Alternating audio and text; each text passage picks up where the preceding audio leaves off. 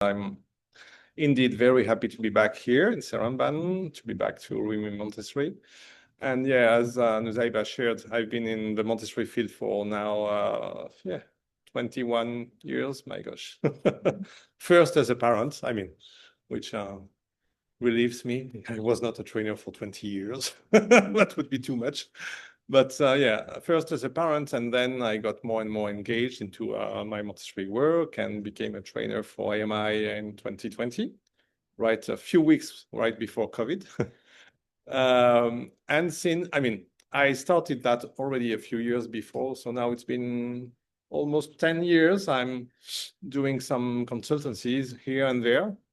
I'm kind of a traveler, I guess, because yesterday I was in Manila in the Philippines, supporting another school for almost 1 week. Next weekend I'll be in Jakarta, and the week after I'll be back to Beijing for a course.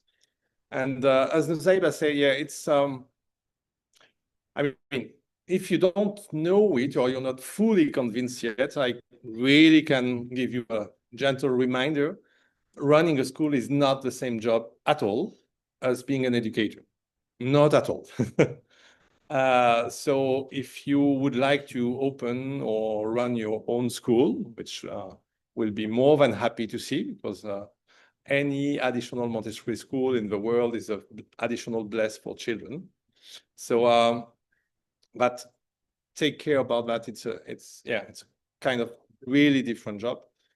And although you have many Montessori principles, and this weekend we'll talk about one of the main Montessori principles, which is freedom and discipline, but still the job is quite different. Okay, so really take care about that. And so this weekend we'll discuss about freedom and discipline, which is really what I call the Montessori art of child guidance. Because you may know, from what Nuzaiba shared with me, I think most of people attending during this weekend know already about freedom and discipline. Have some knowledge, you're not complete beginners, which really makes a big difference, because the way of understanding freedom and discipline in Montessori is so different compared to mainstream that if you don't know anything, the content would be very different.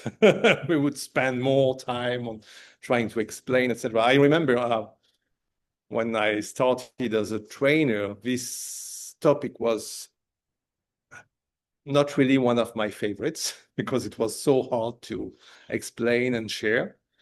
Now it has become one of my favorites because it's really something that is so important.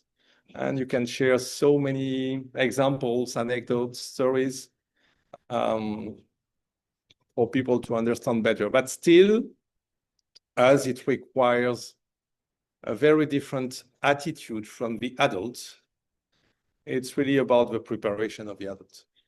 So this is the first disclaimer I would make. Anytime you feel like you're having some trouble in your classroom, in your school, in your family, let me tell you, in most of the times, it's not about the child.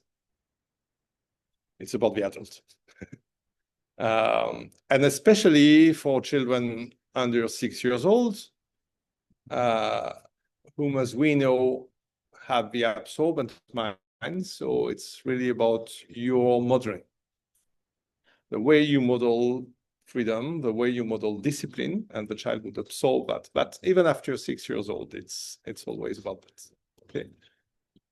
So we'll talk a lot about that. But during this weekend, so we have 2 full days. So this morning we'll talk a lot about the prepared freedom. What does it mean, really? This afternoon we'll talk more about the Montessori perspective about discipline. And tomorrow morning we'll talk a lot, we'll share about the will, the development of a constructive will, which is the key. And in the afternoon, there will be a very special program in the way that it would be for us the way to design and discuss much about what could be a chart, a partnership between parents and educators. Because as you know, we all try to support the child, but we'll try to be a bit more concrete about that. How really we can enhance collaboration between families and the school. And I think that may be very useful into your daily activity.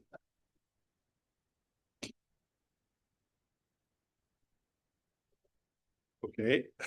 That was unexpected.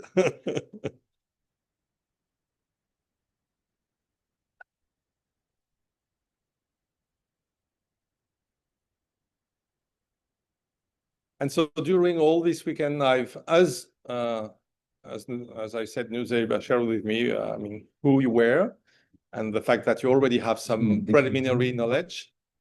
We will have many, thank you. We will have many activities. So I hope that this weekend will be very interactive. I don't want to speak so much actually. Okay, so let's start. On this first day, so as I said, we'll talk about foundations. But first, I'd like you, if you don't mind, to share what could be, by attending this workshop, your educational intentions. What do you intend to do when you talk about freedom, when you talk about discipline, most of it's related to your own child, or the children you take care of in the classroom?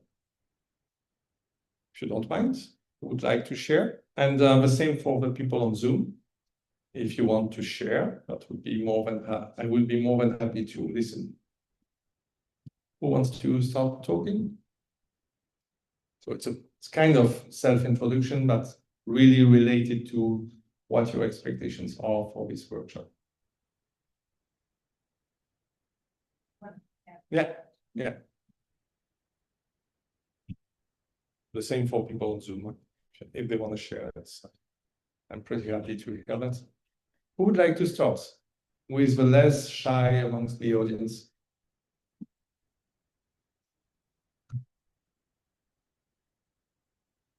Yeah, you feel you don't feel shy at all. No, I can see. Thank you. Thank you very much. Hi, morning, everyone. My name is Nira. I'm a mom in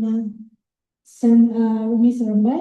I attend this morning because I think I give a lot of freedom. There is no discipline. There is no discipline. So I think I have to attend this. You need to discipline yourself. I need to discipline myself. Oh yeah, I got a lot of freedom. That's all from my side. Next.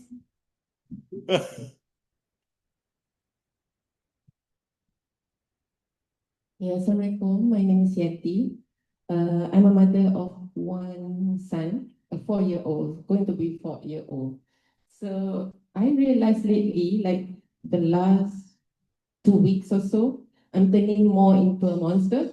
So when I found that there is this course, I think like I have to come before things get worse. So yeah, my friend next to me, I think we know that we want to give more freedoms to them, but at the same time, I think at this age, he's trying to just cross every boundaries. Yeah. So and then because he is also in his sensitive period of orders, so he has his orders in his mind that we have to follow. So whenever he turns into that difficult moment, so it will go round and round for 10, 20 minutes. And we have to, I don't know how to handle that most of the time. So yeah, that's my sharing. Thank you. I really hope that this workshop will be useful to you. I mean, I have little doubt. Should be okay. Walaikum salam. My name is Afra. I'm currently one of the guide in Montessori, Bumi Montessori in KL. I'm also a mother of my 3-year-old. So my intention for this training is for me to learn how to harmonize the two between freedom and discipline. Because at times, especially in the classroom, I feel like we are kind of, punishing, not punishing. The kids always take it as a punishment sometimes. But our intention is to just, to do freedom within discipline the correct way, how to apply correctly, both to the children and also to my daughter as well. I also want to learn how to really connect to this topic so that then they learn how to use the polite language or demeanor. So, yeah. Thank you. Thank you very much. Before your neighbor introduces herself, you've already underlined something which is very important in the Montessori perspective. Freedom and discipline, they go along together, which means that they are not opposed. It's like the more freedom you give, the less discipline you get. Okay. In the Montessori perspective, you give more discipline for the child to develop his own freedom. Okay, so we'll talk a lot about that, but just keep in mind that nothing is opposed. Freedom and discipline, they grow together. And this is why it's a bit difficult to understand that. Thank you. I'm Raja. I'm a parent of KL, and I'm also a diploma student. So I'm here today because freedom and discipline is a hot topic, especially for parents. I shared it with you last time as well. My background was, is that I was a teacher in the secondary school in the mainstream, and I guess there, the understanding we have for, or I had for discipline, freedom and discipline was more discipline. So with my children, I learned that, that's not the right way. It doesn't work like that. And I would like to learn more, to find proper balance with that. So.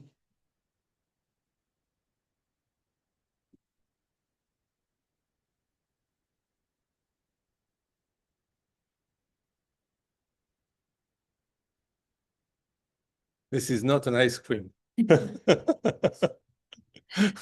Assalamualaikum. My name is Anissa. I'm a diploma student also, and I'm here as a parent. And I'm mother of son 3 years old. And I'm here for finding the good balance between freedom and discipline. Because sometimes I give him a lot of freedom, and sometimes I'm so strict with him. And sometimes I cannot manage different everyday situation with him. So I'm here to find the right attitude of the parents to help him, to guide him, and to develop him in his level. Thank you.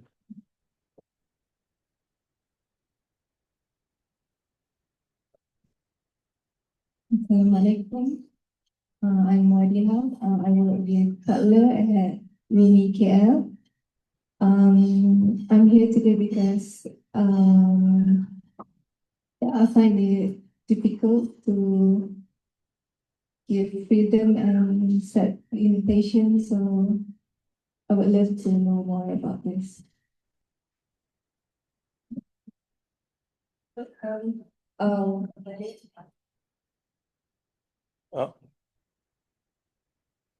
Did you switch it off? Yeah. New guy is for Montessori. I feel like I identify myself more. I've lived longer as a child than an adult, so Lovely. I'm a new adult. So I'm trying to navigate how to be the adult for these kids while trying to explore freedom and discipline. Lovely, thank you. Assalamualaikum. My name is Anita and I'm a preschool teacher in UMKL. So I'm here today to also learn about, how we were disciplined when we were a child. Maybe it's different, and we don't want to imply that to children today. So yeah, I'm trying to find, is there a line where for freedom? Is there even a line? Yeah, that's it. Assalamualaikum. Like to take- Good morning, everyone.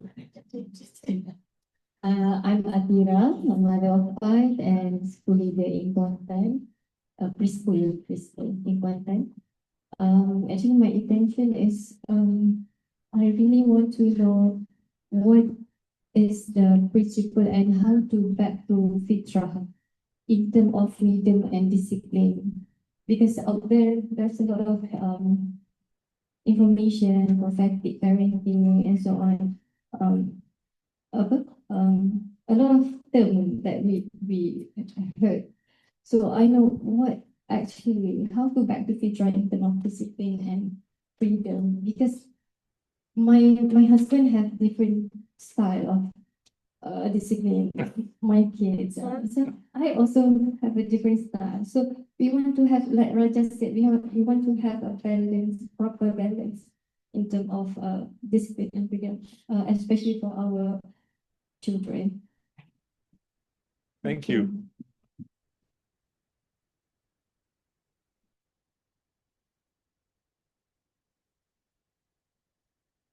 Bismillahirrahmanirrahim. Assalamualaikum. I am Rusnida, one of the teacher in the Rumi Montessori Seremban. Okay, I'm coming for this morning because I really love the Montessori ways in educating the children. So today I want to know what is the discipline and freedom in Montessori. That's all. Thank you so much.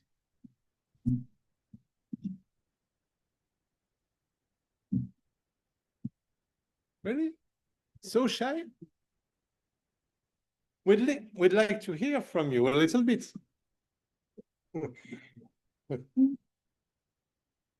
Assalamualaikum.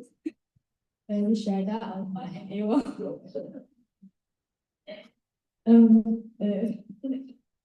We are coming together, we want to learn more about Montessori, about child, since we're just new in Montessori, so we just come on to learn that. But are you marvelous students? Teachers in Peru. Thank you. I think it's useful. Don't forget that we have 15 people on Zoom, so they don't necessarily see you or know who you are at all. Thank you. Assalamualaikum, good morning. My name is Ain. I'm from Rumi KL as the school manager. So I'm here to see how I can support the teachers in a way, on how I can assist in the idea of concept of freedom and discipline, and how, as you mentioned, it actually coexist together. But if people hear it, it seems like, oh, it's impossible. How can we have both freedom and discipline? It has to be one over another. So my intentions today is to learn and to further assist the teachers in KL, especially as some of them are young adults.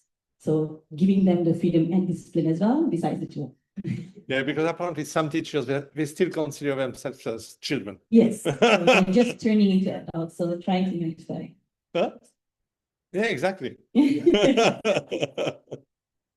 Exactly. So in a way, for me, it's to both the staff and the children, how I can both support them. So, yeah. Thank you. Thank you, Ain.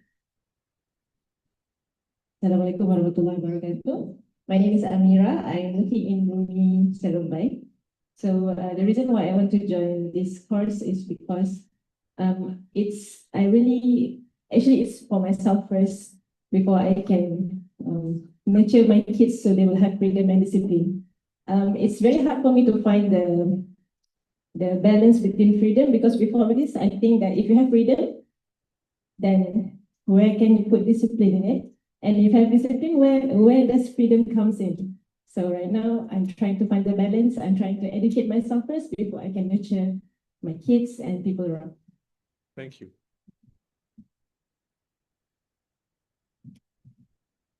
Assalamualaikum warahmatullah. I am Balkis. I'm a parent here. I have 3 boys in elementary. Congratulations. 8 years old and 9 years old twins. Yeah. So freedom and discipline is quite hard for me now. So I need some insight from you. Thank you. Thank you.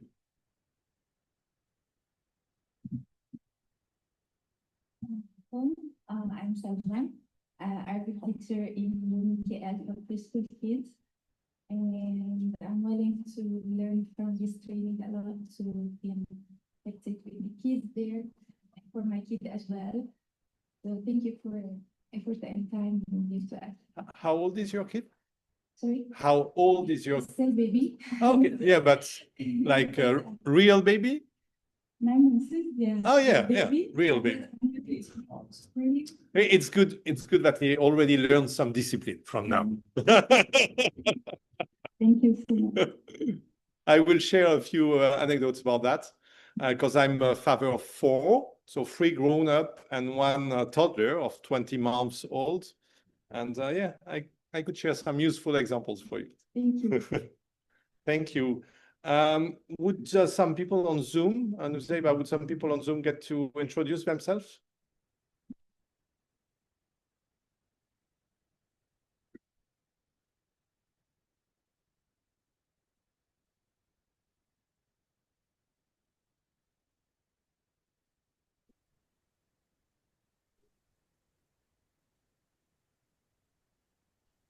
Is there anyone on Zoom who would like to introduce themselves? You can unmute. Zaid, did you want to introduce yourself? Yes, yes.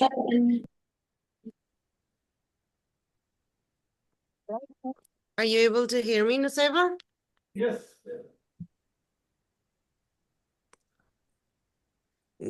I think you're having trouble hearing me.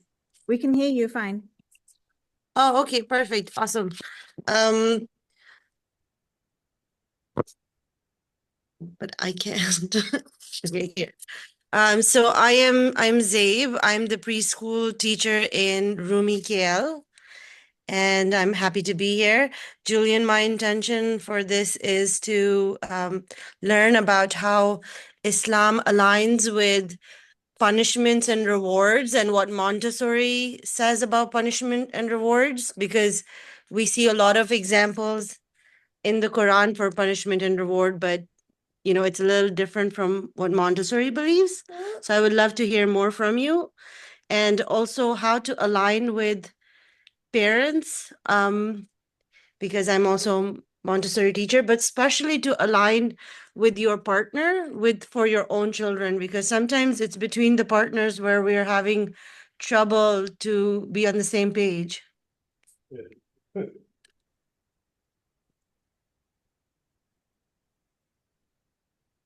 Thank you. Anyone else wants to share?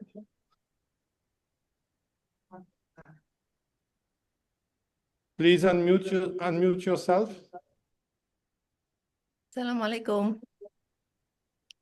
Can I go next? Yes. Hi, Julian. Assalamu alaikum. Hi, Nusayba. My name is Sarah. I'm a mom from the KL school.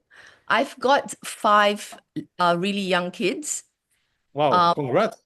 Yeah, they're all 1 year apart. So at home, it feels like I have a mini school. And the school never ends. So yeah, it does get pretty chaotic at home. I'm just constantly managing their interactions, and I'm not sure what I'm doing, and I feel I can be so much better. So I'm here to learn from you on how to become a better parent and how to have a calmer home, hopefully, inshallah. Thank you so much. Thank you.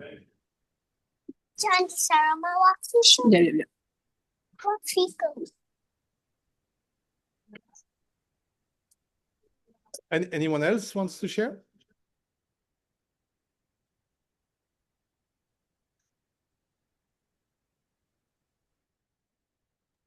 Okay. Assalamu So- alaikum. Okay, good. We're listening to you. My name is Nuria. I'm from Melbourne.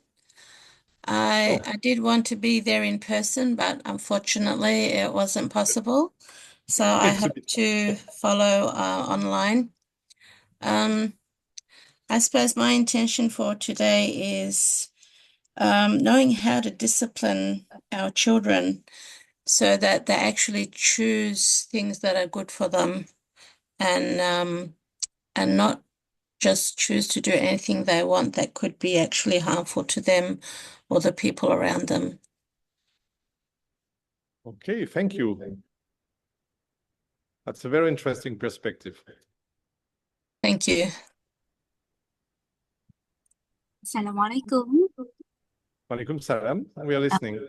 My name is Atika. I'm a mom from Rumi School, KL.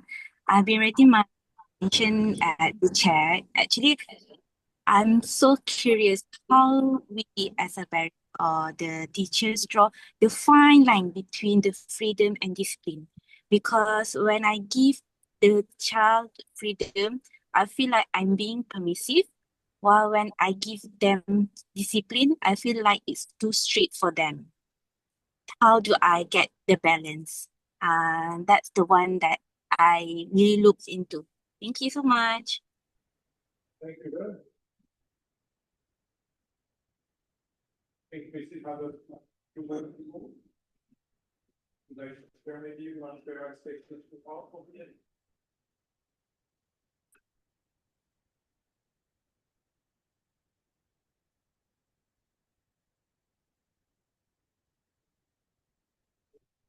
Okay.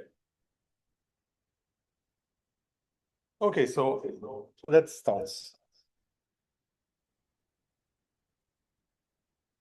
So I think there was one question about aligning with FITRA. We were, I mean, Nuzaiba shared with it already, but it's a kind of disclaimer. We were supposed to lead this workshop together, Nuzaiba and myself, but as she's not really good at the moment, she's really sick, I managed, and I must confess I have much less knowledge into Islamic studies. So if you have really questions dedicated to the Islamic part of it, it's better that you ask Nuzaiba and she could complete. I know that things are most aligned between Montessori and the Islamic perspective, so I'm not worried at all. But please don't ask me to go into too much detail about that because I would find myself a bit embarrassed. Okay. I try to improve, but still a long way. But yeah, the first thing when we talk about freedom and discipline is about understanding the real nature of a child. Because some of you phrased it this way, I don't know how much freedom I should give to the child, how much discipline I should give to the child. So you're still like prisoner of this perspective of you as the adult must give something to the child.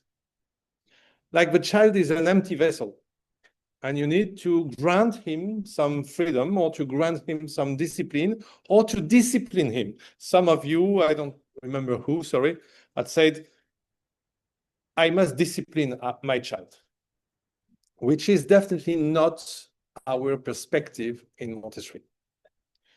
In Montessori, like in the Islamic perspective, we deeply believe that the child has fitra, is born with fitra, that the child has his inner teacher. And our role as adults is to support the development of this inner teacher. Do you understand? This is a very, very big difference. Because we don't need to grant any freedom. We don't need to give discipline. It's about all that we do in Montessori, as well as in the Islamic perspective, is about supporting the development of this inner teacher who is already there, because it's about fitra.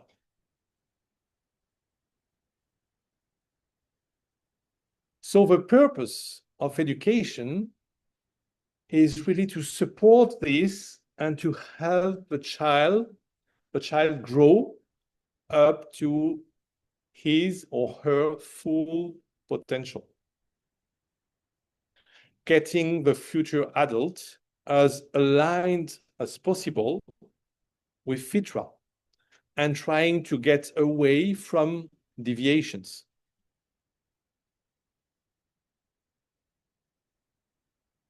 I will try to phrase it differently. If you think that you should give your child freedom or you should give discipline to your child,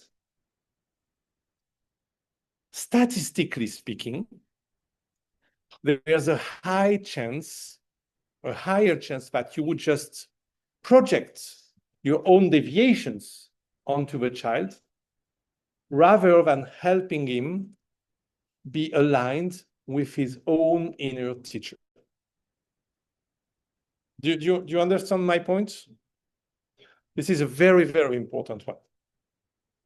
So this is why in Montessori, we like to do it what we call the indirect way, not the direct way. Like, I'm disciplining you, I'm giving you freedom.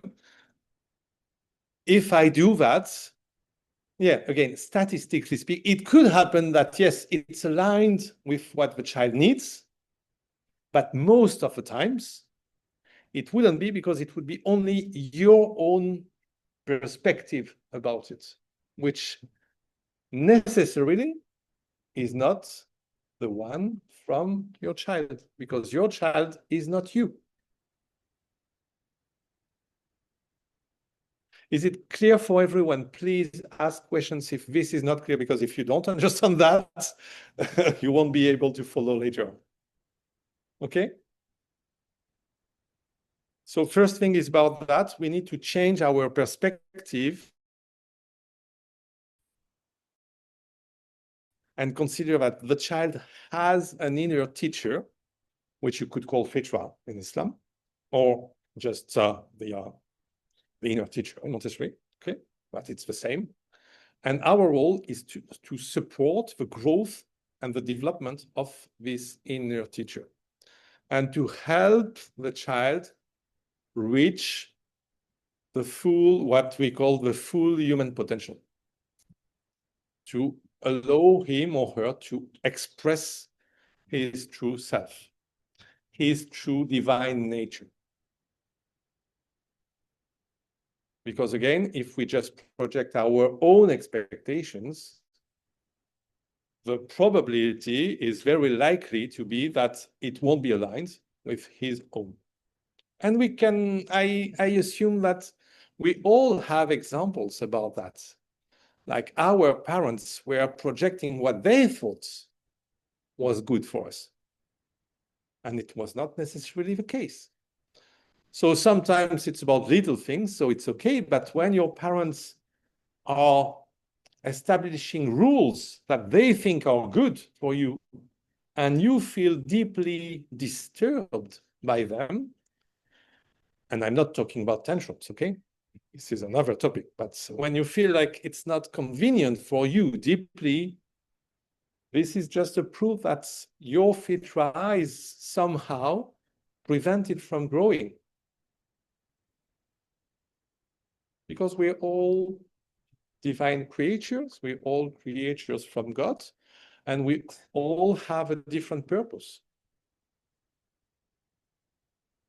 So if you as a parent or as an educator, you project your own purpose onto someone else, yes, it could happen that it's aligned, but it's very unlikely. So for us to succeed, we must proceed with a different way. Okay? Sorry, I'm trying to phrase it to phrase the same thing in different ways. So I make sure that everyone understands that. Okay? So it's more about supporting the development of this potential. And this, if you have in mind, if you have in mind the Montessori perspective, you know that the development of a child goes through different stages, through different steps of development. And so again, a subtle realignment with this perspective, what you call the balance. I don't like to call it the balance because it's not about that. Because as I said, freedom and discipline, they go together, okay? So it's not you have more of one and less of the other, okay? They are not opposed, they grow together. But I will come back to that later. But just to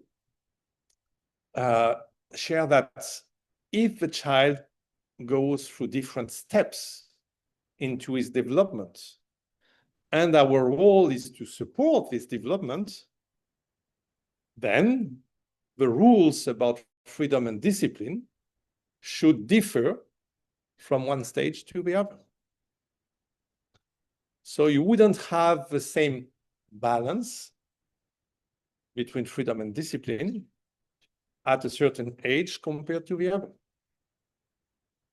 So I'm sharing that because so many parents, they feel disappointed, for example, when their child becomes an adolescent.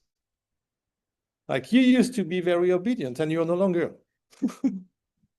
Yes, of course, but it's not about the child. The child has his inner teacher and is developing and it's going to another step. And so the parents should be the one able, because it's supposed to be the wiser one. The parents should adjust to these new needs from the adolescents. You don't raise a baby the same way you raise a toddler. You don't raise a toddler the same way you raise a child of 8 years old. But do you understand that it's the same for adolescents? The child has his inner teacher, so the child and the adolescent would grow in any case. It's his divine nature. It has nothing to do with the fact that you want it or you like it or not. This will happen in all cases. It's the gift from God. And you cannot go against that.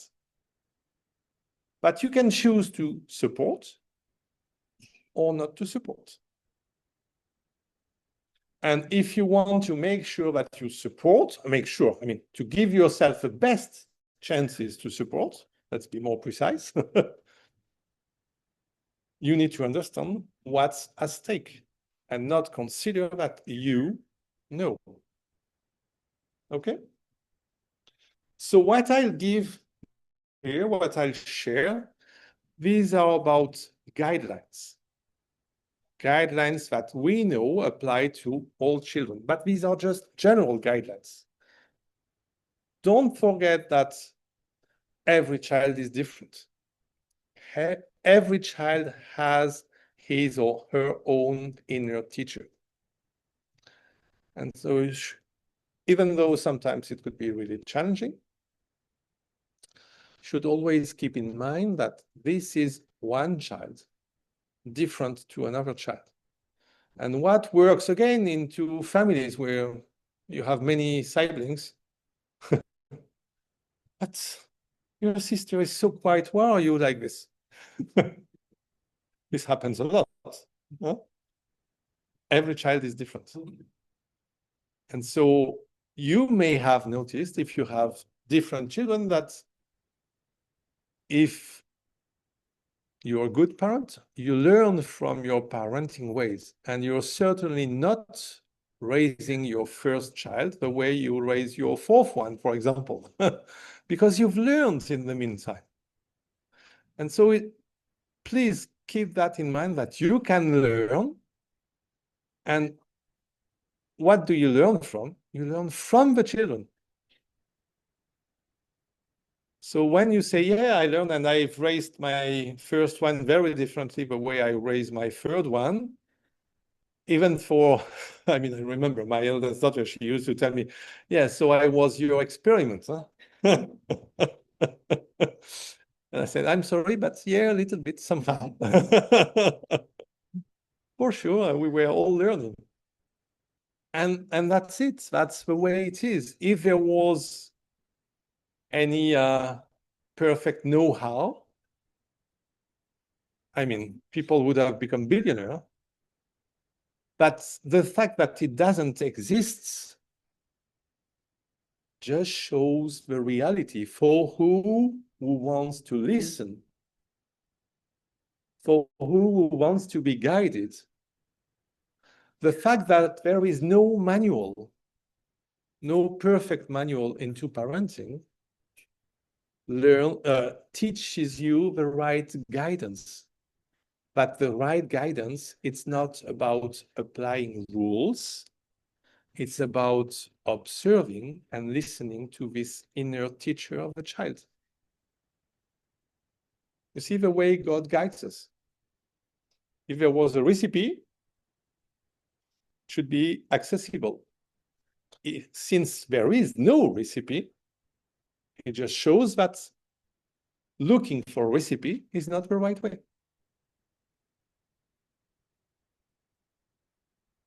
Okay? And so back to the planes of development, back to this sequence of the child growing. You may know that there are in Montessori 4 planes of development, so 4 different steps every child would go through.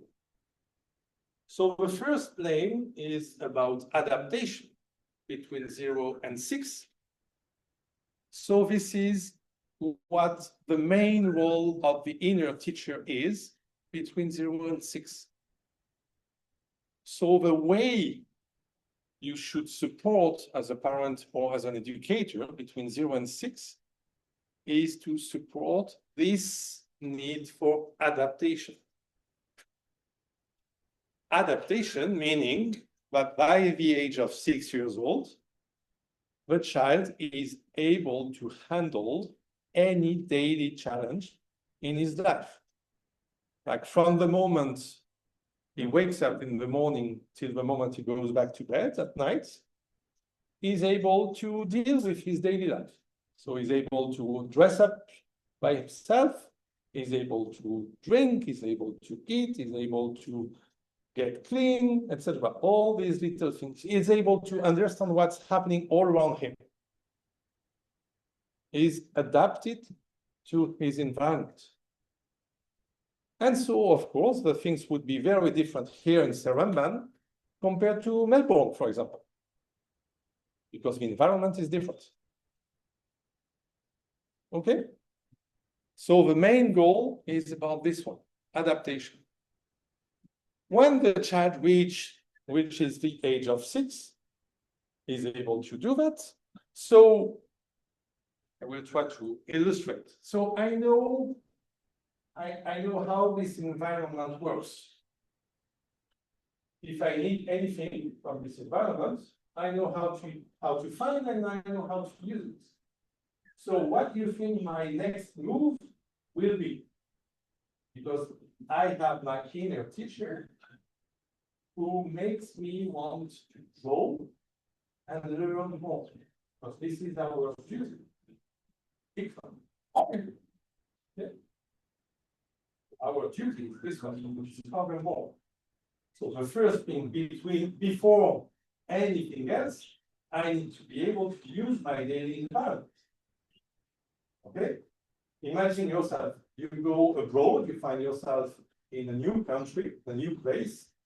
Before doing anything, you need to understand how to handle your immediate environment. Okay? Because if in a couple of hours you won't be able to find something to eat, you would find yourself into trouble. Okay? So the first step is you need to understand your own environment to adjust. But once you've done that, the next step is about exploration. When I know about everything I'm having here, my next move is, oh, there's something else here outside. This looks quite interesting. You see? So this is the second plane. The second plane is about exploration. Exploring the world, exploring in an abstract way the universe. I want to understand how God's creation works. They can hear me. I have on my. Oh, it must be close to here. Yeah, I mean, you go there. Ah, okay. Sorry, dear Zoomers.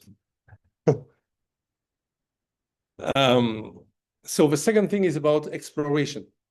Okay, understanding how God's creation works. And then when I mean, it's an endless process, understanding the universe, but when I feel more comfortable about that, I've got the right tools to explore. So even if I don't know about one topic, I know about how to investigate it. You see? So I've got all these tools. So then again, what would be the next move of the child? Okay, now that I understand, I want to be part of it. See, it's no longer like I'm staying in my classroom and I go through encyclopedias. Now I want to do things. I want to be part of this world. And you know, we had these conversations a few days ago in Manila. You may know about this hikikomori in Japan. You know what a hikikomori is?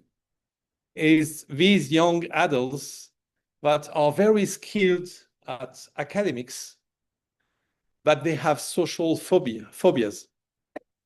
So they would be stuck in their room, in their flat, and they're afraid to go out and to meet people. You may have heard about that. It's a modern sickness. And this is what I always tell the parents. In the Montessori perspective, in the real Islamic perspective, it's not only about learning by heart, about memorizing, about having this intellectual approach, because eventually you don't want to become a hikikomori.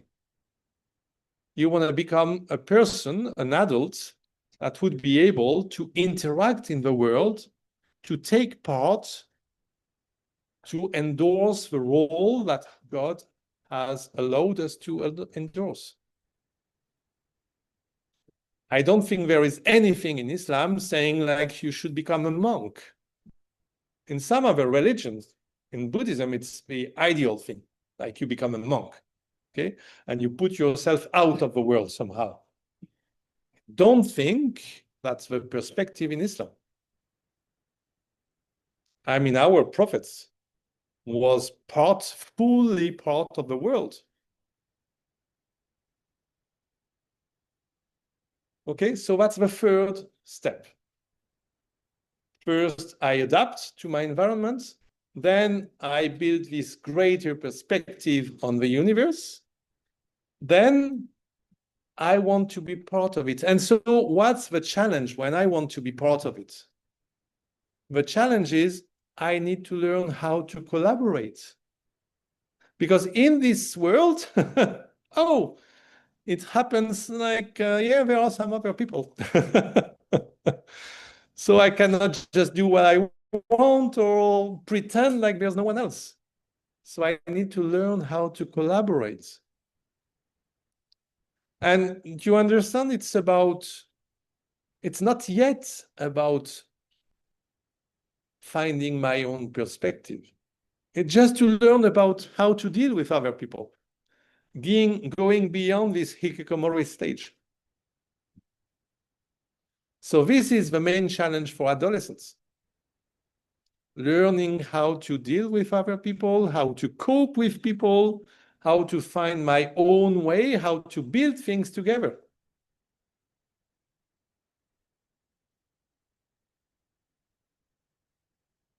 And of course, this is a challenge. It requires some practice, much more than beyond learning. Yeah, because this is where you find that you want to do something and your friend doesn't want to do it.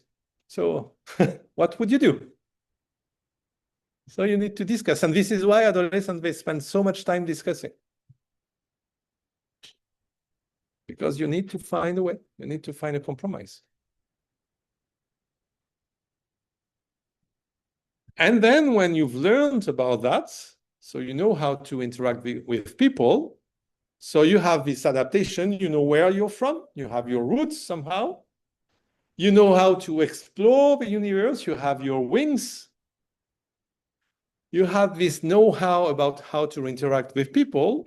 So now is the time for the fourth plane, which is the plane for contribution, defining what would be your contribution into this world.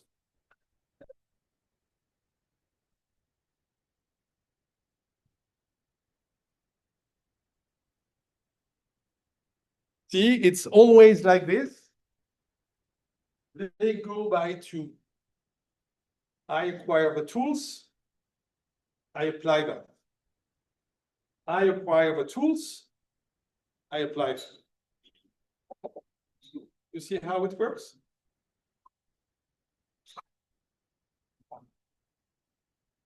So adaptation, I acquire the tools for my environment. Then I apply that to a larger, broader perspective. And then for doing things, I acquire the tools about how to do things.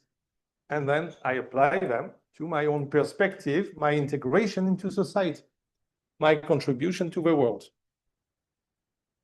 Does it make sense to everyone? Yeah? Okay. So this is what the inner teacher is about. See, I mean, I didn't want, it's not a detour, it was just coming back to, okay, there is an inner teacher, but what is it about? This is what it's about. It's the long way because it requires a few years, like 24 years, to find your way, to find your own purpose. To find what God wants you to do somehow.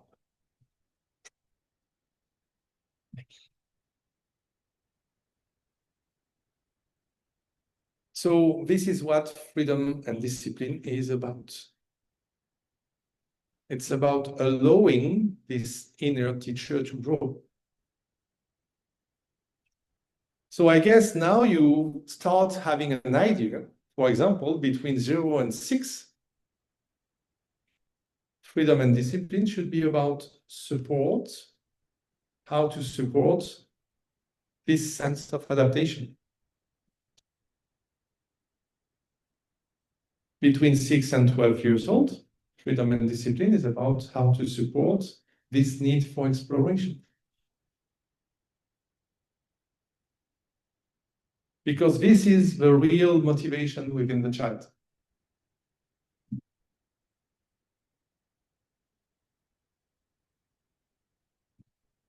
And so now we have the purpose now. And now we have some tools. And Montessori was very focused on that. She identified what she called human tendencies, which is tools you could rely on for guidance. So here you have a few human tendencies. So a tendency to exploration, for example.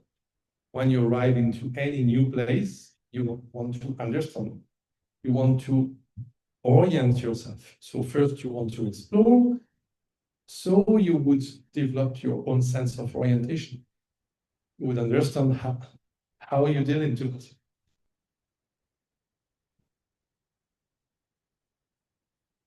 And then this brings you to another human tendency, which is order. And I don't remember who talked a little bit about order, this sense of order to the child. Okay. But you see, it doesn't come from nowhere. It comes from its tendency to exploration, orientation. Order is there to support that. It's not order for order. And then there is a tendency to work. We want to do things. Yes, we want to do things. We want to work. What's the difference between play and work? When you work, you have a purpose. When you play, you don't necessarily have a purpose. You just play for the sake of playing. You don't necessarily expect any result when you play. When you work, you expect a result. And this is why in Casa, children, they don't say they play. They say they work. Even if it could be a funny way. It has nothing to do with the fun or not. It's about, do I have a purpose? Yes, of course they have a purpose. They want to achieve something. And when you play, you just play. I mean, when they're playing in the playground, they don't have a purpose. See, they don't have like expectations. They're just enjoying their time. And then there is this tendency for communication. Because we all know we are social beings. We are not like a bear living in his cave. So we have this tendency to communicate. We want to communicate.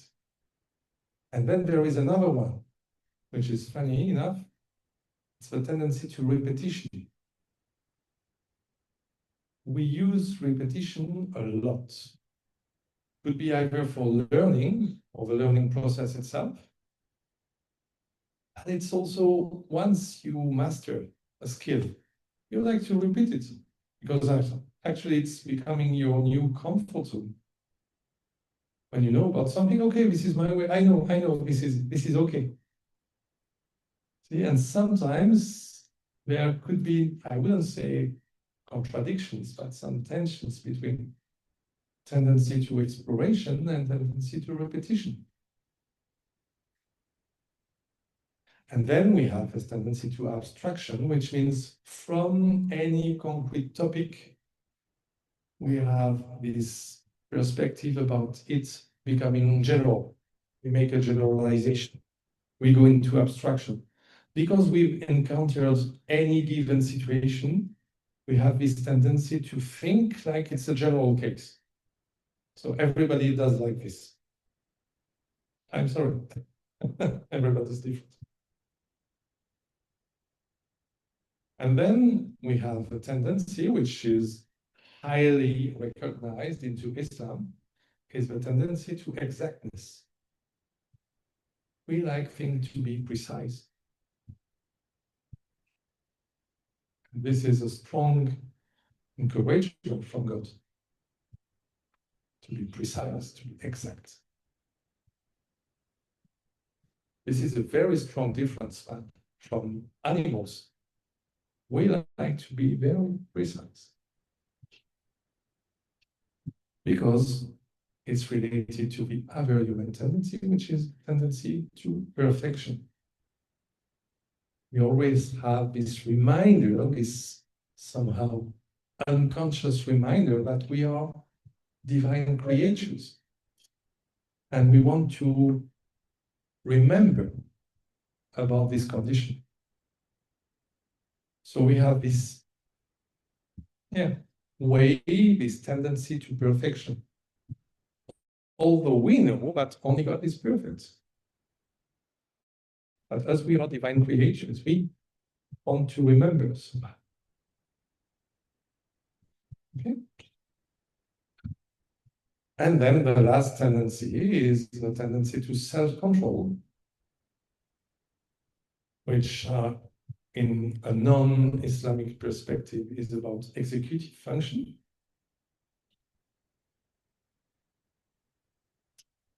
And the Islamic perspective is about managing ourselves. Okay? Do you want to say a few words, Jose, about that? All that is related to fitra and all this.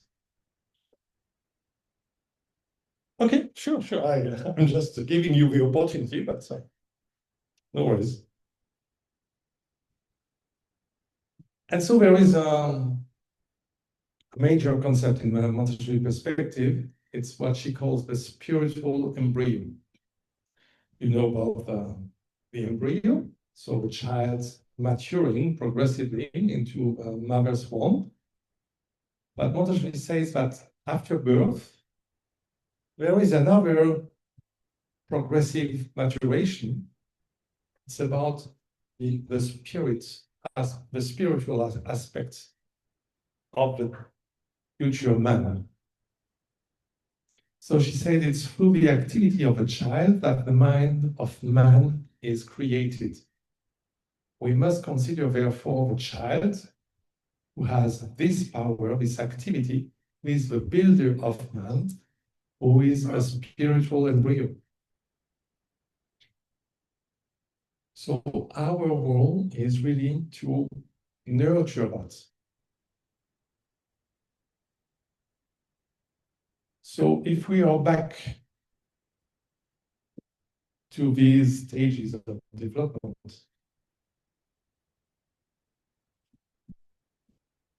it's not only about this world. It's also growth, the development of the spiritual side of the man. It cannot be. It's only about knowing how to use the different shelves. It's also about acknowledging our divine nature and growing this spiritual side of us. Adaptation, recognizing that this is God's creation. Exploring, we have a clear invitation in the Quran about exploring the world. Collaboration, I won't comment on that, but I guess you know. And contribution, clearly. See?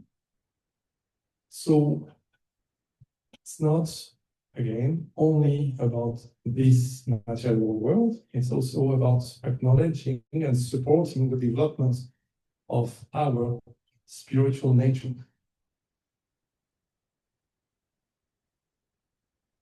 I assume it's still a bit abstract, but maybe you make some connections already with freedom and discipline to that. So you see that you won't apply freedom and discipline the same way when it's the time of adaptation as when it's the time of exploration.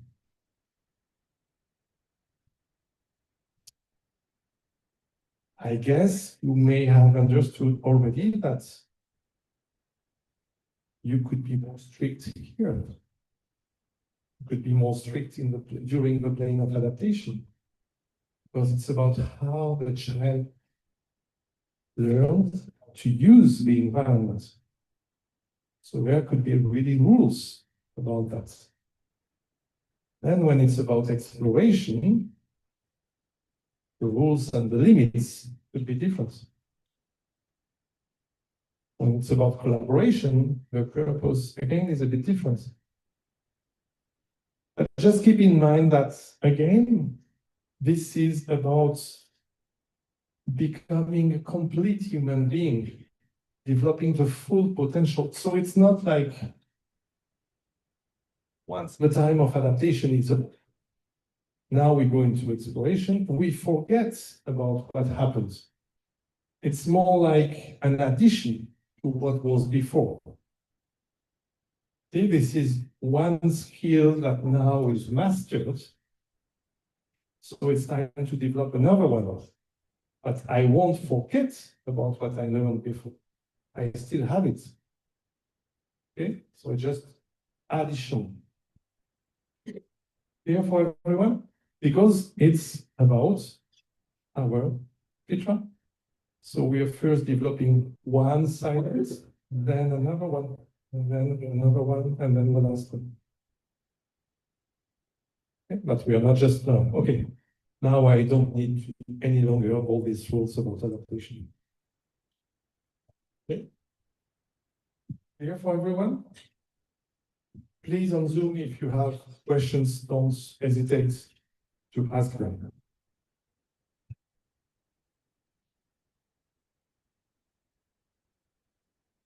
So now it's up to you.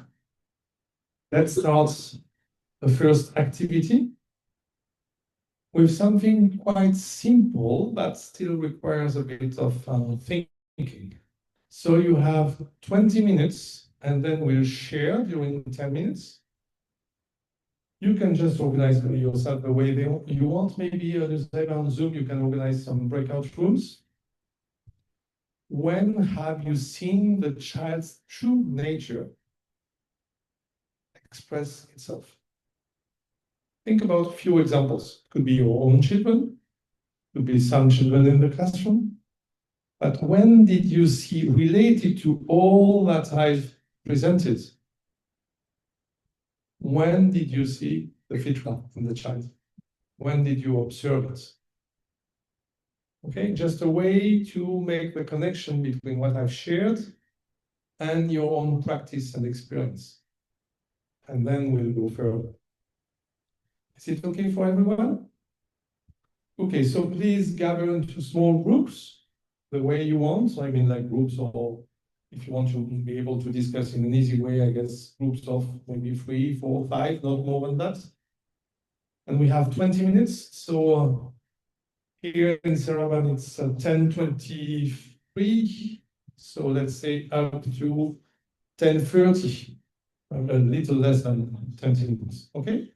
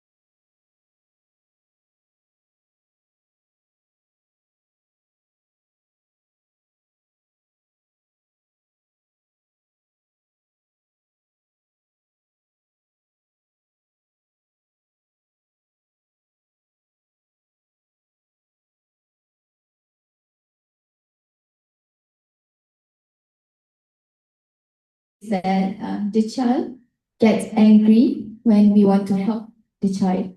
For example, like when we help the child to put on the shoes, the child said that, "You always help me, please don't help me."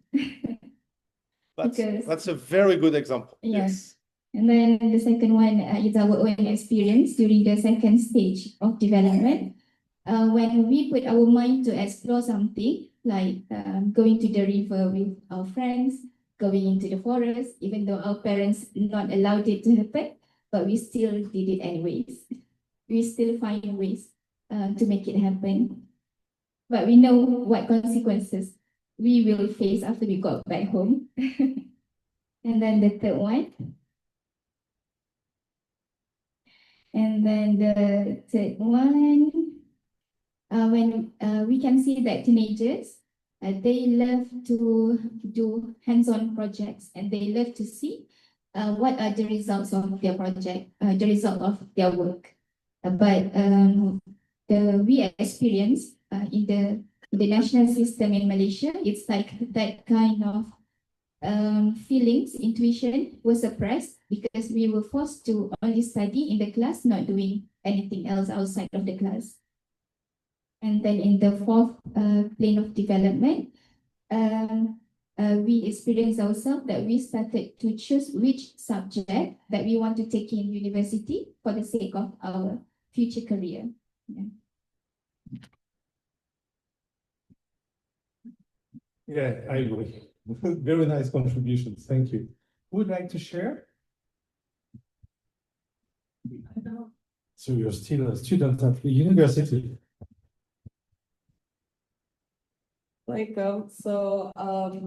What we briefly discussed, well, not really briefly, but what we discussed was that what we see the child being their true selves is when they're curious and they're at the stage of exploration.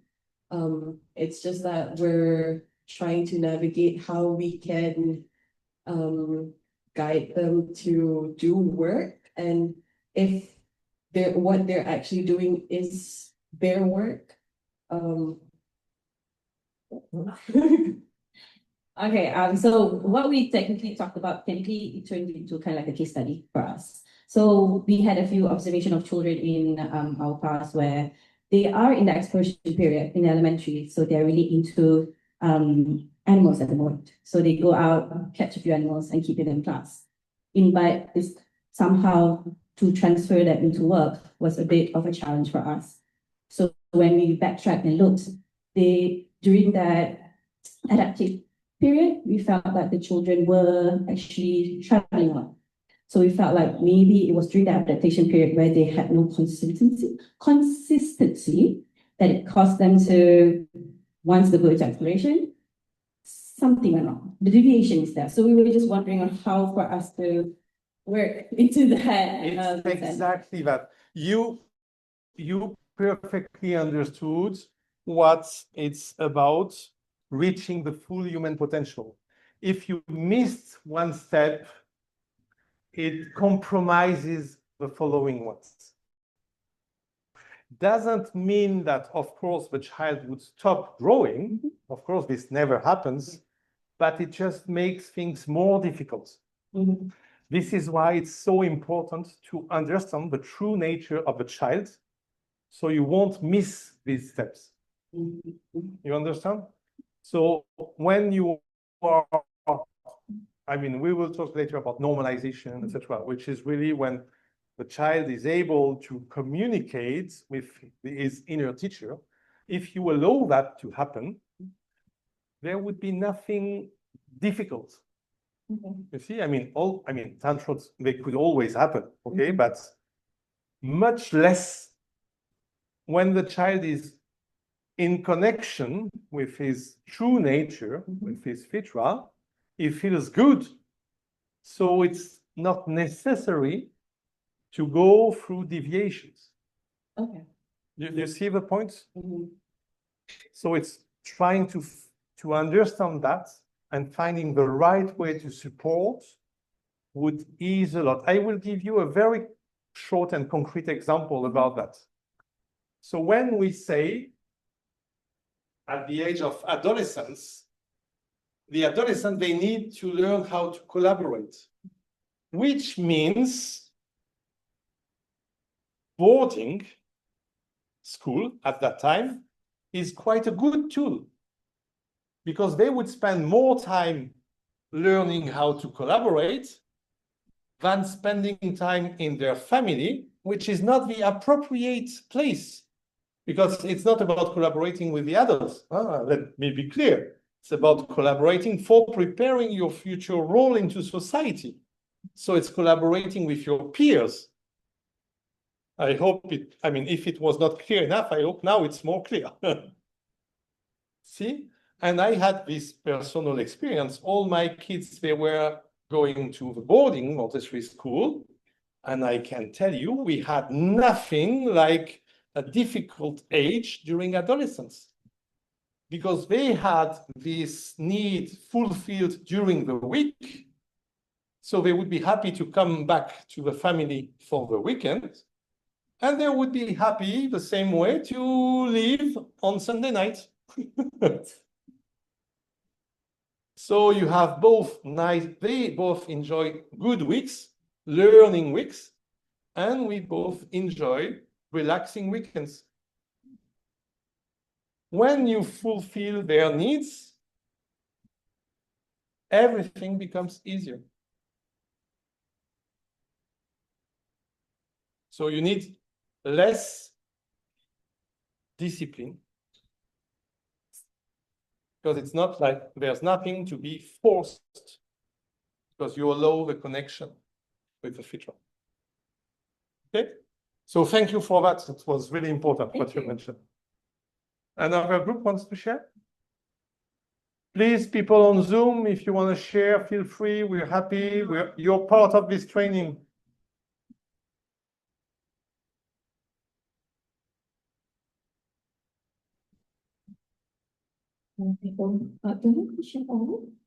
No, not at all. It's what you observed, though, so it's really up to you.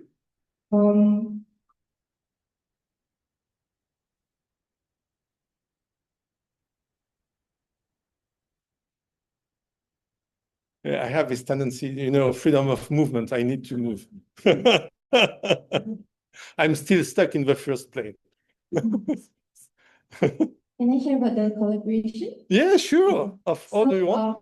From what we discussed, the child always wanted to explore, and friends are very important at that moment. When they try to share responsibilities and do the things together, as like follow which circle do they like to be in. So at that point, they are really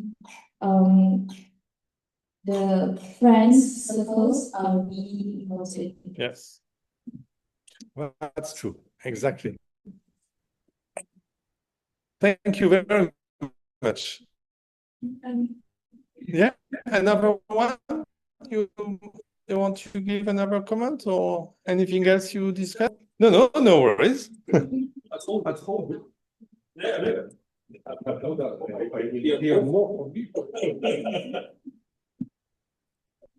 Okay, so from the people on Zoom, do we have something?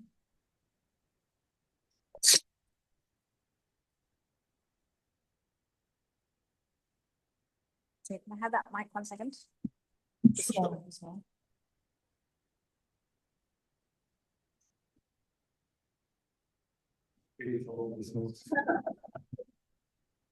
You with that? Which one?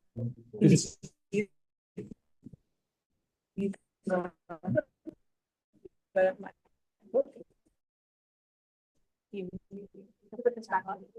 And then can you mute? You don't need this. Okay. This is just stuff. You don't need.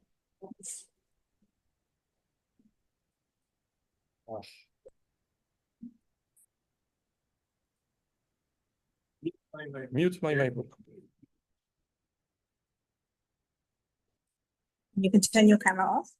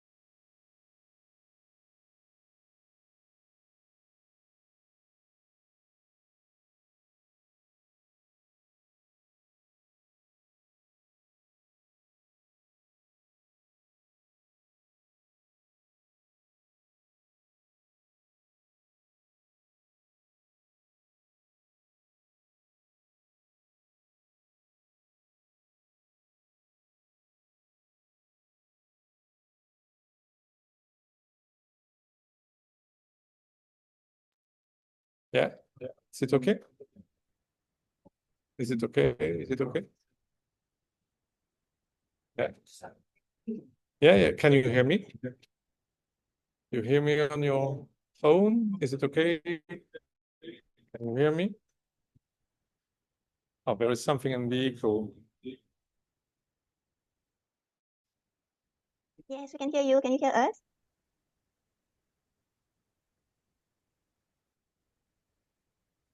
Now, yeah, apparently now they can hear. That's what. Yeah. So we're having a break of 15 minutes until 11:10. Okay. Okay. I mean, it's 5:02 wherever you are. It's 5:02. And we'll go to 10 past. We'll come back at 10 past. Thank you.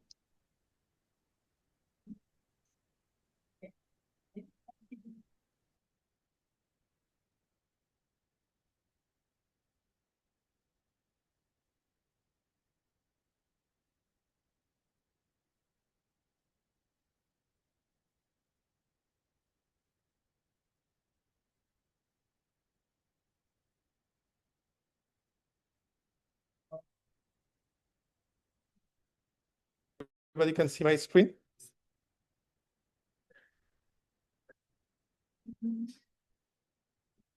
Yeah.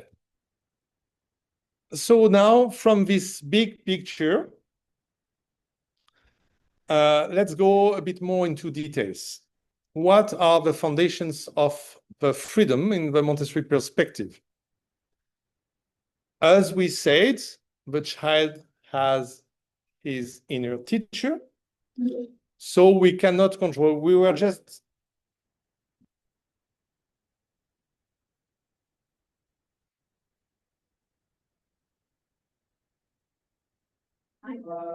huh?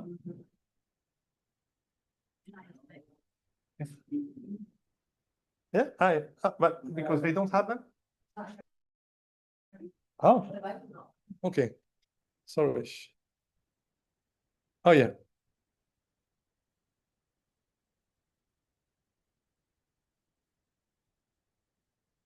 Is it good like this? Okay.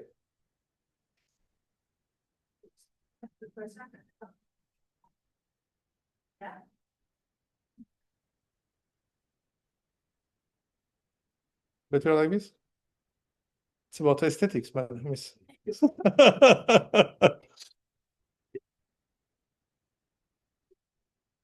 So the foundation. So as I said, the child has his inner teacher. So we cannot be, even if we would like sometimes to, we cannot be in control. It's like a river flowing. You cannot prevent the river from flowing. But what you can do is preventing the river from flooding. You see the difference? The water would flow whatever you do. You cannot prevent it. But you can make sure that it follows. So this is why we are talking about the prepared environment, which means the conditions, we are creating the conditions for this flow to follow its own way, its own pathway. So when it's the time for adaptation, we try to provide the best condition for the child to learn about how to adapt to his environment. When it's the time for exploration, we provide the best conditions for the child to explore. When it's the time for collaboration, we provide the best conditions for the adolescent to learn about how to collaborate. Okay? And as we discussed, so this is why we talk about the boarding or some group activities, peers activities during the weekend. Because if it's for the adolescent to stay inside the family during the weekend, This refers to the plane of adaptation. So it's like you send the message to your adolescent, you're stuck at the age of 6. You understand how they receive that? You don't allow me to express, to fulfill my needs from my age now of 12 and 13. You still want me to be a child of 6 years old. But I know already about that. Okay? So first thing is liberty, freedom is not license. Okay, if you've understood this big picture, it's about allowing the inner teacher to express. So it has nothing to do with the child does whatever he wants. Because this is deviations. Okay? If I want to translate that in another metaphor, the husband needs to guide the wife in Islam into having a proper and appropriate Islamic behavior, not to do whatever she wants.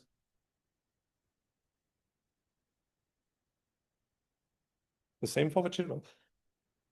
You allow them to express and to behave in an appropriate way, which is following their inner teacher,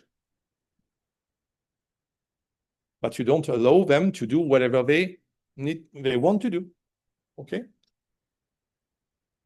With the small the difference between what I was saying about husband and wife and now with the child is the child is not mature yet, is not an adult yet, so we don't know what his role into society, his contribution will be yet. So this is why we have these guidelines. Okay, so it's not like you follow, you have a manual and just need to follow the manual. No, you don't know what the manual is. I talked about that before. If we had a manual, my gosh, I would be a billionaire, or many people before me would have been billionaires. Okay, because they would pretend they're God.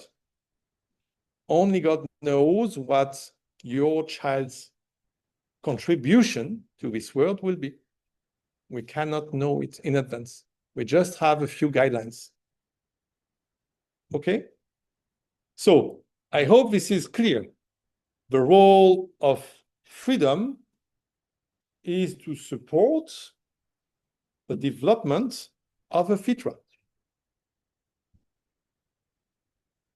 So I think we are starting addressing most of your questions from this morning. Yeah, Sorry? My wife, she's attending? Seriously? She didn't share, she didn't tell me. Salma, I hate you.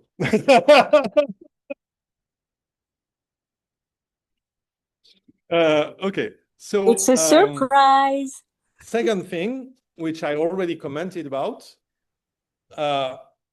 if you would like to control the flow of the river, you would just inhibit the internal development of a child. You don't allow the river to flow. So it's like you have a plant growing, another metaphor, instead of a river. You have a plant growing, and suddenly you decide that this will become a bonsai. It's very specific, huh? And we don't want children to be bonsais. Because we don't want them to become hikikomori.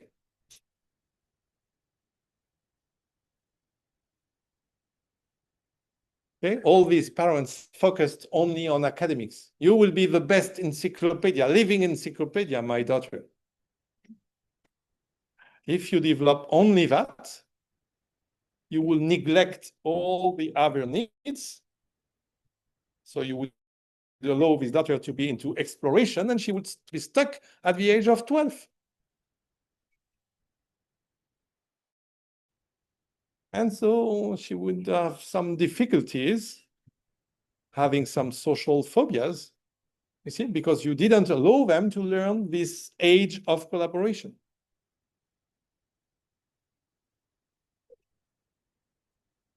And so the prepared adult is really the guardian of freedom with limits.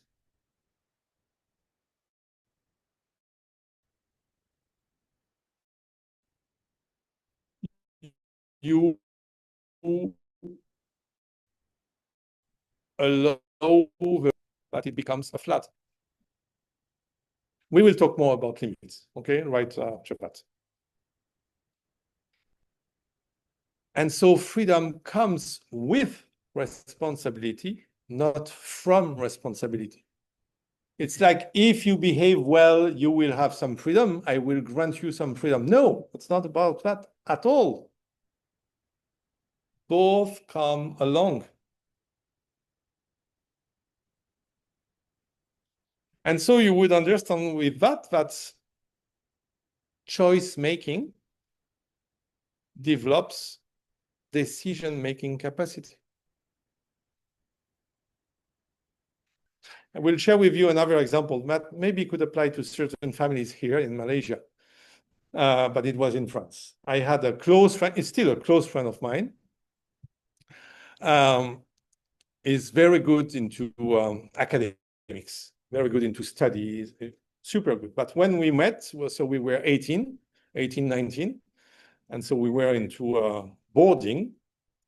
And at that time, every Sunday night, he would come back to his parents' place with a certain number of Tupperware boxes, one for every meal during the week, because his mom would have prepared every meal.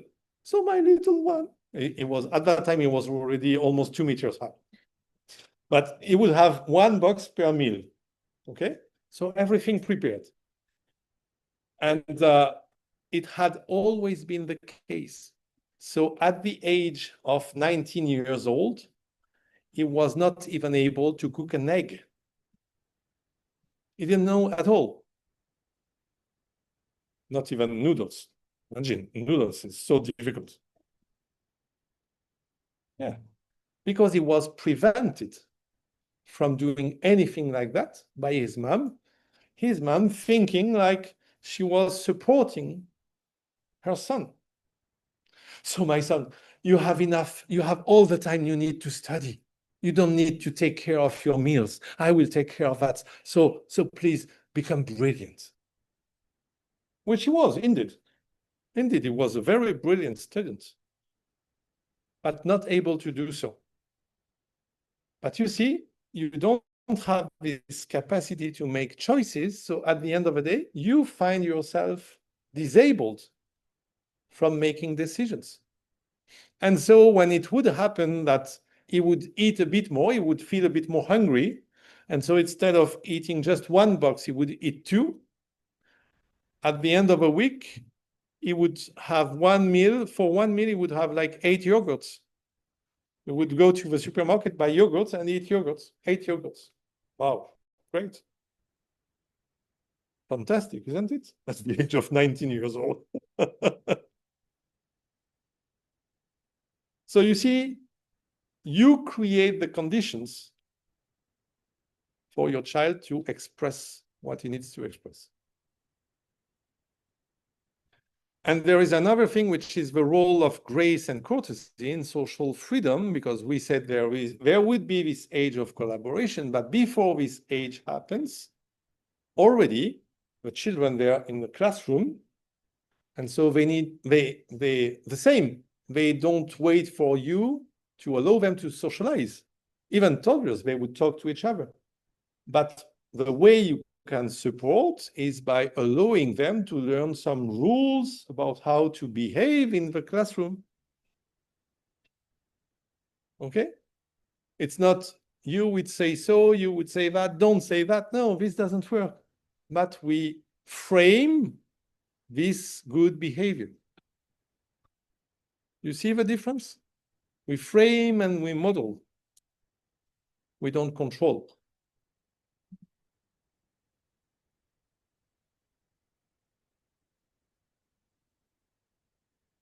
So, given the time, maybe we just discuss during, I mean, you can discuss just with your neighbor, okay? Not going into groups, you just discuss with your neighbor during 5 minutes. Please identify not necessarily 10, but a few daily responsibilities inside the classroom or at home. So when you would give the child responsibilities to do something, so you're not into control, you allow them to take in charge. You see? So you acknowledge that and you allow them to take care of some things. What is the age? What is the, it could be any. It could be 3 to 6, it could be 6 to 12, doesn't matter. And of course, for adolescents, it's okay. Okay? Just 5 minutes. You just discuss with your neighbor a few, not necessarily 10, okay, but just a few of them. Daily responsibilities.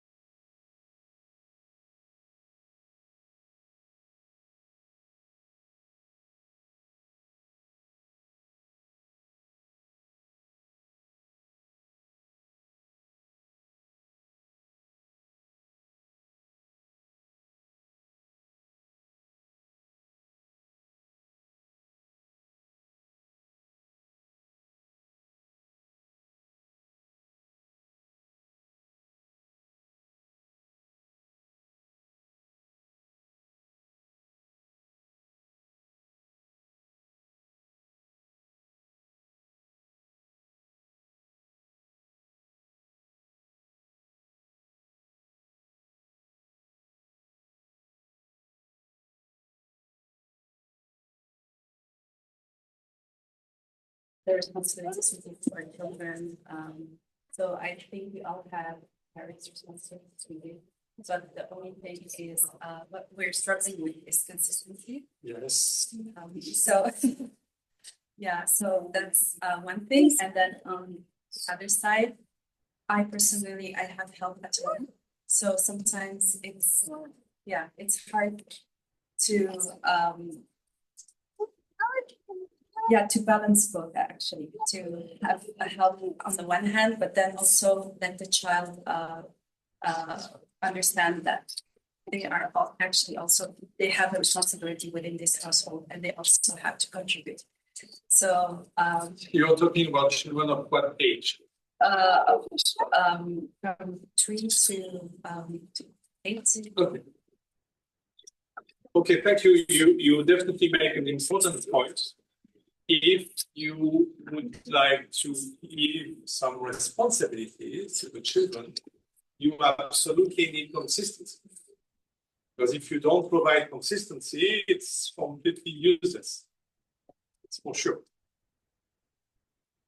And yes, very regular struggle is that when you have help at home already, sometimes it's hard to make the balance between the child and the parent. The child could have a tendency to consider like, but we already have someone helping. Why would I do something? And for this, I will give you a small hint. It's not about duty. It's about contributing. It's about contribution to the family, because we are back to adaptation. Adaptation means I want to be part of my community. I want to be part of my family. So if I want to be part, I want to understand how this moves. You see the difference? So it's not about the duty. It's not about giving help. It's about contributing. As my wife is here, I will share a lovely example of our son. So he's a toddler of 20 months old now. And when we sat at the table, we could feel he was a bit frustrated. He wanted to do something. Not in French we say, when it's time to eat, we say à table. So when it's time, he has learned that, and he would repeat 20 times, à table. And you can see that he's eager to take part to it. Until the moment my wife gave him the plates, real plates, to eat. He was more than happy just to take the plates from the cupboard and to carry them to the table. It's a bit heavy again.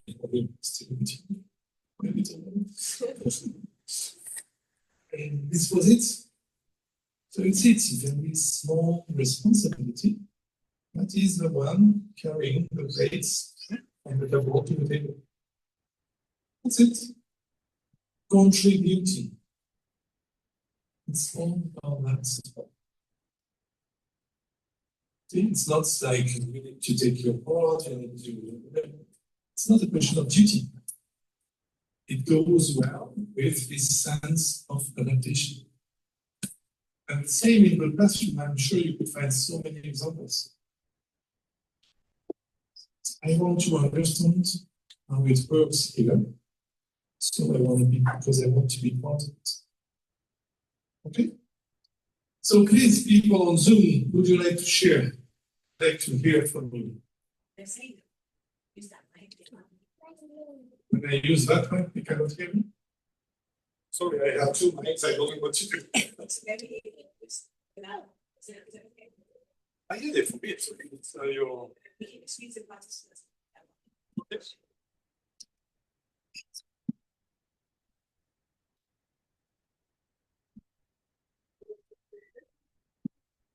So yeah, I would like to hear something from them on Zoom if they can share. It'd be lovely.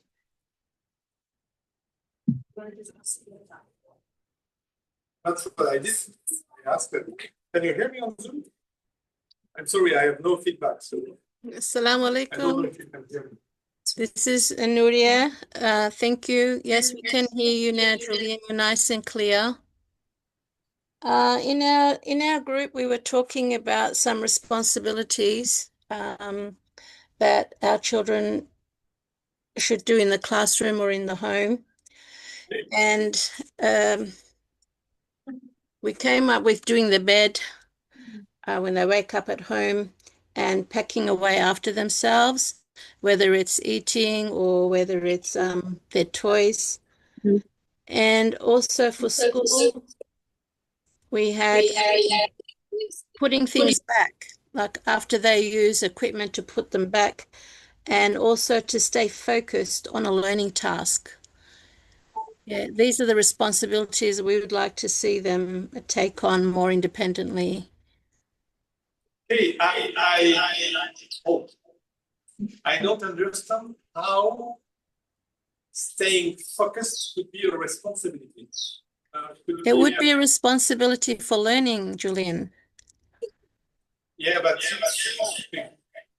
you see that that's not a responsibility in the way that it's related to this need for adaptation. It's not related to this need for exploration. I don't see how. I mean, can you tell us what it's related to so we can see the bigger picture? Yeah. So responsibilities is really what you would allow the child to take in charge directly. Sorry, say that again. You're a bit muffled. Is inner teacher at each plane. So you give them more autonomy. You allow, you release your control. Is it more clear now? No, sorry, Julien. I feel like I didn't tell you my background. I'm actually not a Montessori teacher. I come from main school education. And there, you know, sadly, the students at mainstream education, they don't get to have choices like Montessori students. We have a timetable, so they need to do this, you know, during this time, maths, and then they have to do English, reading, writing, and everything's timed. So if children are not focused on the learning task that we give them, they miss out. They get bad reports, they get low marks. Yeah, it's just a very different system. Okay, thank you for sharing that. Do you realize what we've shared from this morning? Very deeply, thank you. It's transformational. About meeting the needs of the child. It's all about control. Like, I am giving you no freedom. I decide everything on your behalf. And then your so-called responsibility would be to be the most obedient you can be. Like, I'm giving you this to do, that to do, etc. And your so-called responsibility is to be focused on what I give you. How can you call that a responsibility? I feel what you're saying, Julien. I feel what you're saying, but how do we go about it's like I'm sorry, I don't want to be offensive saying that, but it's like you need to be your best version of a pet. That's how the system is, Julien. What do we do about it? So this is what I've been sharing from this morning, saying like in the Montessori and Islamic perspective, it's about allowing the child to follow, to be connected to his fitra. And so the responsibility is something you would, so again, the river is flowing. You just put limits so it doesn't flood everywhere. And responsibilities, they come to allow the child to develop more self-discipline. I hope here in Serum and in the audience, through this example, which is a very good one, you see how far we are from mainstream education. We are very, very far from that. Because it's not at all about control. We really want to withdraw from this controlling perspective. Because again, we don't know about God's decision about this child. Julien, I want to thank you. That is inner teaching. Our role is to allow this inner teacher to express and to get fulfilled. For that, I shared with you the guidance through the different stages. But it's not like now you have to do that during 40 minutes, and then you would do that during 20 minutes, and then it would be the moment for you to go peeing, but not before and not after. And more than that, you need to be focused. Do you see how this is a deviation from our duty as guides? We are not guiding anything into that. How would we pretend to know God's will for this child? How can we be so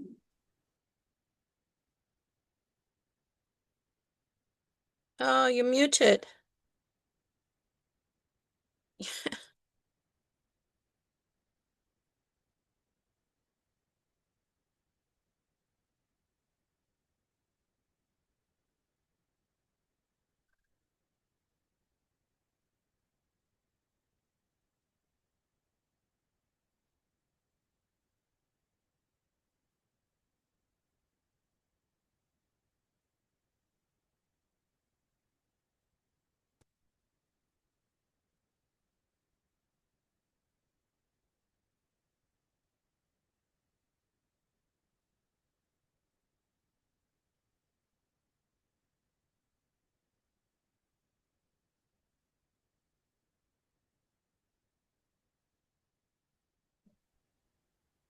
I don't know, sometimes it works, sometimes it doesn't work.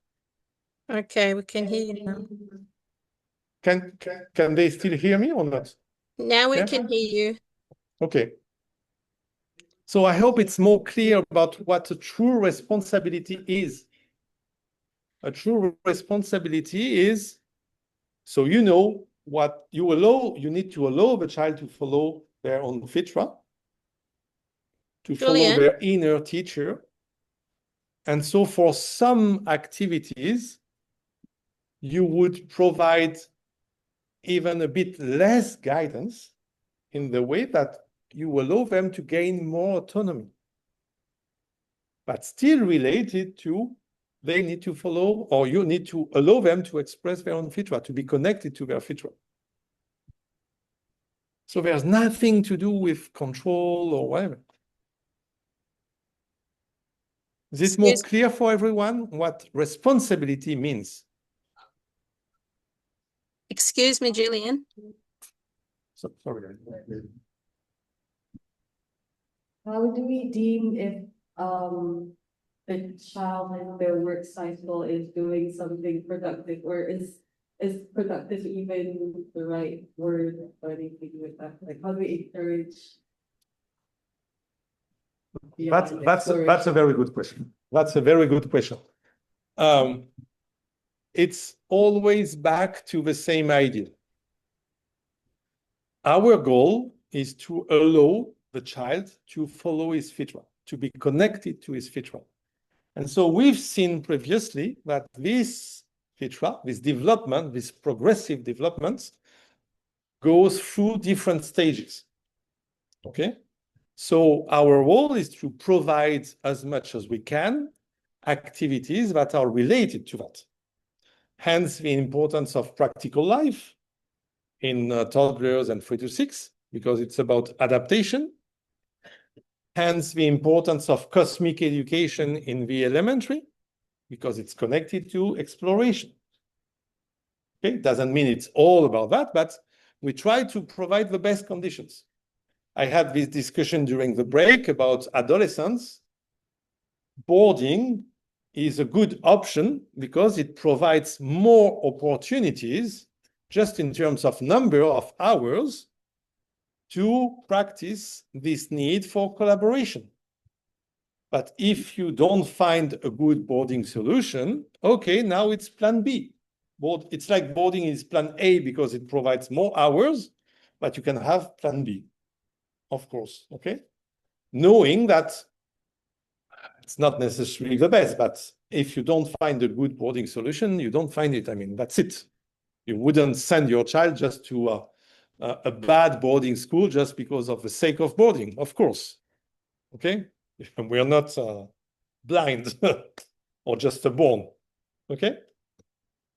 So how do you make sure it's always creating the best environment you can so the river could flow in the best conditions?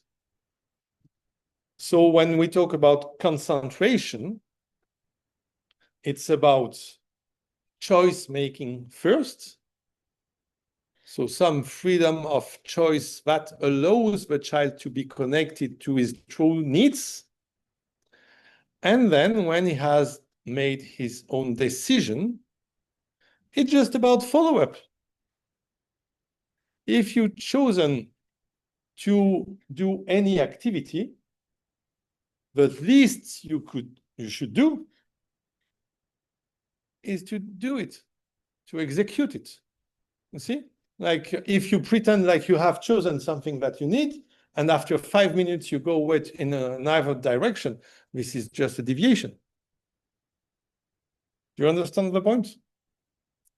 So these are the two conditions we want in our environments, in our learning environments: the ability for the child to make choices in connection with their needs. And then when they have made their decision, they are able to implement what they've chosen. I will take an example to be more concrete because these are very big words. Let's take a child between 6 and 12. Okay, so the age of exploration. Exploration doesn't mean being a butterfly. Like, for example, I had one rule for my kids, the grown-up ones.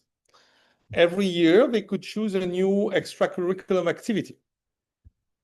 So if they want to do horse riding, if they want to do, I don't know, whatever, okay?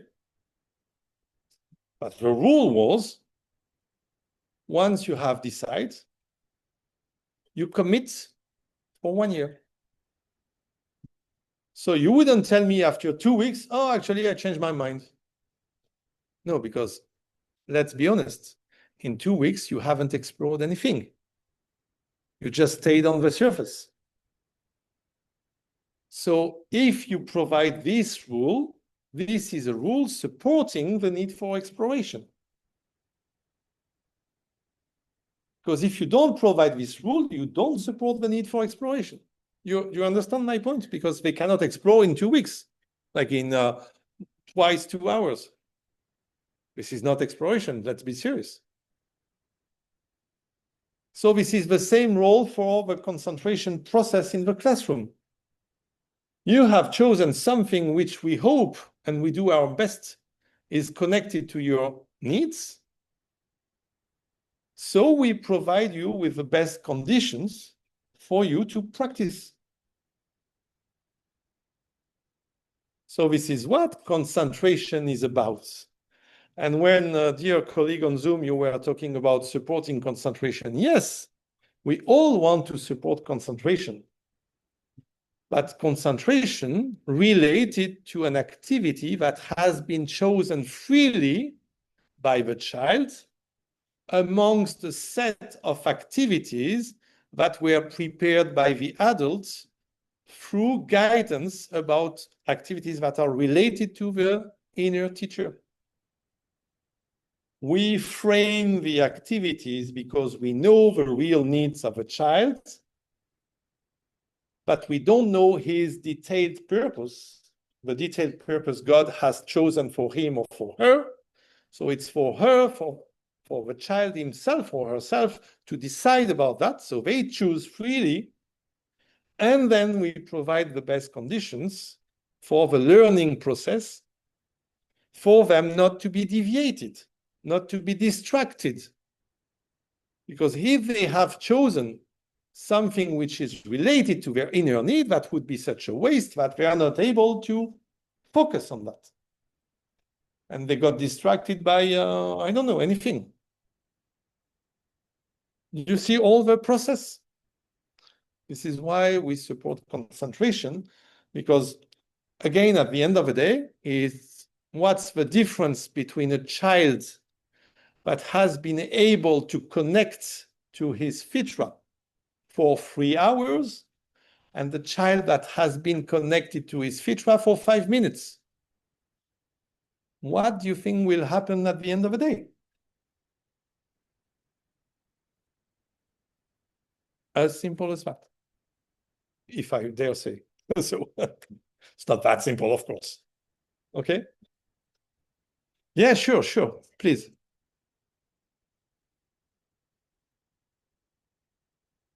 Sorry, a bit louder.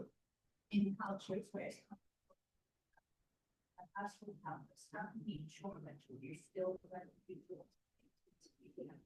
Oh, yeah.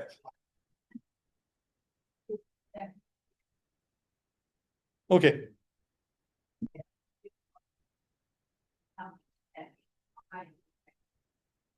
Yeah, okay, thank you. That's a very useful and common question when you have house helpers, and it's what you were sharing before already.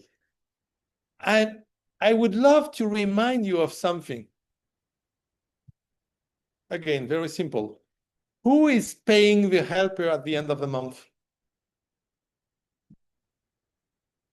The parents. I mean, as far as I know, it's not the helper paying the parents. It's the opposite. So you should be able to decide what the helper does and what the helper doesn't do. So you should be, as the parent, able to frame up to where the helper goes and beyond which limits he or she doesn't go.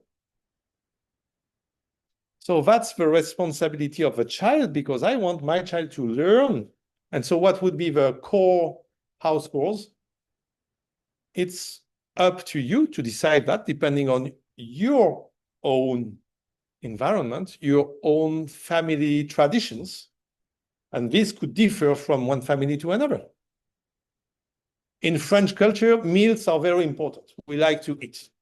So all that is related to the meal process could become a responsibility, because it's important for us to learn how to cook, to learn how to set the table. It's a kind of ritual in our culture. In some other cultures, it would be something different. And I don't know about that. So think about, in your culture, in your family, in your traditions, what is really important for you, what you really want your child to master. Because he would become a proud Malay person. What is really important to you? Okay? So from what you think is really important to you, you would define some responsibilities, and then you talk to the helper saying, no, this is not your role. Please don't back up the child for that. And I have no doubt that you will need to repeat that 50 times, if not 100. Because when you hire an helper, she or he considers that the role is to help. And so at the moment you tell her, no, you don't help. For that, I don't want you to help. So this person would feel like very frustrated. But it's normal. Because what's the priority? Back to the basics. When you hire a helper, It's for help. It's not for preventing your child to grow. Please. Again, you don't want to find yourself with this lovely friend of mine eating yogurts at the age of 19. That's such a waste of talent. I mean, now he has, he's 50, he has learned how to cook. It's okay. But he still likes to go back to his mom's and on the weekend and enjoy better dishes. He's not become a great cook.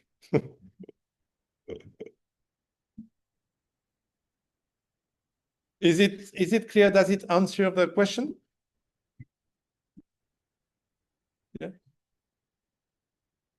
Is it clear for everyone the role of these responsibilities? So it's not about like just responsibilities out of thin air. If you want them to be effective, they need first to be related to the plane where the child is. And again, this is, not forget, this is cumulative. So it's not because your child is now 8 years old that it doesn't know any longer anything about adaptation. Okay? It's just that if you give only responsibilities connected to adaptation, it's not enough. You need also to give responsibilities connected to exploration. So, for example, if you go for grocery shopping, a responsibility for a child could be, we make together the lists, and I want you to establish a budget. So to know for how much it will cost and how much money we need to take. And please check in my wallet if we have enough or if I need to go to the ATM. Don't you think this is such a life skill? If you learn that from the age of 7, 8, 9 years old, you know already how to build a budget for grocery shopping. So imagine you're preparing for adult life related to exploration. How does this world works? So it's the kind of responsibility, I can tell you, any child of 8 years old would love so much. Because it's about exploration. And not only adaptation. Not only please set up the table. Yeah, I know about that. It's okay. They wouldn't be reluctant. But you don't feed them any longer, you see? It's okay, they master, but they need more. A child of 10 years old, still with the same perspective, oh, I'd like that next weekend we go to, I don't know if you have a theme park, or let's go to the zoo, let's say. Can you please check online about the opening hours, about the fees, about how to go there? Can you please check all of that? So please take that in charge. I don't really have time, and I really rely on your exploration skills. Child would be super happy about that. I mean, I don't know if you've tried that, but I really encourage you to do so. If you have a daughter of 8, she would love that. Okay, you discuss all together within the family, where would you like to go for next weekend? And then, okay, please, I'll let you do. I need to know about the opening hours, about the fees, about how to get there, etc. She would love that. For the first time, you back up. I mean, they all need to practice. Huh? It's normal. Don't expect that if you give a responsibility, it would be perfect from the first try. That's just normal. We all need to practice. See, even if we practice, we still have issues with the mics. Is it all okay, people on Zoom?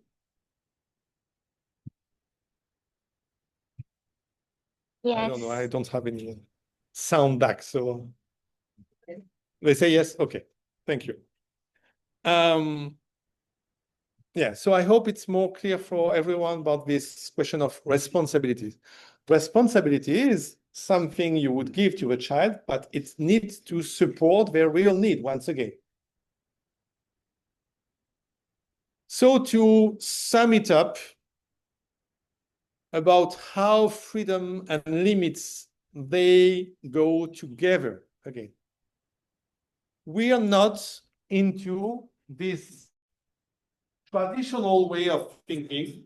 So I'm commenting on the drawing. So you see on the upper side, you have, we don't want that, the one on the left, and we don't want either the one on the right, which is, in blue, it's the capacity of the child, the self-discipline. So we don't want a situation where the limits are so tight that the child cannot grow any self-discipline. See, it's like this. Like the situation that was commented a few minutes ago on traditional education. I tell you exactly what to do at each minute. And more than that, I ask you to be focused. There is no space for growth into that. Absolutely no space for growth. Because I'm controlled in every movement I make. So that's the first mistake. Too tight. And the second one on the right is what you expressed for some of you this morning. Like, I give more freedom and there is less discipline. Because it's not well adjusted. You see the blue square, the blue rectangle is still very thin. So it just shows that the child at that time has little self-discipline built yet. Still young. So if the limits are too far or too lax, the child would always look for the limits. Because these limits are not supportive. They are too far. So the child feels lost. So this is not supportive either. Too strict, too lax. So this is why sometimes, I mean, as Montessori parents, we find ourselves more here than there. But still, it's difficult because we don't know how to set supportive limits. So how to set supportive limits means we have changed our perspective. We know that the river is flowing whatever we do. So we need to adjust to the flow. So these two configurations, their common characteristic is that they are static.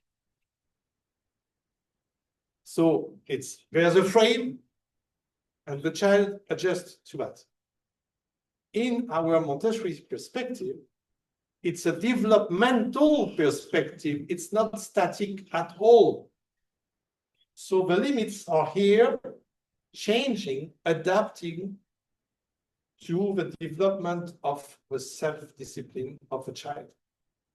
So when at the start, at the early stages of life, the child has a very limited self-discipline, okay, still a baby learning, the limits are stronger.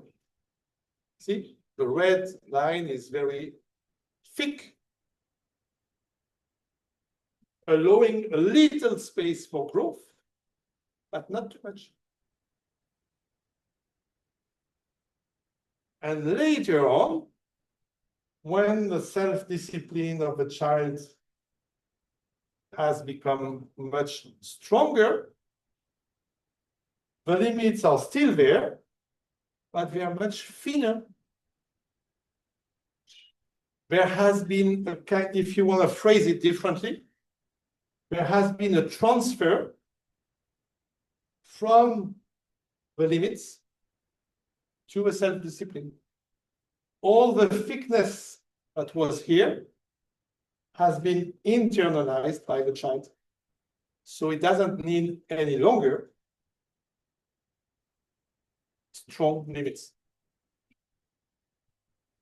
See, it's a developmental perspective. It's not a static one, either too lax or too late or too strict. Do you understand the difference? So we are completely out of this traditional education perspective. So it's no longer about finding the right balance between freedom and discipline. It's about finding the right balance between the self-discipline of the child and the limits that become supportive.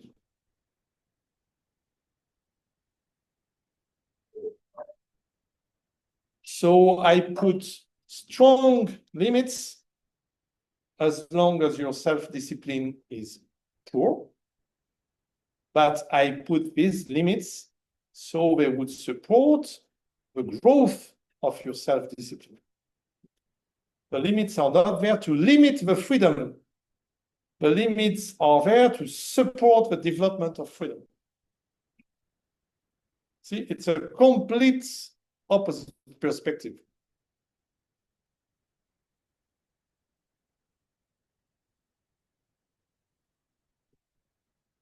Stronger limits to gain more freedom.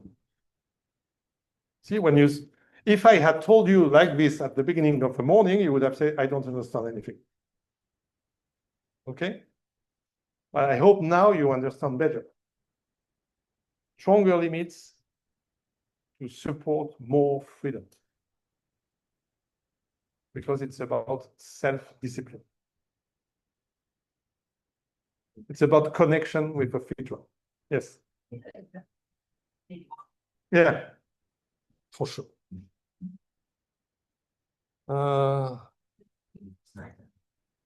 Sorry? I don't know. I mean, I don't know what happened. I didn't do anything. I didn't change anything. And suddenly it doesn't work. I don't know. I really don't know. So I will try to share again.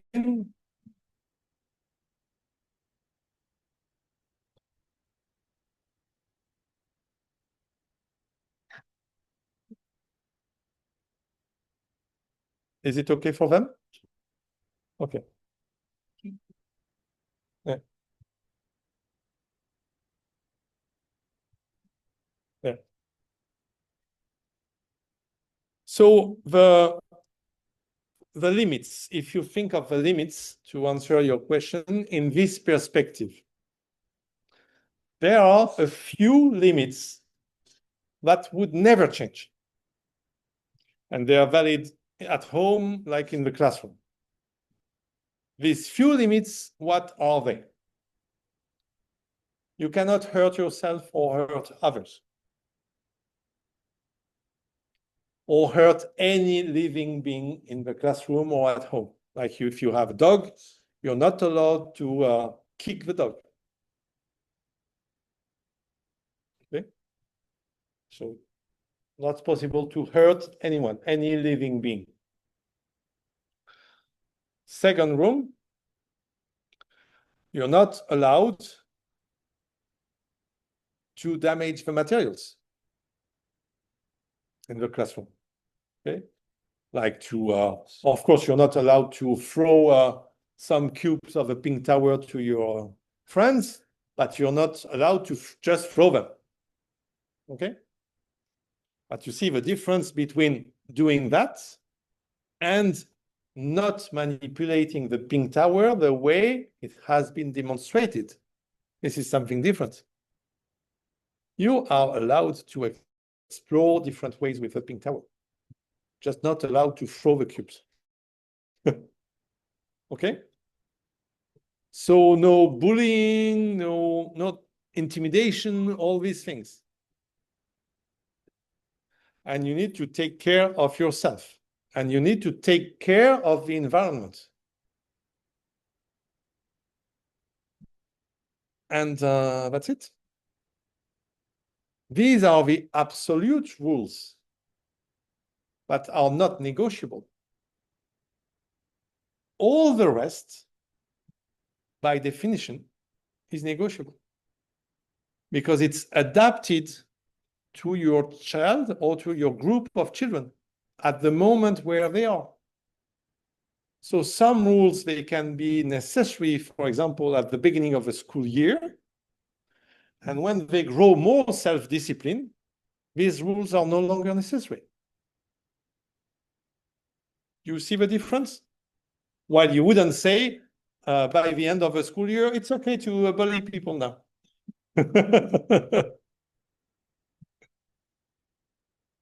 Okay? So if you think about it, the real limits, absolute limits, should be very few. Very, very few. And for the rest, it's all related to how these limits support the development of self-discipline. So when I say it's negotiable, it's not negotiable with the children. No? You're not bargaining the limits. But it's negotiable, it's just adapted to where this child or this group of children are at the moment.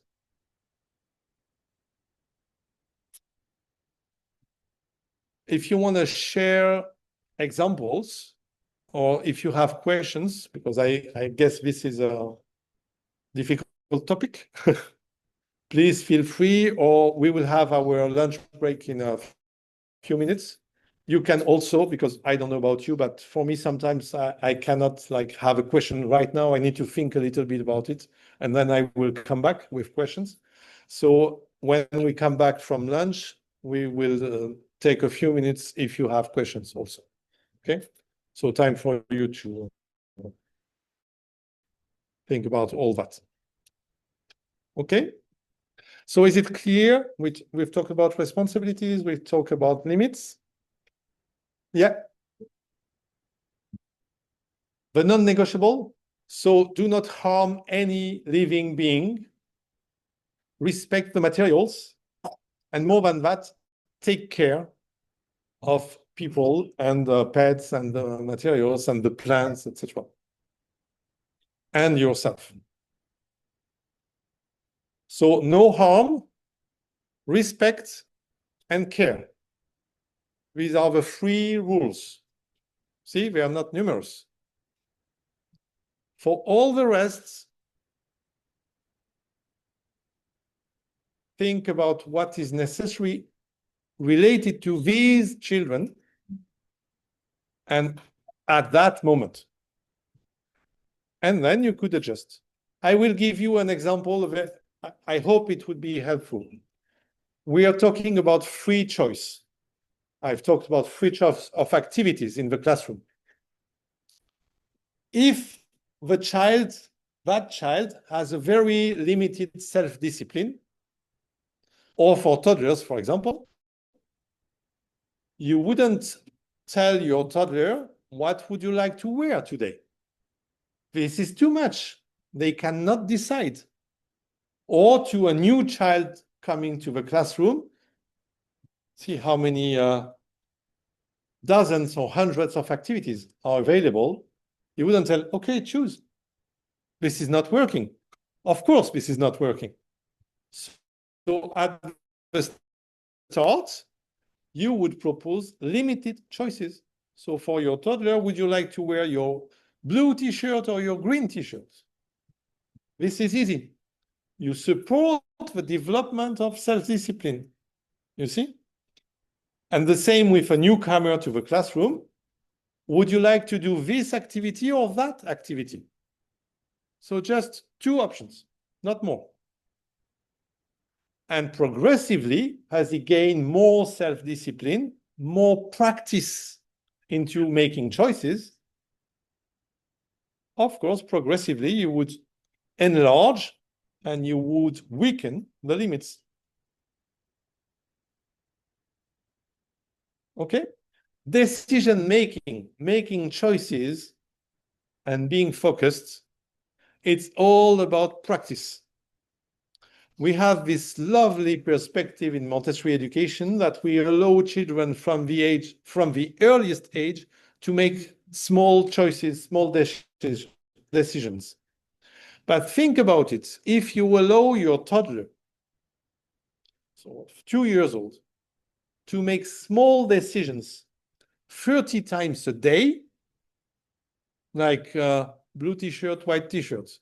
Would you like to go peeing now? What would you like to eat between like eggs and tuna? Small things like that, okay? Very small, but repeated 30 times a day. At the end of the week, it's 200 decisions. At the end of a month, it's almost 1,000 decisions. Compare that to these children that were just shared, that they have no decision-making during all the day because they are told to do everything every half an hour. What do you think happened after 2 years? One child has made hundreds of thousands of decisions. The other ones maybe 1,000. So you see the differential factor? So don't be surprised if one child is more autonomous and the other one is not. Again, there is no mystery into that. Either you allow the child to connect to his fitra or you don't. And then again, when the child has been able to make decisions, to make choices from the age of 1.5 or 2, when he reaches the age of 16 or 18 or whatever, he needs to make big decisions for his professional career. It would be easy because I've practiced that billions of times. So I know how to make choices. I know how to make decisions. While the other one, if he was always told what to do, my gosh, making decisions for my future, Mom, what do you think I should do? Dad, please tell me what career to choose. Of course, they are not able because you never allowed them to try, to train and to practice. Never. So again, don't be surprised of the results of what you're doing. Yeah. A child that having difficulty making choices and people offer them like 2 options. Yeah, exactly. So if a child is not able to have a weak or limited, say not weak, that's not to be too judgmental, limited self-discipline. You're into this configuration, the one on the for the people on Zoom, on the bottom on the left. So in this case, you see the limits. They are very strong. So you allow very limited capacity for choice. So it would be like this or that, or even worse, if I dare say that, do you want to do that now? And you're not giving a choice. You're just giving the opportunity to say yes or no. And progressively, of course, the goal is not to stay on this situation. They were to choose or they're like actually they're good school, I actually in another place, but they're not able to follow through. They'll be wandering or This is another thing, but these are strict rules.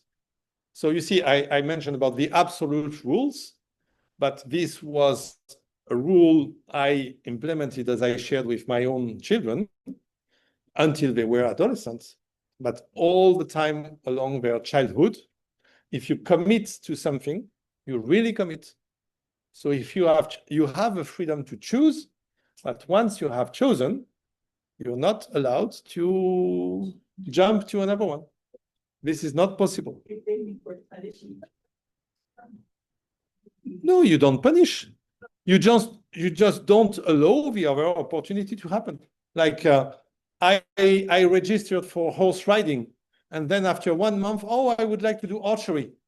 No. Simple as that. No. No. Nothing complicated into that. Just sometimes it's hard for the adult to say no. But if you're not able to say no to your child, you're into trouble. You see? But again, it's a no because this rule is about supporting decision-making process. So when you have, I was not the one imposing to you to do horse riding. See, it's not my decision. It was yours. I was not the one saying, now I will register you to horse riding. No. My daughter, she chose that. So don't come to me after 1 month saying I want to do archery. No, it's not possible. I told you from the very beginning, if you choose horse riding, this would be minimum for 1 year. After 1 year, if you don't like it, it's perfectly okay. You would change, you would go to archery. This is all okay. The same, I would give you another example about supporting decision-making. They had some pocket money, okay? And they would see in a shop somewhere like a big thing, like would say a new phone or whatever, okay? But a big thing. That would cost them all the pocket money they saved for months. So here, in order to support decision-making, I set up another rule. It's okay for you to decide what you would do with your pocket money, but I want to make sure that this is the right decision. So I'm telling you, if you really want that you've seen, the best thing, blah, blah, blah. You see, like I cannot not to buy it. Okay. If in 2 weeks from now, we come back and you're still passionate about it, let's buy it. But if in 2 weeks you have another extraordinary one, see, we'll give you time to think about it before spending all your money. Because I don't want you to make a decision that you will regret after 1 hour or 1 day. So if you're still into that, you're able, it's your pocket money, it's really okay. You can decide what to do with. But please take some time to make your decision because it's a big decision. Because after that, you won't have money any longer for some time. Okay, so these are rules that support the growth of self-discipline. Some of them, they feel like they might have a reaction when we. Yeah, of course they will have. Don't worry, they will have for sure. Them to not want to join other lessons too, and. It's okay. Okay. Yeah, of course it's okay. Yeah, of course it's okay. You're the adult. You've taken your responsibility. As long as you're connected to that, you know you're on the right pathway. And it's normal if they express frustration, impatience. What are these? This is not fitra. This is a deviation. Okay? So developing patience is a skill that our prophet encouraged to do. So when you are showing signs of impatience, it's okay. I won't beat you for that, but I won't encourage that. Is it more clear? So we don't suit them by saying, okay, how about we do this fun activity and then you. No. You give them time. You give them time to just digest their frustration. You could suggest some activity that would help you help them digest more quickly, let's say. But after, no, it's back to work. Yes. Sorry, a bit louder. I cannot hear you.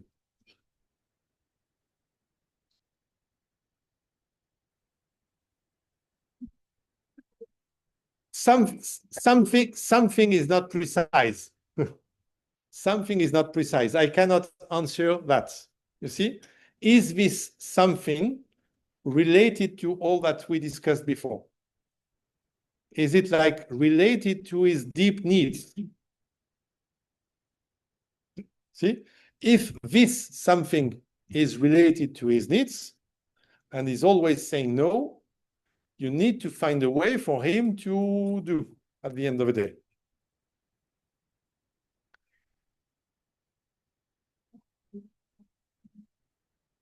Yeah, it could be. Yeah, it could be that. It could be that, yeah. You want a lovely anecdote? My son, who is now 19, when he was young, they would go to their grandmothers. And my ex-wife's mom, so she was a grandmother. She used to be, and she's still very, very, very, very, very, very strict. Up to the point that at a certain point when my son was, I think, 4 years old, he would call her Grandma No.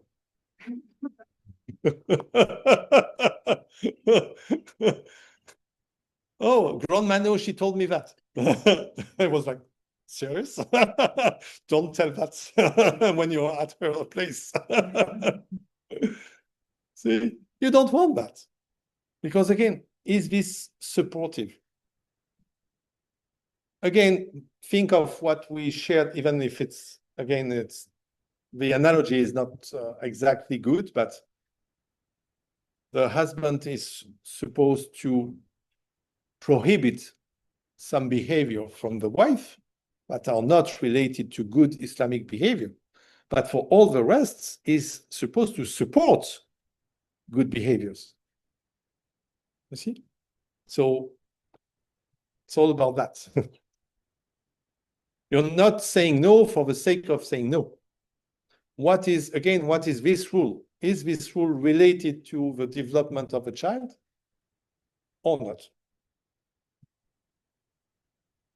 Another example, sometimes for lunch, in some schools, they would impose the kids to line up.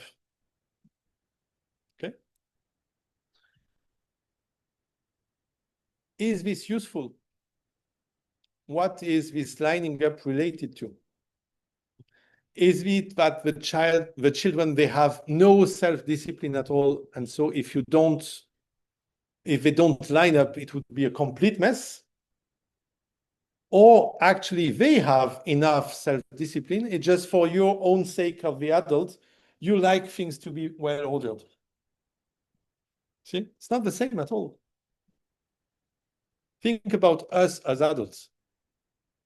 We are supposed to have enough self-discipline, so for getting our meal at a buffet, we don't need to line up individually one per one.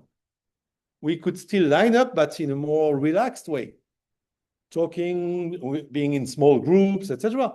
And when it's our turn to get the food, there would be no mess. See? So the same for the children. Why would you impose that? You see the difference between a rule that is supportive and a rule that is not, it's just out of control. So always ask yourself, is the rule I'm setting up a support for the children or just a will of control from myself because I feel much more comfortable? Stop, yes. Yeah, it's okay. We are already behind, so it's okay.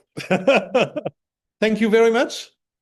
No, we are not that far. Don't worry, we are not that far. We have lunch break. Apparently, Nusayba told me they look Indonesian. Not Malaysian. It's AI.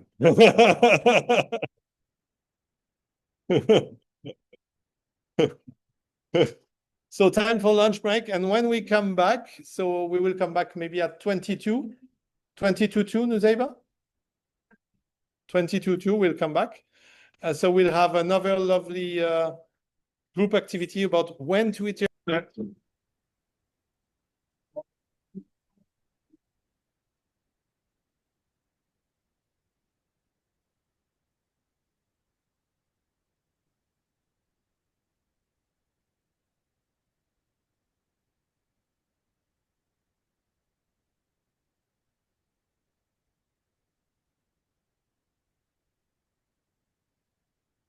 Okay, so let's start again.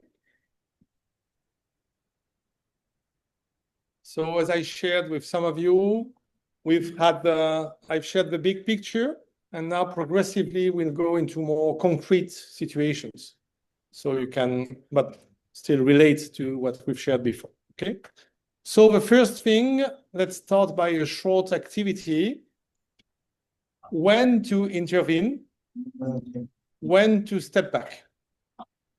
So please, just the way we did before, you discuss with your neighbor or like 2 or 3, but not like big groups.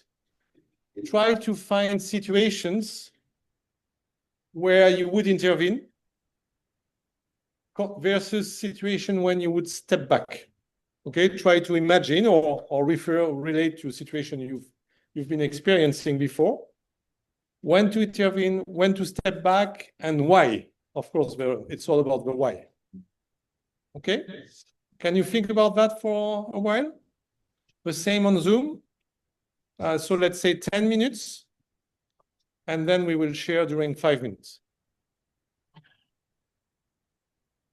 And really, there is no, there is no like right or wrong. Of course, we will discuss, but try to think of a certain situation when maybe you didn't feel comfortable with, or you didn't know what to do, related to what we discussed before. Now you have a different perspective about it or not.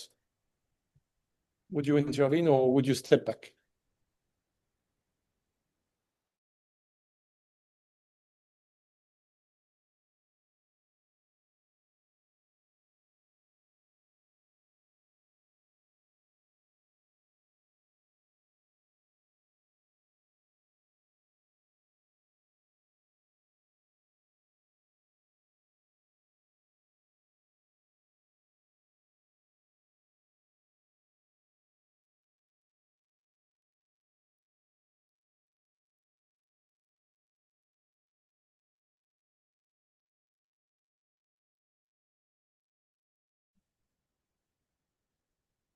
Okay. Okay, so who would like to share 1 or 2 situations? A typical one where you went, maybe you were not certain, and now you have a better understanding about it. Yeah?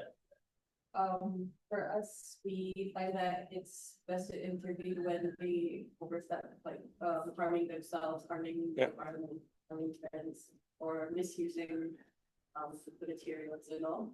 And when to step back is if they're having a verbal discussion, maybe they can handle it themselves, but like evaluate and see if it's taking too long or anything, then that's that issue. Too long, that's always the question. What is too long? Yeah, this would be too long, indeed. Oh, so one participant just shared that the typical situation when they would intervene is about a child harming either themselves or another child, and or really misusing the material. But I will make a comment about that. And all the rest is just step back, and unless there is like an abuse of not working at all during the whole work cycle. About misusing the materials. This is a very interesting topic, because what is a misuse of the materials? As I shared, of course, if you take some cubes from the big tower and you throw at your friends, yes, it's even more than a misuse. But sometimes the misuse is only in your mind as the adult. I will take an example. I think it was 2 years ago, I was observing in a Montessori classroom in Geneva, 3 to 6. And the educator, when she welcomed me, she said, like, you will see, but we have 2 children. They are really not into work at all. They would spend their whole morning playing and using the brown stairs and the pink tower just to make planes or boats or whatever. So she said, sorry about that. But we don't know what to do. We're already happy when they not disturb the rest. Okay. I said, okay, I will have a look at that.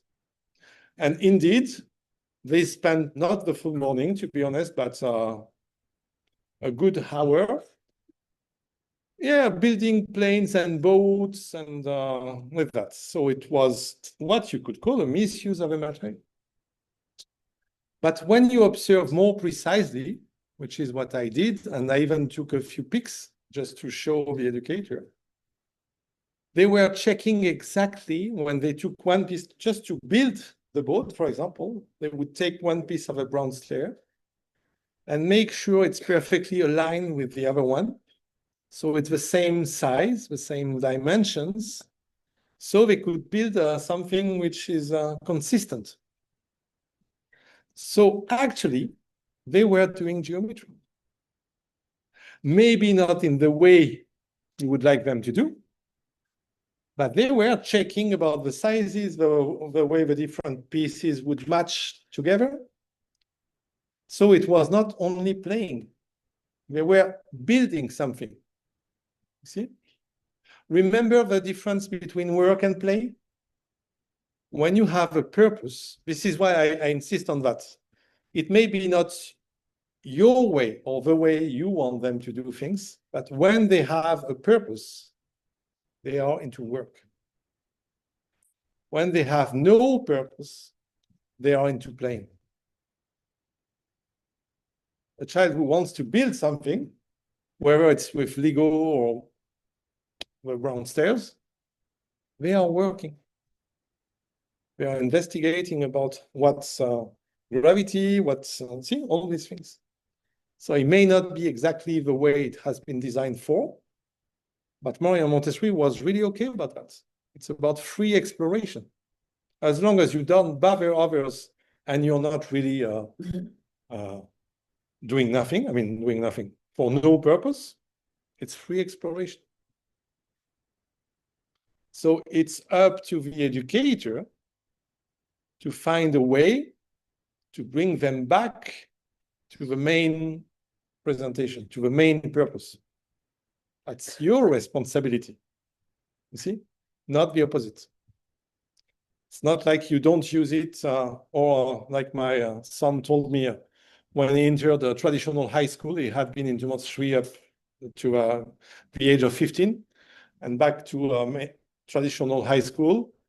He was very surprised because he was about to turn 16, but the teacher would tell him, you underline with the green pencil, not the red one. The age of 16.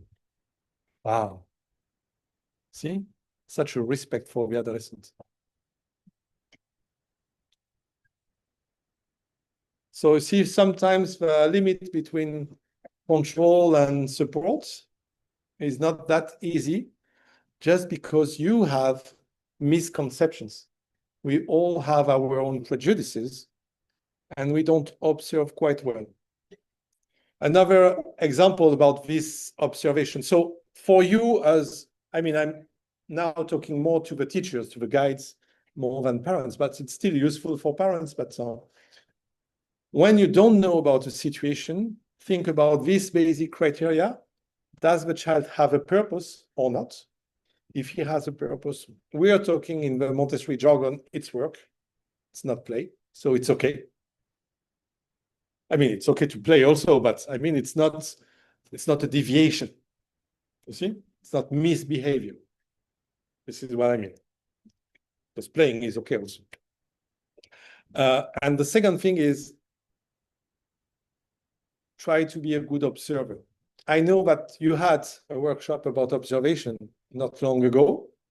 And from what I've heard, it was a very good one. So I hope you got that also from there. Another example, this week in Manila, on my first day, so I was observing, and there was an activity about baking a cake in 3 to 6. And so I was really frustrated because I could see that actually the guide was doing everything because she wanted things to be done in a nice way because she had an observant, she had an IMI trainer observing her See? So she was under much pressure. So she wanted things to be smooth. And so the kids they were just bringing some water and pouring some water. And even for that, she was holding their hand to make sure it would be okay. And that was all. And we were a lot of person observing, so all her colleagues and me. And so at what point I was so frustrated to see that the children were doing nothing, I mean, basically. And then I asked the other guides, I was asking them, so can you tell me what you're observing? What's happening now? And spontaneously, they replied, oh, children are baking a cake. And I said, it's not what I'm seeing now. Not at all. But you see, you have in mind that the activity is about baking a cake with the children contributing. And so what you pretend you will see is children baking a cake while it was an adult baking a cake with children just pouring a little bit of water, but not stirring, nothing at all. So you see another concrete example of sometimes you could think of something and it's just your own projection. You know, this is why it's so difficult to be a police detective. Because when you go and you ask about the different witnesses, about what happened, they would all tell you a different version. It's our bias, okay? It's normal. But I'm not here to do a lecture about observation, but just as a reminder, okay? So yeah, good example. Did I hear you telling a story about toddlers jumping into water? No, didn't share that? Because that could be, for some parents sometimes, even for me, I guess, could be a bit challenging. You know, when you go out and it has rained and there is some water here and there, and the first move of toddlers is really to run into water and jump and splash, exactly. And then you could like, no, get out. So what is the Montessori way? Let them do. Is there any harm into that? Okay. And what could you do to improve next time? Put clothes that are adapted, not to make them wear white linen clothes. Even though linen, it's okay because in the washing machine you could wash up to 90 degrees, it's okay. Okay. Other examples you want to share? Yeah. And he stand up and wants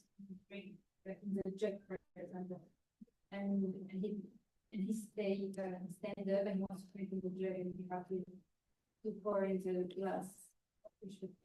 So, adaptation. This is typically a question of adaptation. Do we drink from the jug? No. What is the jug for?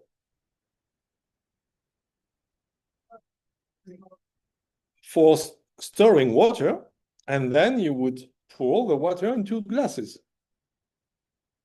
So the use of a jug is to store water, not to drink from. So you just explain that. Simple. Yeah, you intervene, yeah.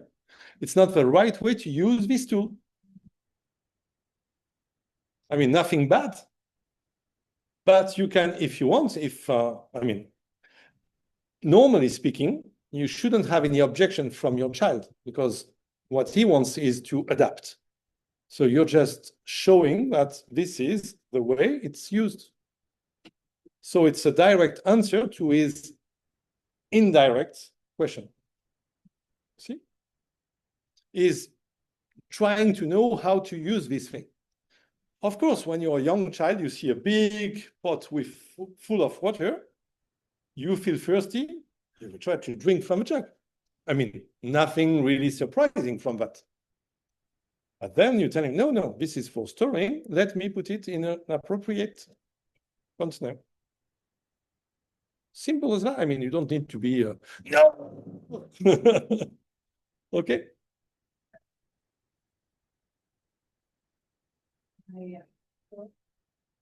She eats independently, but when she eats independently, she doesn't finish her plate. She would be, after lunch, she would get distracted, go off and play, and then. So, yeah, that's it. That bothers you. Sorry? That bothers you. It bothers you.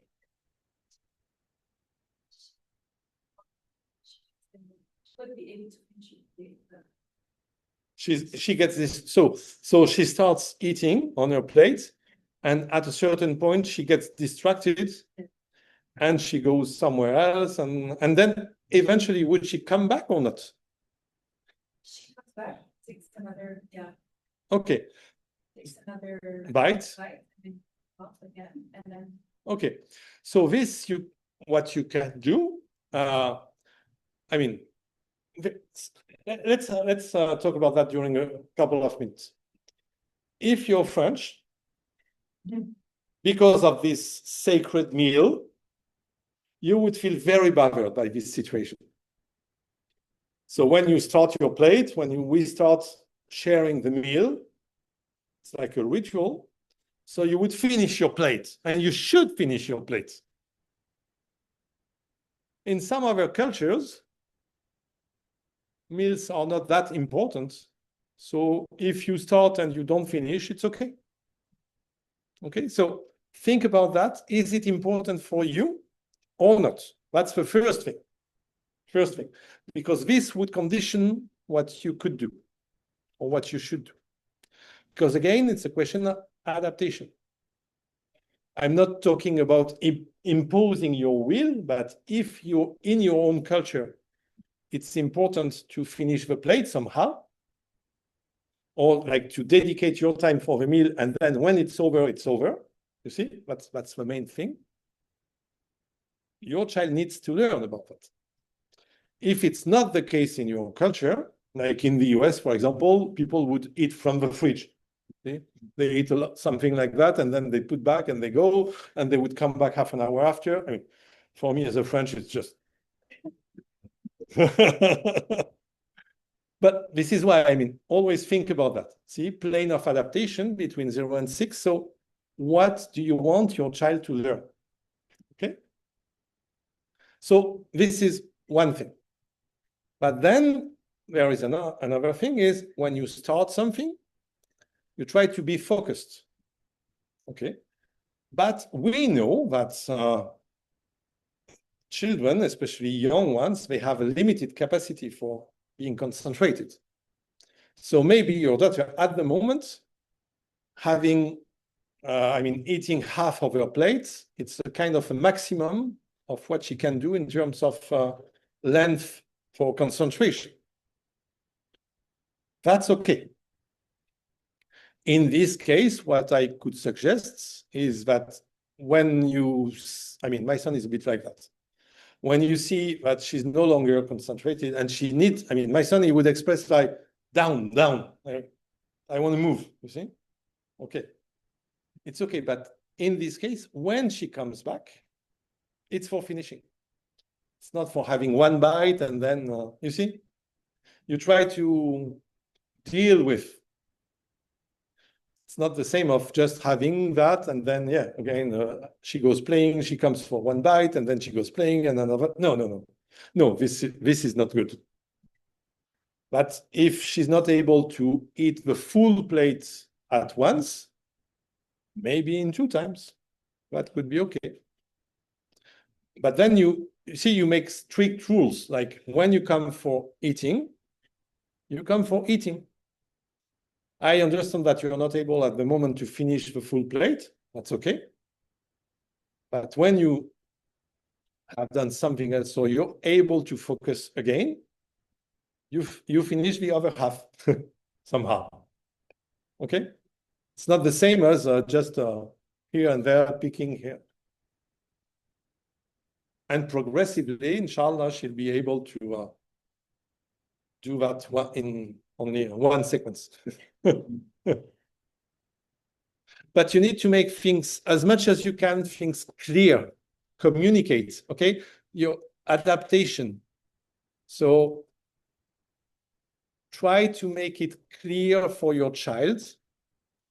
Like if your child is eating and then he or she gets distracted or clearly shows that he's no longer interested, again, depending on your rules from the family, from the tradition, from your culture, you can tell, have you finished? I mean, this you can just ask, okay? And our son, I'm very proud because my wife, she taught him, when it's finished, when he's no longer hungry, you say Alhamdulillah. As long as he doesn't say Alhamdulillah, it's still on the way. See, he can be very distracted, but if he doesn't say Alhamdulillah, you keep the plate available somehow. But he knows that if he says Alhamdulillah, she would, or I would put him down, and now it's over. So don't come back to the table for more food in 2 minutes. See, it's you set the rule. You are the parents. You see, this is completely respectful. You set the rule. And then the child will learn about that because he's adapting to the rules. This explains that your rules could be different from their grandparents, for example. This is perfectly okay. It's all about adaptation. Okay?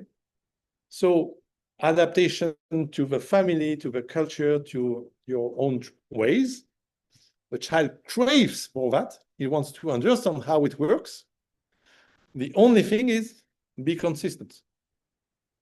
So like if you teach to say Alhamdulillah after on the following day, don't accept if, be consistent, okay?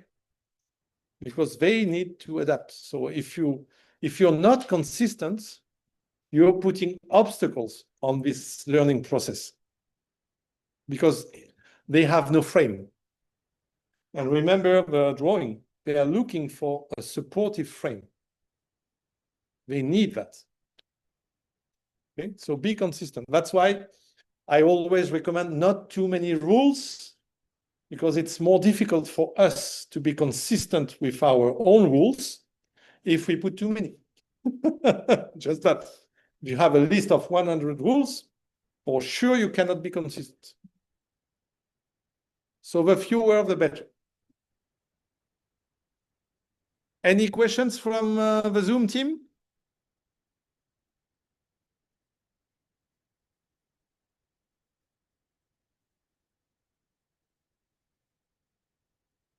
No? Okay. See? Something from the chat. Nusayba, there's something from the chat? Yes. Okay. Any other comments before we move to the next slide? No, is it getting more concrete? When to intervene, when to step back? Yeah, sure. Always yes. Always? Peace. Okay. Like he would when he wakes up, the first thing he would say is makan nasi. Okay. He's like, eat rice because he's 2 years old. He's always eating. So we have to enough with the food, enough eating. Because sometimes he would eat and feel gags. But he would keep on eating. So that is pretty different. I'm not doing it. Does he have any weight problem? No. Okay. How old is he? Oh. Okay. Very easy. Because that's why he eats a lot. We are worried. Yeah, does he eat like bad food? It's all about rice. Yeah. Nuts, crackers, but like fish crackers, everywhere. But always. Maybe you could try to teach them to give more space. Okay, just to make sure that food doesn't become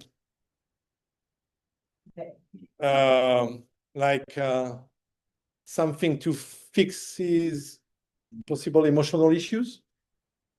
Like frustration, like I feel frustrated, so I would eat.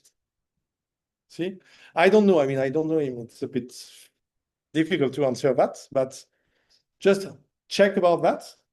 But a part of that, if he's not into fast food or things like that, I don't see why. I mean, so I mean, it depends on what you mean, but is all the time eating. See, because if it's like every 2 hours, it could look for us like he's eating all the time, but every 2 hours is really okay. It's a kind of frequent rhythm, but it's perfectly okay. Especially if it's about nuts or rice. I mean, it's yeah. Like draw a line whether it's carbs and or it's not carbs. Yeah. Good thing. Yeah. And again, I mean, for the first thing in the morning, I need to eat. I know a lot of people like that. I cannot talk until I had my coffee. You don't know people like that? So yeah, just my recommendation would be just observe if it's something like regular, or if it's something like an answer, a deviation for fixing other things. Like, does he eat every 2 hours, or does he eat as soon as he gets frustrated, for example? Because it's not the same. We're not talking about the same thing. Sorry?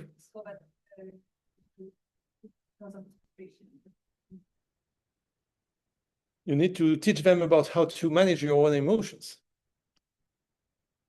So this is about emotional management. A big hug would be much more beneficial than eating. See? You know about the duration of a hug? Minimum, yeah. But 20 seconds is good. And 20 seconds, let me tell you, as an adult, it's very long. It looks like an eternity when you're an adult. Okay? So a big, long hug could be better than just have a bowl of rice. Maybe. I mean, I don't know again about her child, but if it's something regular, it's okay. Maybe it's just his own rhythm. If it's happening like a response to an event, it's different. Okay? I mean, I don't know about your kids, but I still have, she's grown up now, but one of my 2 daughters, when she was a kid, she would, from time to time, she would spontaneously fast. I mean, fast. She would still drink, etc. But you see what I mean? I mean, she wouldn't eat for 1 or 2 days, just a few bites. So the first times it happened, it was like, no, she needs to eat. Come on, she needs to eat. And when you observe, she's okay. She's still active, I mean, not sick at all, whatever. She just doesn't eat. So that's okay. You see? I mean, as long as it doesn't last for 1 week, it's 1 or 2 days, it's really okay. I mean, kids, they have this inner teacher. See? So does the child look okay or not? And this you can assess. I mean, normally you can assess. And if you're not certain, you ask your husband or an uncle or an aunt. If the child is okay, that's it. Okay? So, really to end with this section about freedom, what I found to be a very powerful quote from Maria Montessori: to let the child do as he likes when he has not yet developed any powers of control is to betray the idea of freedom. See, it's a very powerful one. And it's really about that. Discipline, limits. They are here to support the development of freedom. If you allow a child to be free, between quotes, before he can manage his freedom, this is a betrayal of freedom. It's not supporting. Okay? So I hope with this quote, you will feel much more comfortable by putting limits.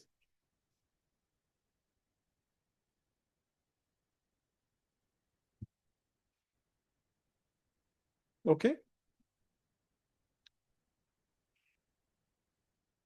So let's talk about another side, which is the levels of behavior.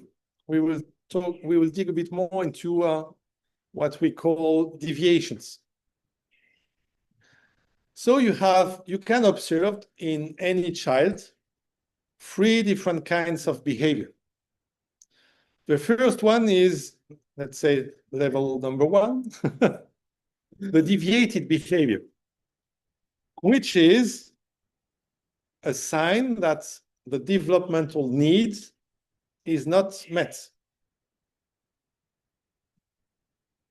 Again, we had this conversation during the break, saying like, nobody, no child wants to scream spontaneously, wants to cry, wants to make a tantrum.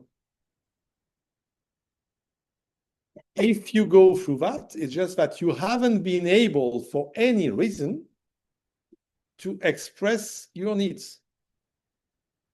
And that the adult, whether the parents or the educator or whatever, meets these needs. You won't spontaneously start crying or start shouting out of pleasure. I mean, think about it seriously, it doesn't happen. So, huh?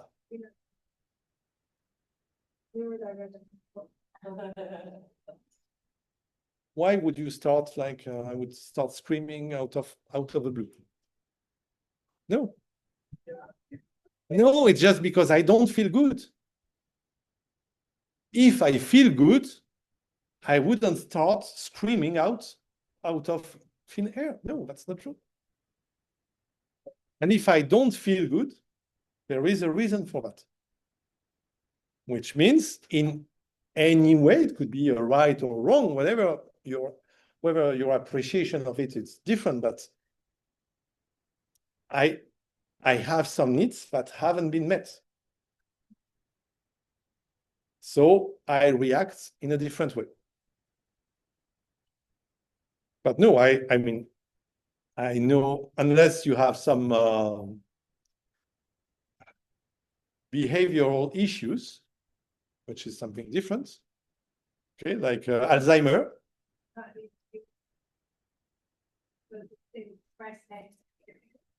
If something is really worse, then I scream. Yeah, exactly. Yeah. But it's their way of expressing, but this is a neurodivergence.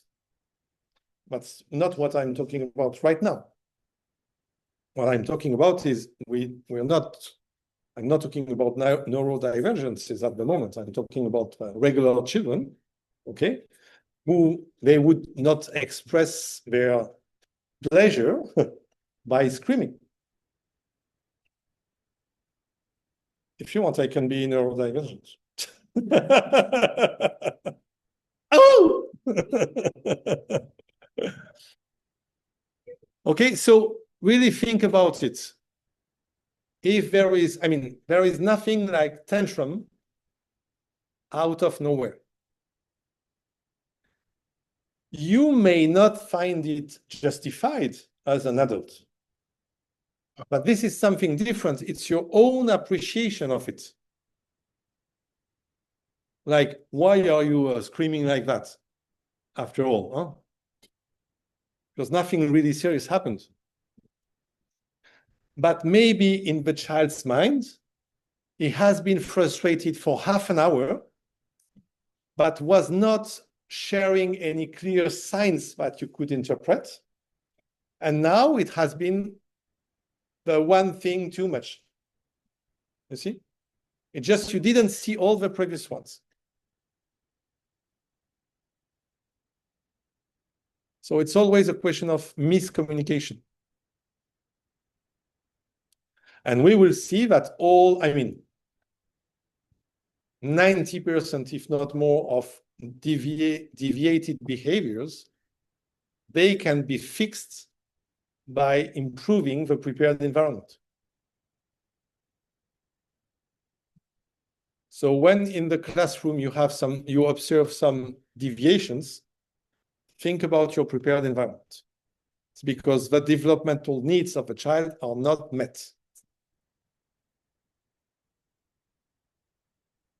Second type of behavior, it's what we call the normal behavior, is the child functioning according to their nature. According to their figure. And the third one, what we call, I call superior behavior, is some transcendent qualities emerging. So this is more than the regular behavior. And this is what we try to ease. But we are not in control. You see the difference? We are mostly in control of all the deviations. Yes. Because these are obstacles we put on the way of the fitra. But for the superior behavior, we are not in control because this comes from the child. So we cannot make it happen. If we provide the best conditions, it may happen, but it's not like an automatic answer. While all the deviations, it's more like we fix the environment, the deviation should be fixed. You see the difference? Because one comes from the child, one comes from the environment. So let's describe a bit more. What could be these deviated behaviors? I will give. I haven't given yet. You're too impatient. So, examples of deviated behavior: aggression, withdrawal, destructive tendencies,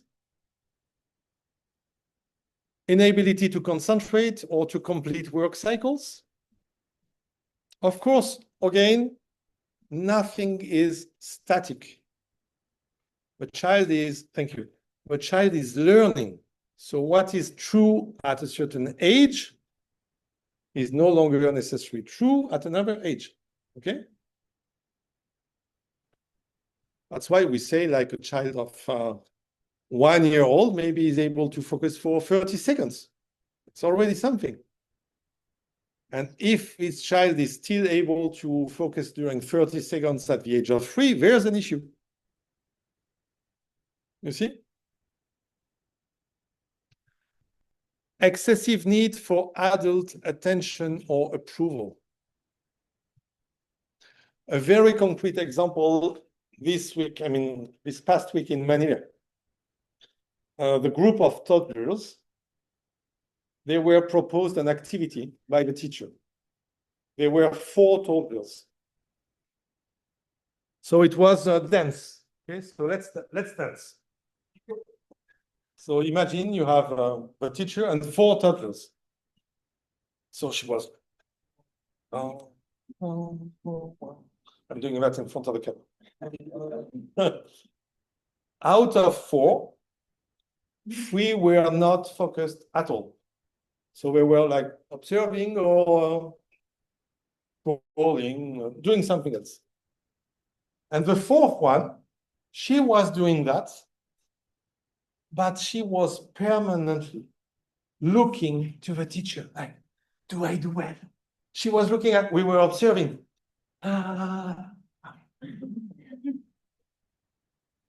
looking for the approval. So she was not doing that for herself. See, that's another deviation. I'm not sure of the one I prefer, to be honest, between the toddler who is not focused or the one who is looking for approval. I think I would prefer the one who is not focused.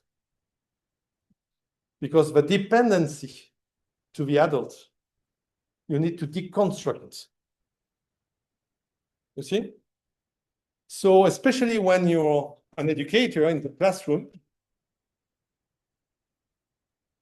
pay attention to that.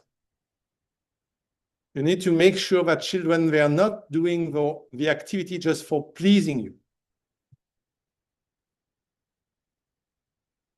So what would you do if, because it happens all the time, what would you do when a child has finished, for example, drawing and comes to you to show the drawing? How would you react? Huh? No, I mean, I'm talking about something else, okay? So you're in your classroom, they're doing some drawing, and one child comes to you after he has finished and is showing you. How would you react? Yeah? Yeah, exactly. So the first thing is wonderful. Even a worse one. Good girl. It's not about the job itself, it's about you. You are good, you're worth the compliment. So please never do that, okay? Good job is not that good, but it's slightly better than good girl or good boy. But it's about the job. It's not about the person. Okay? Because when you do that, when you give these rewards, it's like a dopamine shot.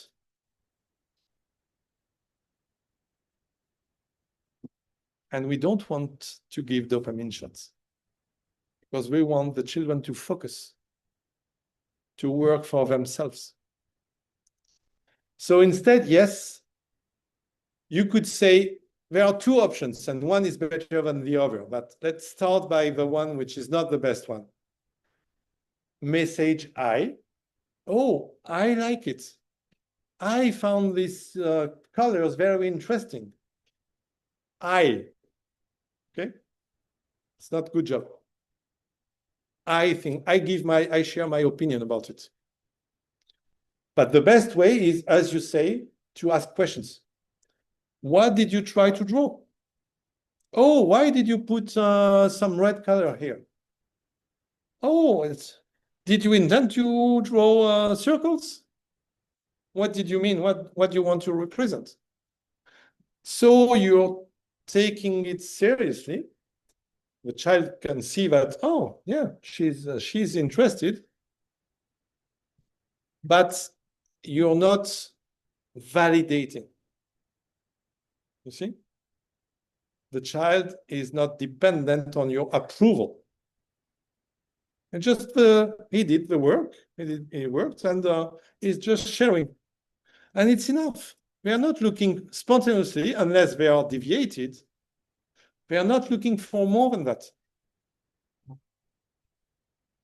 But this is very hard for us as adults. And for parents, it's even more difficult. Because he's my lovely, gifted, and skilled boy. He's drawing so well. Okay?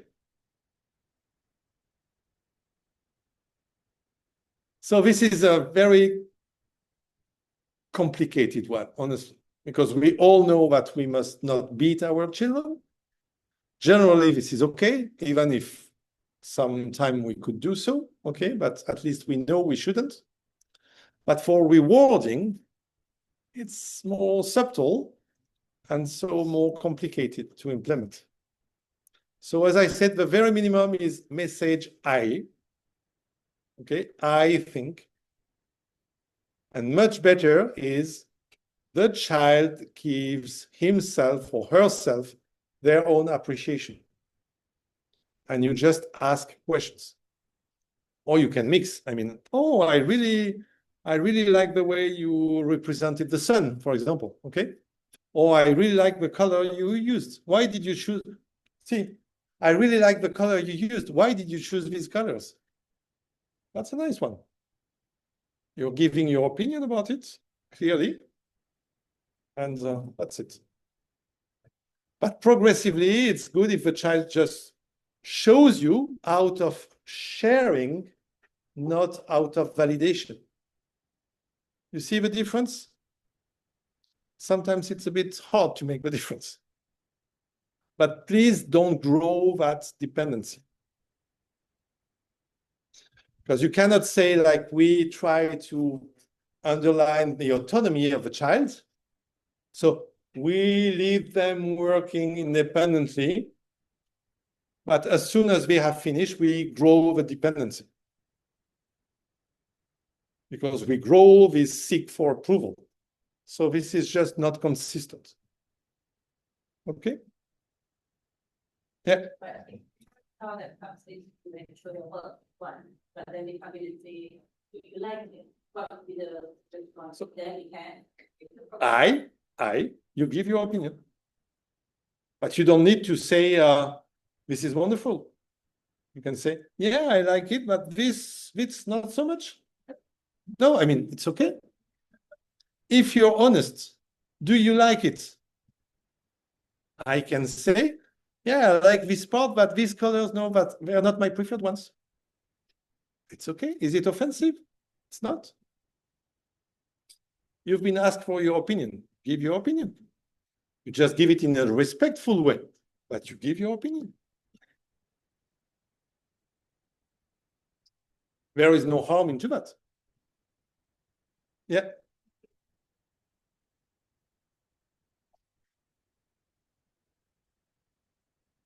Yeah. No, of course you can say it. If your kid is very talented, or another kid, doesn't need to be yours. If the kid is very talented and is showing you something and you say, wow, this is really impressive, you can share your satisfaction. Yeah. But be consistent. Because if you fake it, the American way, oh, it's so gorgeous. Why, it's just normal work. Okay? So if you really like it, be consistent. So in this case, I like it a lot. I would like to frame it. Do you mind if we put it on the wall? But don't do that for every drawing, of course. Because this would be a fake, you see? Even if a child is skilled, you cannot seriously consider that every drawing is a masterpiece. This is not serious. There are some which are really good. And again, just be consistent. If you think like it's worth sharing, share. Like, oh, this is really good. You should show your grandma. See? But do it seriously so the grandma wouldn't say like, it's really ugly.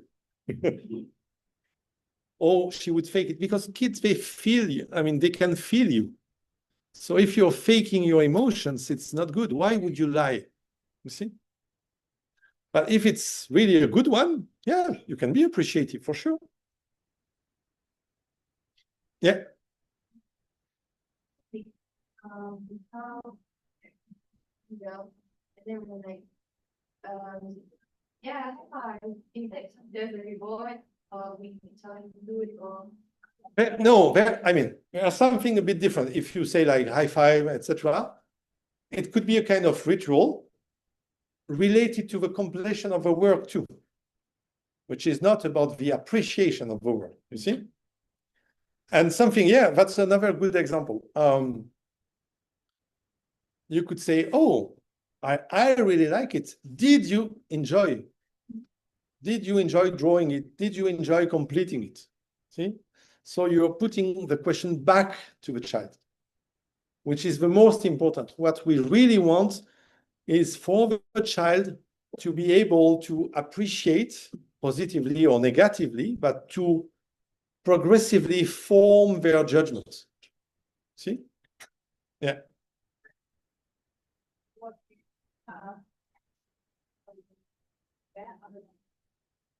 Sorry, I didn't.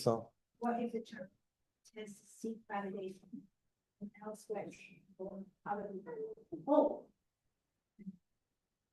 So in the family, it's a bit difficult because generally it would be with the grandparents. And so then you would have a family argument. Mom, I told you. Okay. In the school, it's easier because you're just a team and you're supposed to share the same values. So if you have that, a simple discussion between colleagues will fix that. Like you could say, oh, I noticed that this child, first he went to me to show his drawing, as apparently I was not appreciative enough, so he went to see you. And apparently you were giving much more appreciation. Remember, we must not facilitate validation and approval. So can we discuss that for a while? Okay. So this is very easy to fix. It's an easy one to fix in between the team. Okay. At home, it could be a bit more challenging because sometimes grandparents, they don't necessarily share that. Oh, I like to, he's my preferred grandson.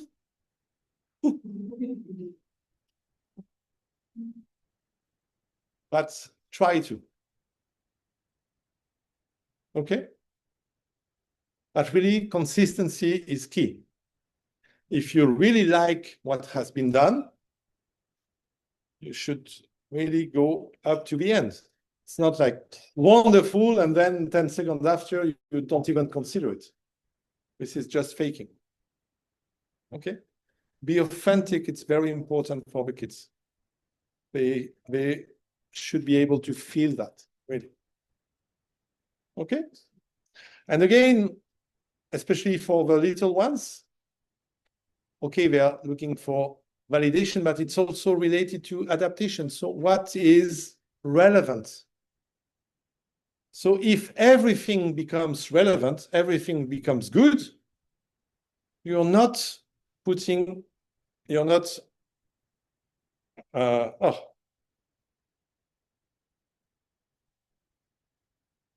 sorry. This is not a supportive limit. See? Because it's, if you're supportive for everything, like everything your child will bring to you is great.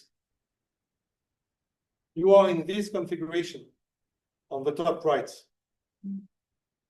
The child is seeking for limits, what is good, what is wrong, what is right, what is not right. And you're not delivering that at all. Because all is good, all is right. So I can tell you what would happen in this case. In this case, if it's about the drawings, next time the child would on purpose draw something very ugly just as a test for you. And if you still say, oh, that's wonderful, that's very bad.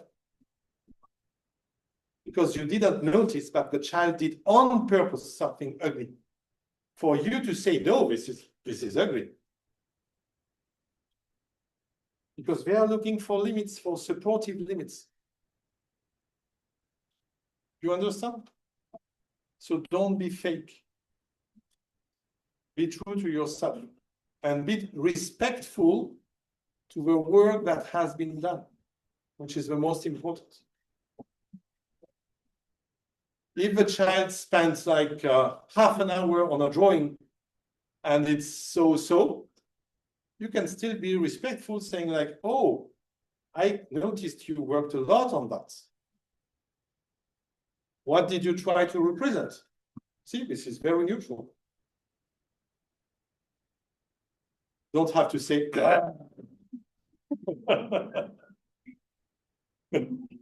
Okay. So,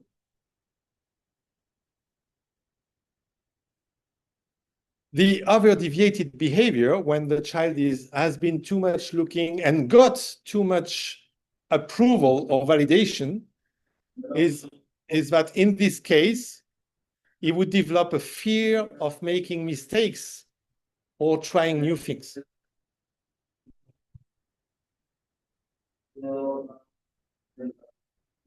Yeah. Okay. And this, by the way, has been proven now by research. And you will see another, I don't know if you've heard about this research, but this is because this is a brand new one.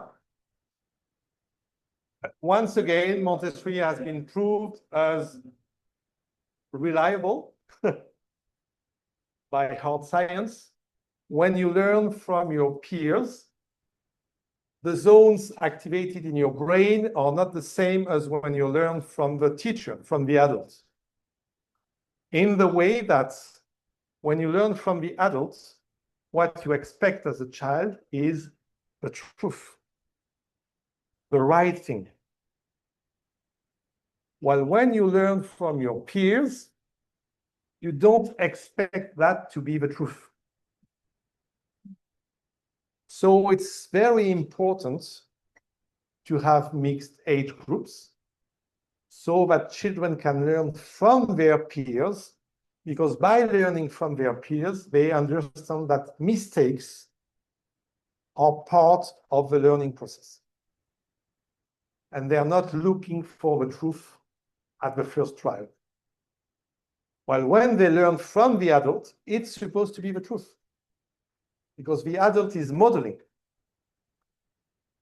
So if you learn, so what has been proved by the research is that when you learn from the adult, you become progressively allergic to mistakes. You fear much more from mistakes because you have this tendency to look for the truth and not for trial, error, trial, error, trial, error. While when you learn from your peers, the process trial, error is something familiar. And so you know that going through mistakes is really okay. So if you want to raise entrepreneurs, they need to go to Montessori school. Yeah. In the mixed age group, there are younger children that look up to older children, but they just want to copy, like for example, trying to write out the answers, they want the exact answer as older kids, something like that. What would you do? That's the question. Yeah. So for this, that's a good sign, because it shows some interest. So of course they may not be ready for this material. So what you would do in such case, you would tell them, okay, I've seen you're very interested into that, but your friends, for being able to use these materials, he needed to go through this other material first. And then you would bring him or her to these other materials, say like, you need to master that. There's a high chance in this case that the child would say, no, I want to do the other one. See? It's okay. So you don't want to do this one? But remember, if you want to use this other one, you will need to go through this step before. It's okay. It will be okay. Maybe not right now, but in a few days, there's a high chance that he would come back to you saying, I want to do this material.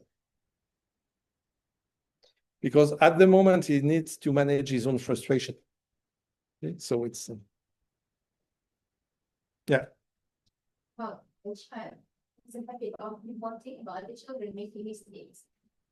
What do you think about that? What do I think about that? It can be two very different things.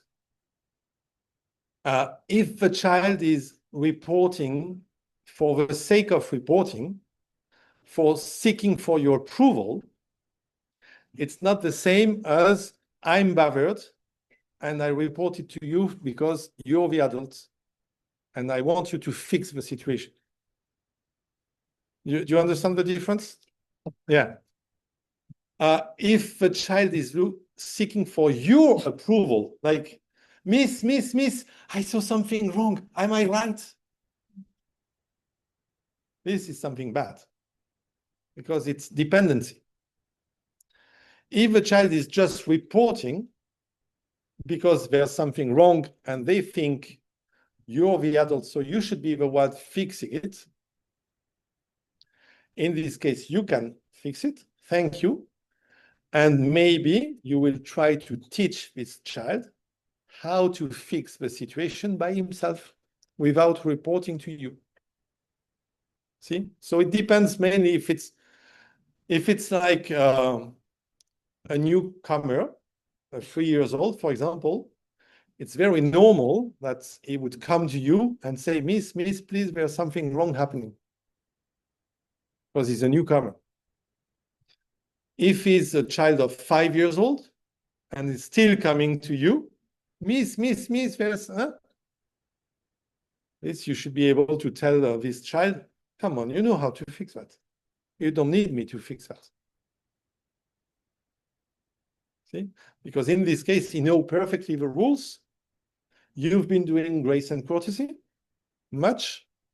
So what he's looking for is approval, not to fix the situation. So it's different.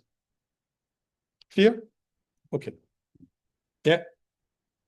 My child in his last part, for example, just yesterday, I was had flashcards and was listening to blankets. And he knew all the animals, but if one, for example, he wasn't sure. And each time he just said, no, I have let me say. And he's very scared about doing a mistake. So I'm so afraid about that because why are you can say you can ask him, you know. So yeah, it's very, very common because again, it's learning from the adults. So mommy say, it's just, yes, I know that mommy is right. So I would suggest you can do two things. First thing is easing working with peers and not only with you. So automatically it would develop much more tolerance to the error because again, it's not the same when you learn from observing your peers, the mistakes, they are part of the process. You can see that they're doing mistakes. So it's not affecting me. And the other way you can do is modeling mistakes.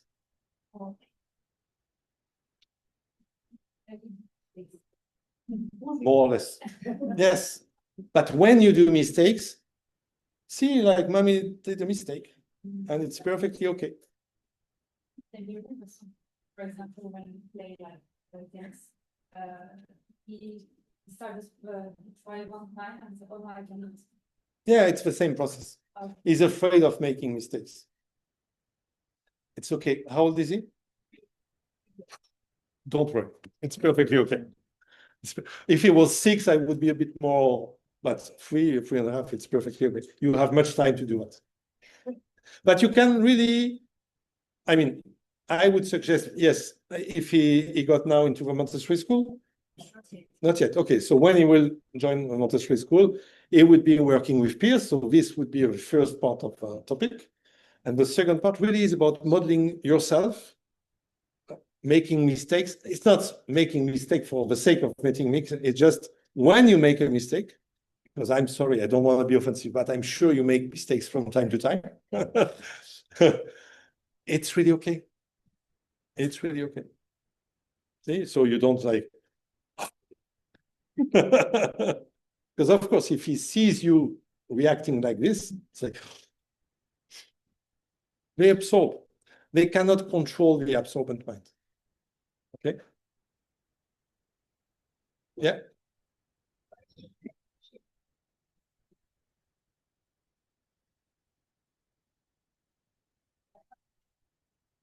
What do you mean?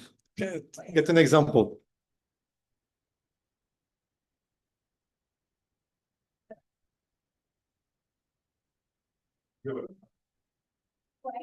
That's a very typical. Let me check something, and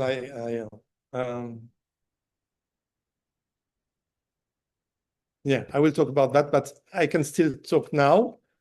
The way the brain works. Again, this is hard science. It's about neurosciences of education. What is the function of the brain? The first and most important function of the brain is to guarantee the survival of the being. Okay? So this is where it's what we used to call the primal brain. Okay? So it's about making sure that you survive. Okay?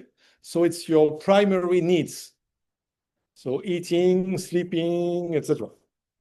The fear, that's the role of fear, okay? Escaping from bad situations.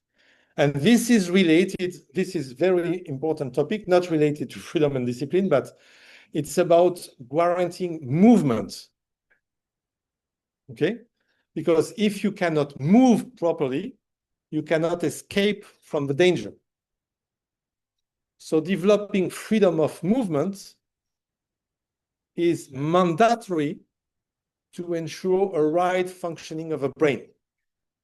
Do you understand? Because that's the very first role of the brain. So freedom of movement is key, absolutely key. So this is the first layer. Second layer, we are built this way. It's about emotions. Emotions. And the third layer is the intellect. But it's really about layers, like an onion, okay?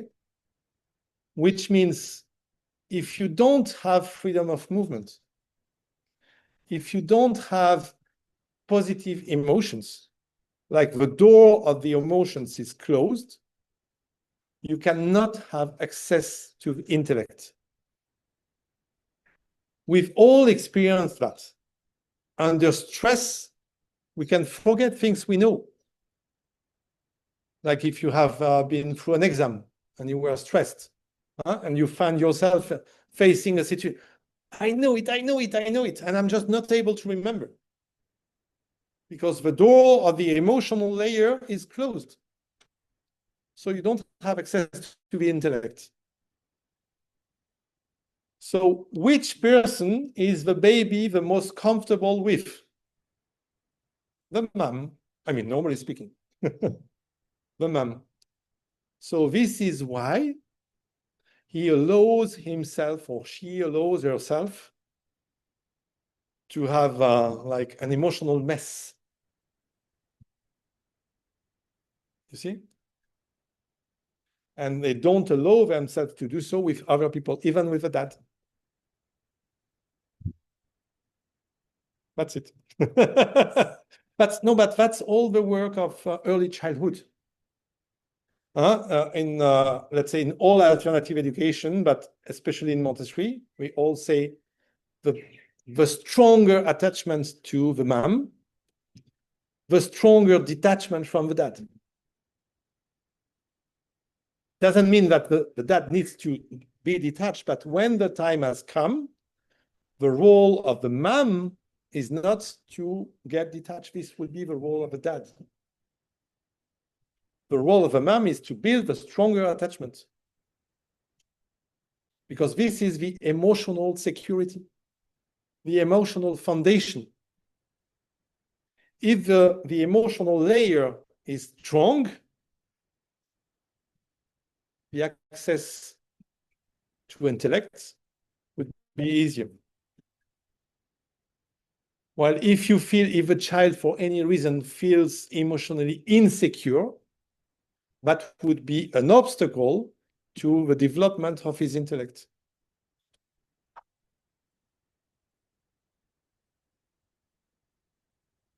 Okay, more clear? So we know through the Quran that we have different roles, but this is another evidence.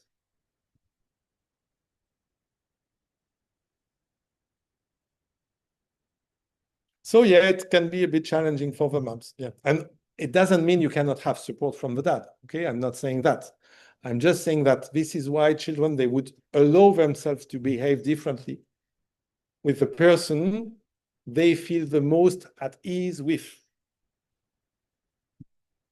Self-care, security, they feel safe, so it's okay to not be in control. But you have the right to say as a mom, I need help. Okay, it's really okay. But it's very common, even with my son. My wife, every time she would ask me, so how was it with Suleiman this morning? I said, perfectly okay. Really, it was super cool. We were playing, reading, blah, blah, blah. Did he cry? No, not at all. 10 minutes after she comes back, he starts crying.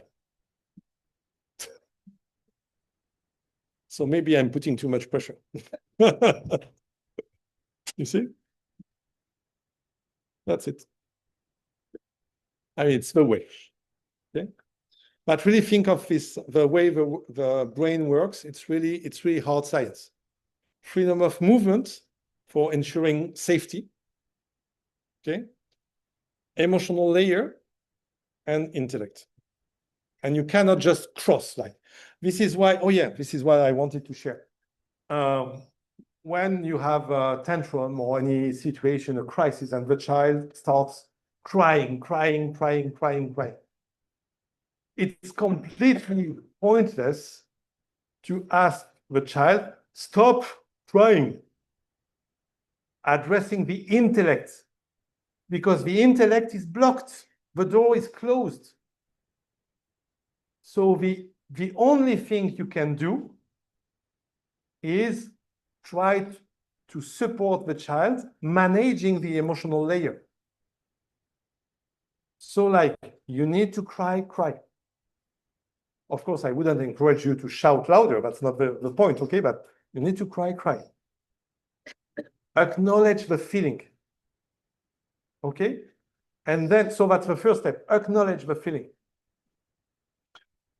You need a hug. I mean, this is why also hugging them could be so useful, because they are not able to talk, because talking comes from the intellect, and the intellect, the door is closed. While hugging, it's okay. They don't need to talk. Okay? Don't ask them to do things they are not able to do. It's not that they don't want, they're just not able to. Okay? And then when the emotional wave is over, you feel better. Now you can start trying to have, again, access to the intellect. So now you could tell me what happened. How did you feel? See? Still, like, I try to express, to phrase a feeling. I'm not yet trying to give a full explanation about what happened, but at least trying to reconnect with the language. And progressively, as the child is cooling down, so the door of the emotions would open again. But it's completely useless to say that, stop it, addressing the intellect, while obviously the intellect is not here. Okay? Yeah. It can be very challenging. I mean, that's the rational. I'm not giving you the key for every crisis, okay? This I'm not able to at all. Just explaining how it works. Okay? So normal behavior, more connected to the fitra. The child would show natural concentration and focus during chosen work. Remember, I choose because I'm connected with myself. So I go through my own and personal interest. And then of course, as I chose that, if it was really out of deep interest, I should be able to show focus on it. So our job as adults is you have chosen something you really wanted to do. So I will provide you with good conditions for staying focused. And I won't accept you to be distracted after 2 minutes from that. Because this is not, it doesn't make sense. Okay? So we protect the concentration and we don't allow the distractions. Clear? Because it's not easy to be focused. I don't know about you, but for me, when I start my working session in the morning, I'm not the most efficient after 2 minutes. Well, you could need your coffee, you could need to talk a little bit, you could need to just review your emails. I mean, small things. But getting into deep work would require, I don't know, 20 minutes, half an hour before starting.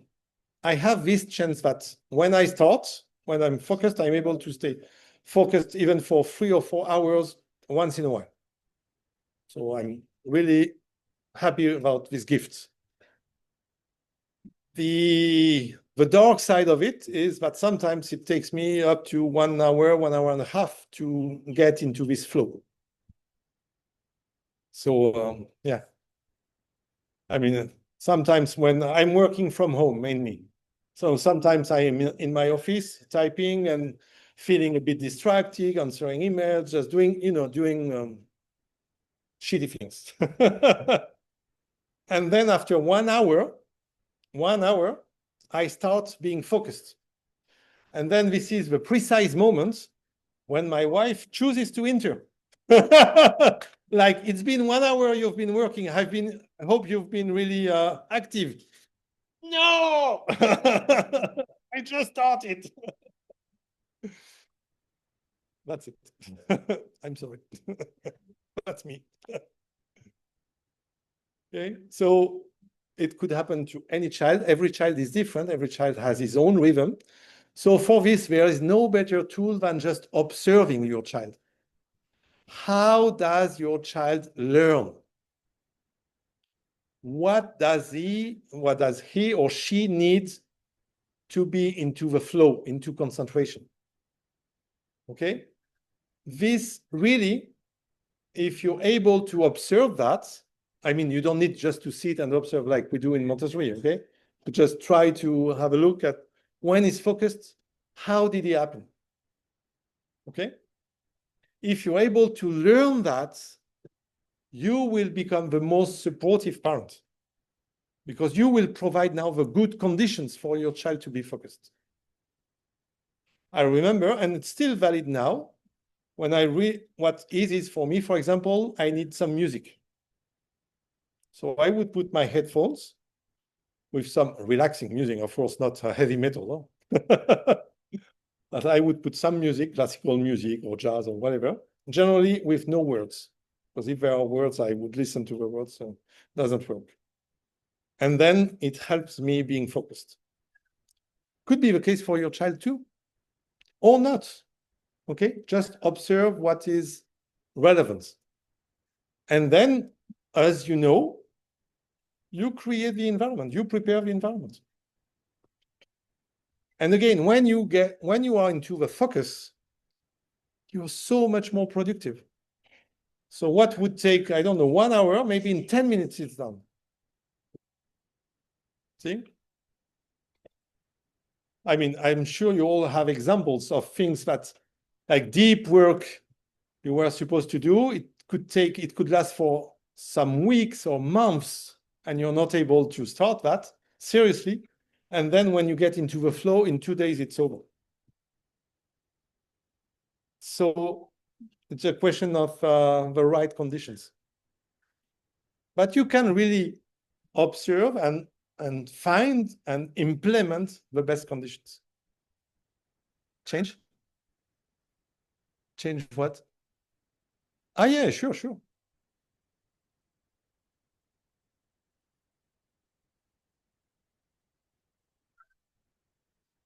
Yeah. So is it good for everyone? That's so yeah, there is some. It's not full live. It's a few seconds after. So she could censor. Okay?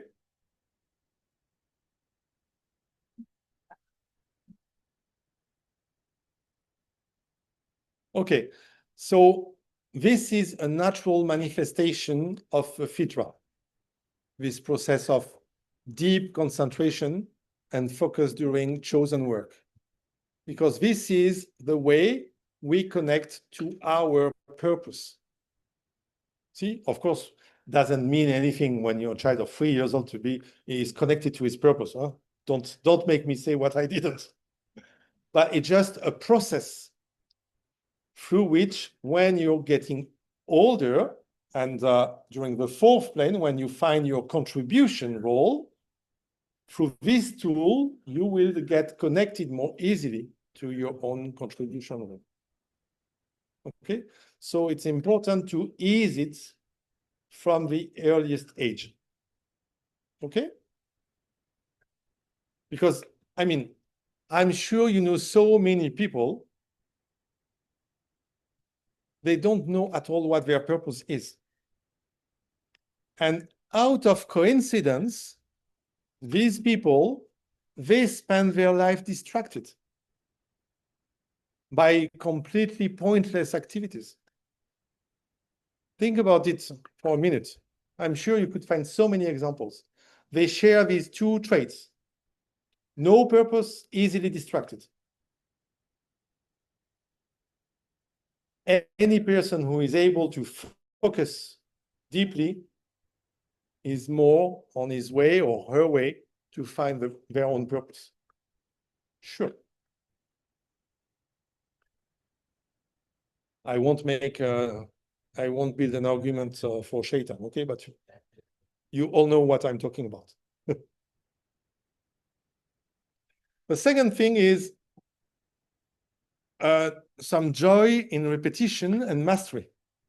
It's all connected. When you're connected to your purpose or to your true capacities, you find joy. And Maria Montessori, it was not about the Islamic perspective, but she said, a child who works and who is deeply focused is immensely happy. And you certainly have experienced that in the classroom. For those of you who are guides, a child has completed a deep work, generally speaking, you would be smiling, super happy. Another behavior is spontaneous care and helping for the environment. When you feel good, when you feel connected to yourself, you're more than happy to take care of others or to take care of the environment.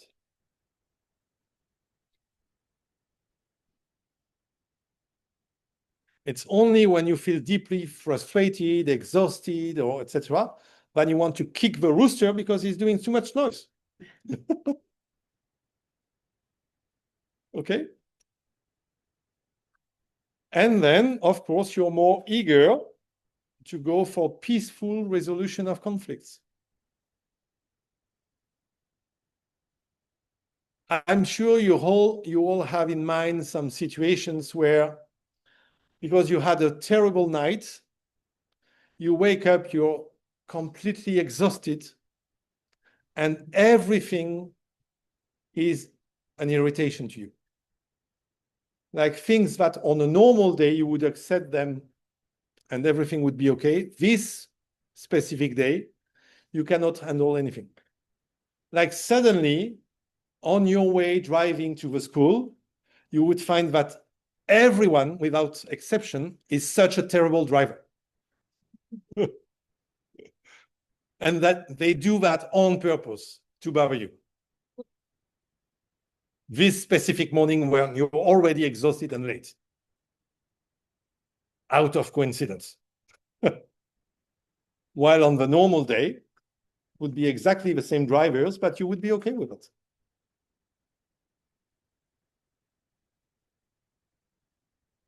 Who hasn't experienced that? You? You don't drive, maybe.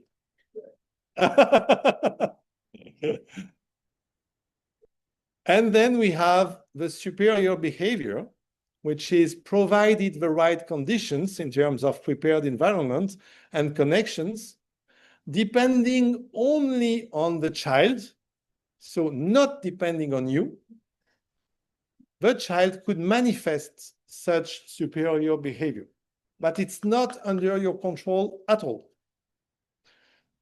But of course, you're happy when you see them. Deep empathy and service to others. You see the difference? Taking care of others and the environment, it's not exactly the same degree as service to others. Okay? Creative problem solving and innovation. Natural leadership and mentorship of younger children. Intrinsic motivation for meaningful work. So you don't need to ask for anything. The child will spontaneously choose a deep work activity and stay focused on that for the whole morning. And then you feel very happy as an educator. Because you have created the best conditions for this to happen. Okay? You see the difference between normal behavior, so aligned with yourself, and superior behavior when you see some moral strength, some moral skills. But they don't happen like every time. Yes?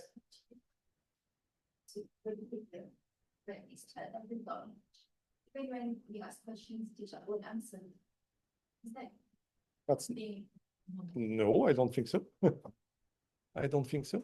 I mean, every child is different. If the child knows the answer, but is a bit shy about talking, it's just that talking is not his way. He could write, he could show, and that's okay. You know, I don't know if it would make you understand better, but in our middle school, we had a child, he was really, an adolescent, he was really auditive. He was not visual at all. So when we would have someone lecturing, coming or giving a presentation, typically he would sit like that.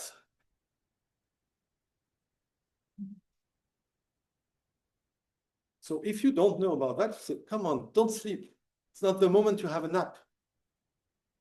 While actually he doesn't use his eyes, he uses his ears. So he's deeply focused on listening. So maybe this child, that's his way. No, not necessarily. To make sure that he understands well. This is what matters. For the rest, if that's his way, he's not a talkative one, but he's more, I don't know, doing things. It's okay. I mean, as long as you make sure that he's not left behind. See? Yeah. Yeah. Is there a way to ensure my child not to try and form to think how to art with me? But she will try and plan even though what is actually like to talk to you. Can you repeat a bit louder the question? Just for me.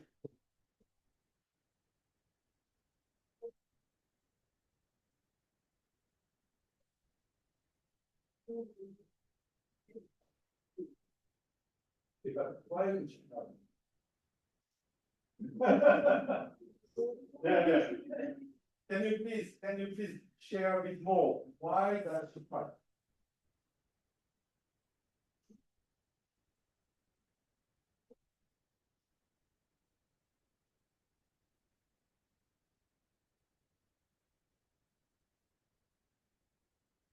Find out what child.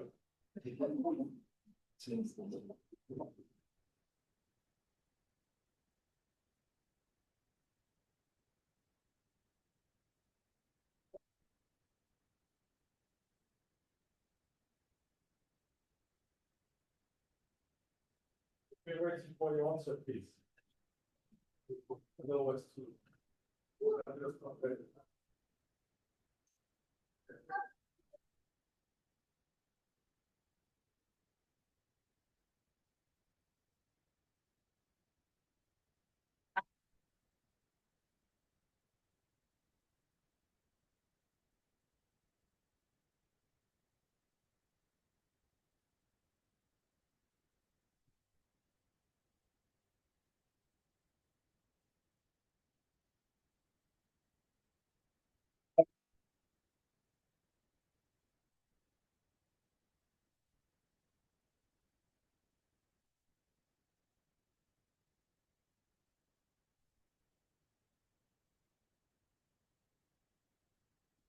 I have a question from two, but it's not precise.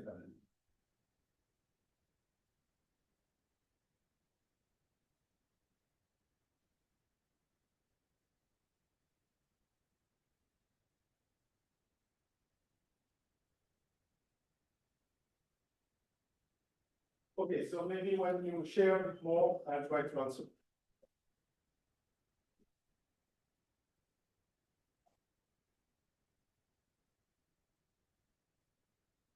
So this is what Maria Montessori called the process of normalization, being connected to the fitra.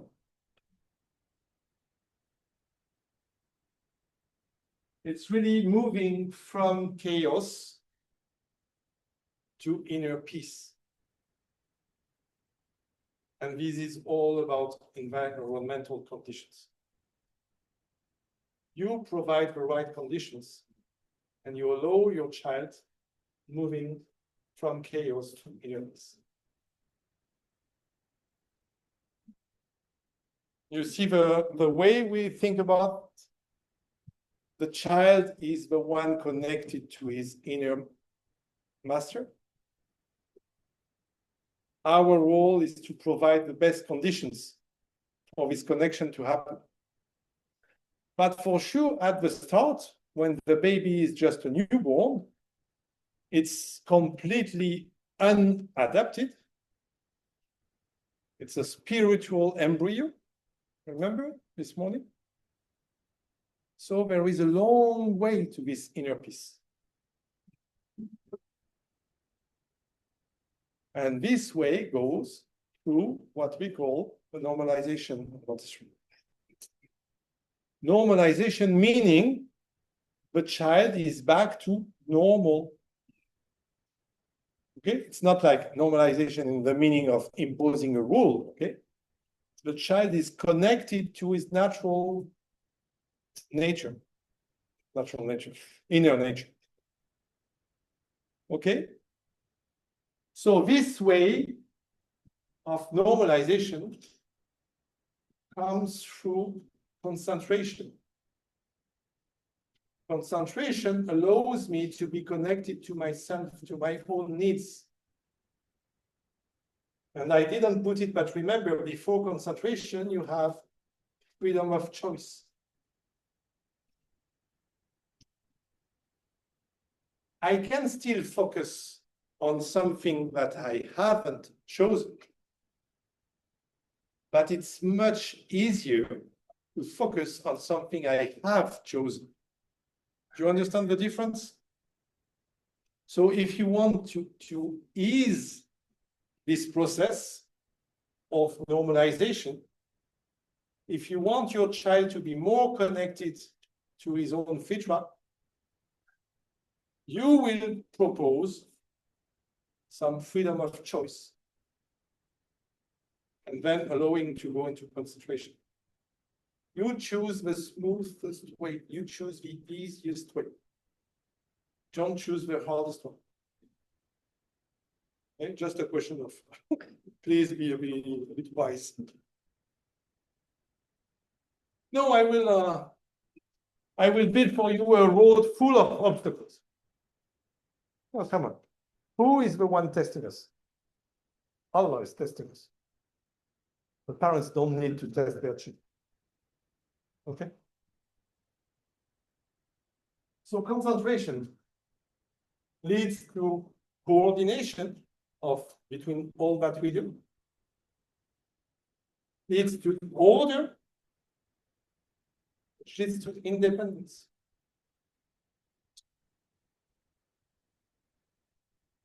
Okay?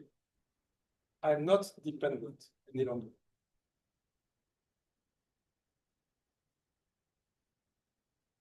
I have found my own purpose. Okay? And order is like all is aligned. Is it clear for everyone, this process? Yeah? So this is where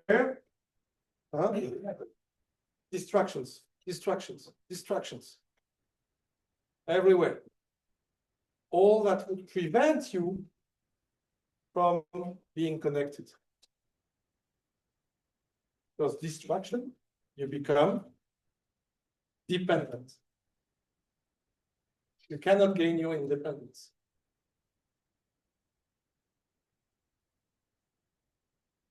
Again, is it clear for everyone? Yeah? These are not easy concepts. Really. Okay. So let's have some activity together. You would divide yourself into 2 groups here and 1 group on Zoom. So you can send all of them in a breakout room, or they can just stay there. So we will do 3 groups. 1 group, it's all about recognizing activities. Okay? So the first group here, let's say this part of the room. Okay? You will talk and try to recognize the distinction between harmonious and deviated behavior. Could you build a kind of typology of when you face a deviated behavior or when you find a normal behavior? Okay, clear enough? The second group, this part, you will try to analyze daily life. So you take a typical day, let's say at school, that would be easier, okay? Through the lens of the 3 levels of behavior, through routines, conflicts, etc. Okay? When do you see deviations? When do you see normal behaviors? Okay? And the third one on Zoom, I want you to find some way to support natural emergence. How would you ease the pathway for a child to manifest natural behavior? What would be the conditions, the environmental and relational conditions you could suggest? Is it clear for everyone on Zoom?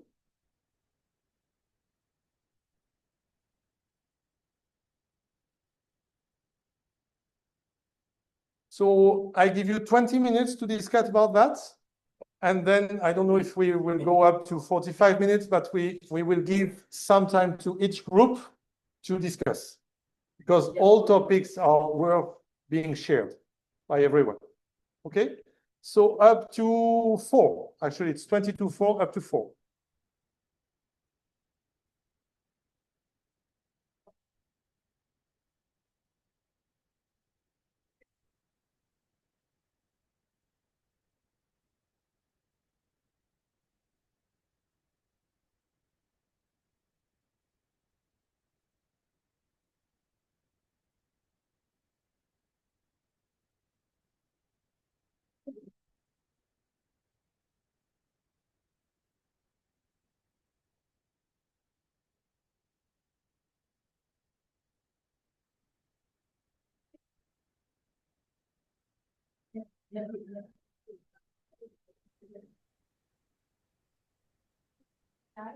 Assalamu alaikum.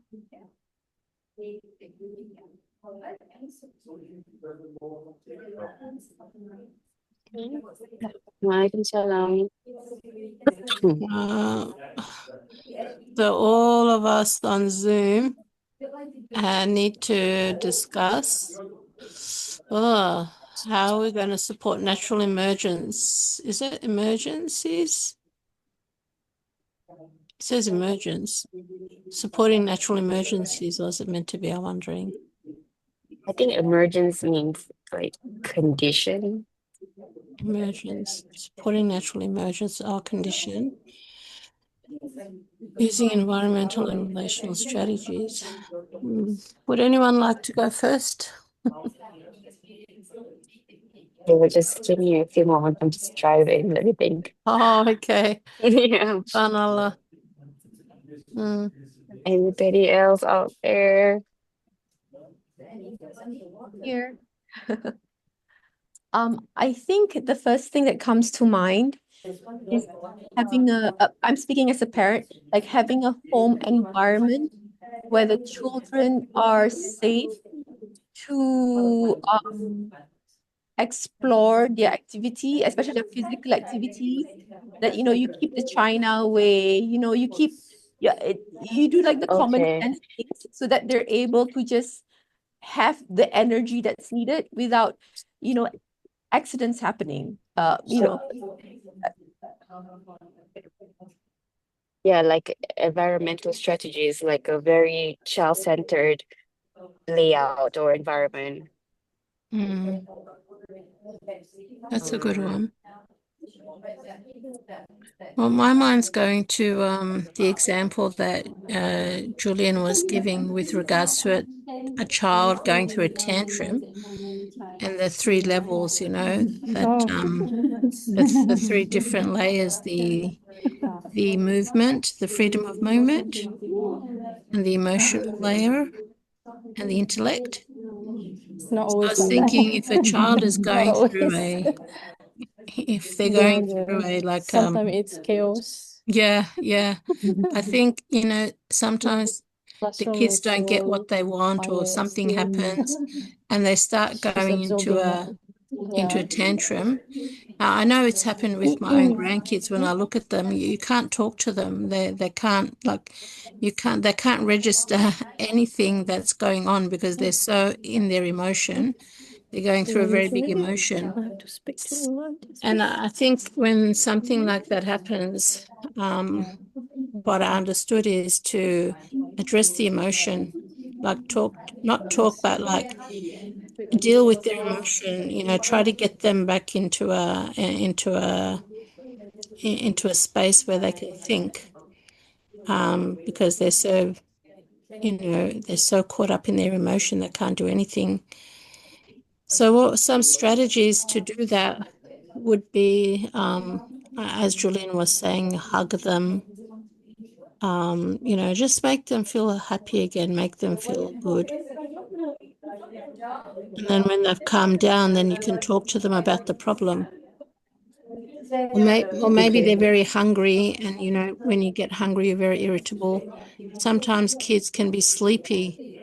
I know this with my kids, they're very sleepy, and then all of a sudden they remember things and they start bringing up things that didn't bother them at all when it's bedtime. Because they're tired.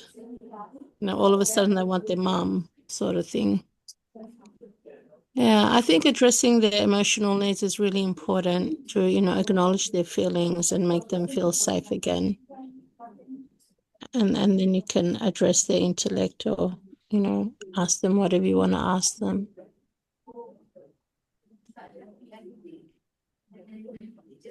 Anyone else? Okay, so I think when it comes, I think that comes under relational strategies. So I think we can break down what are the environmental strategies and then relation strategies. Sounds good. Yeah, because we have 20 minutes, so maybe there's like a lot of points or something.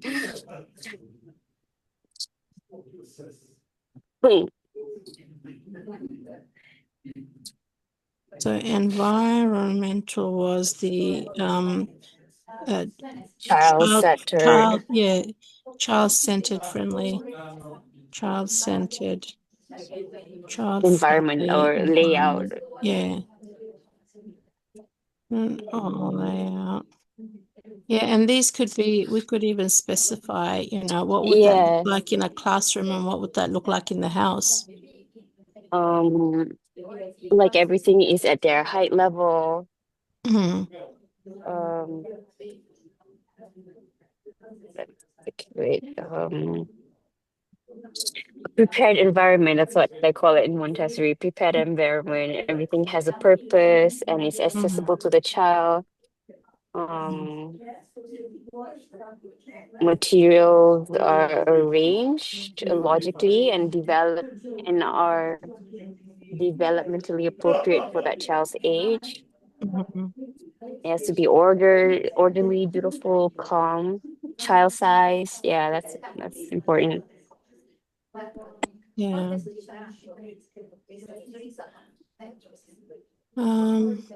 Space for movement and collaboration.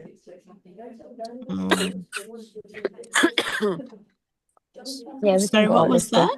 What was that about collaboration? Space for movement. Space for movement. Hold on, Lilo. I have a jacket here.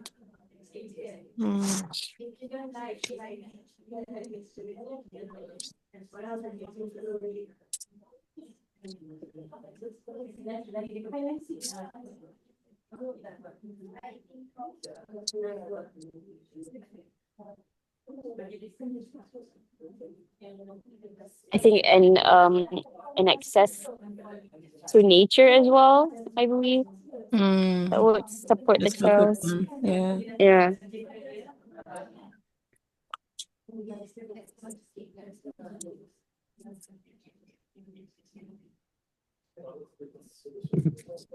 They're really good points, sister, mashallah. Thank you for pointing them out. Welcome. Yeah, oh yeah.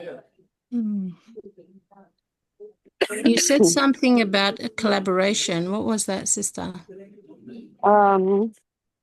Space for movement and collaboration. Like for example, in the kitchen, like how Julien said, you know, about the cooking, about baking, there wasn't a space for collaboration. It was just the adults doing it. So you gotta have a table set up to their height and instruments to their size so that they can do it themselves and allow them to make that mistake or spills and yeah. That's so important, isn't it? Allow them to make a mess. To make a allow them mistake. to just be themselves and it's okay. I mean, sorry, I'm just on the phone, sorry. It's not like they're doing it on purpose, you know, it's just that they just don't have the motor for it yet. So yeah. So we teach them, don't we? We teach them how to clean up the mess. Yeah, we guide them. And we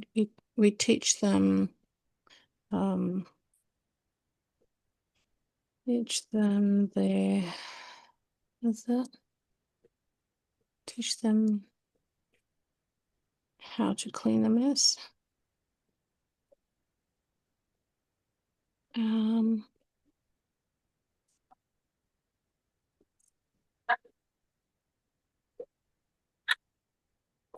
Is there anyone else who would like to contribute to this?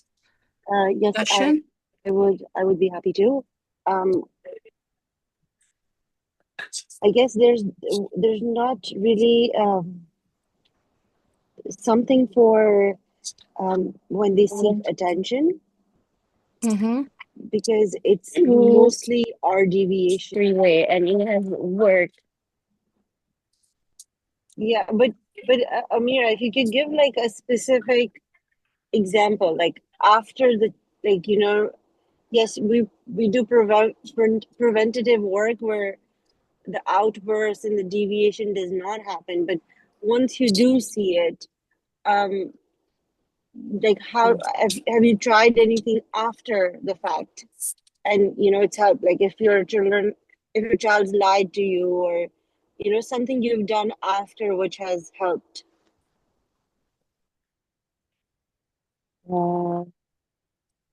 Time. like something about deviation and okay, so my daughter is only 6 years old. So when it comes to deviation, no, she hasn't actually. She hasn't like deviated from something unexpected.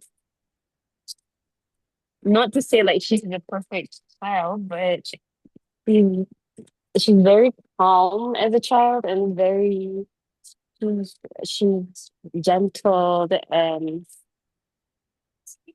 empathic toward others. So I haven't I haven't need to do any intervention so far. Oh, that's great. Yeah, I haven't gone. I don't know. Maybe she will in the elementary years, but Yeah. so for 0 to 6, it's pretty because it's very straightforward when it comes to 0 to 6. So the Yeah. challenges come after, yeah, during childhood and adolescence. This is when it's tougher. But I don't know, inshallah, if I prepare myself. Yeah. No, I mean, even Yeah. even if they are, um, like when my children do that, because I have my own daughter in my class, and sometimes I've had challenges with, where because I know where she is academically, and I've also just joined. So I'm trying to work with everybody else more, where I'm trying to find out where they are, how much they know. So I know she's been Left out.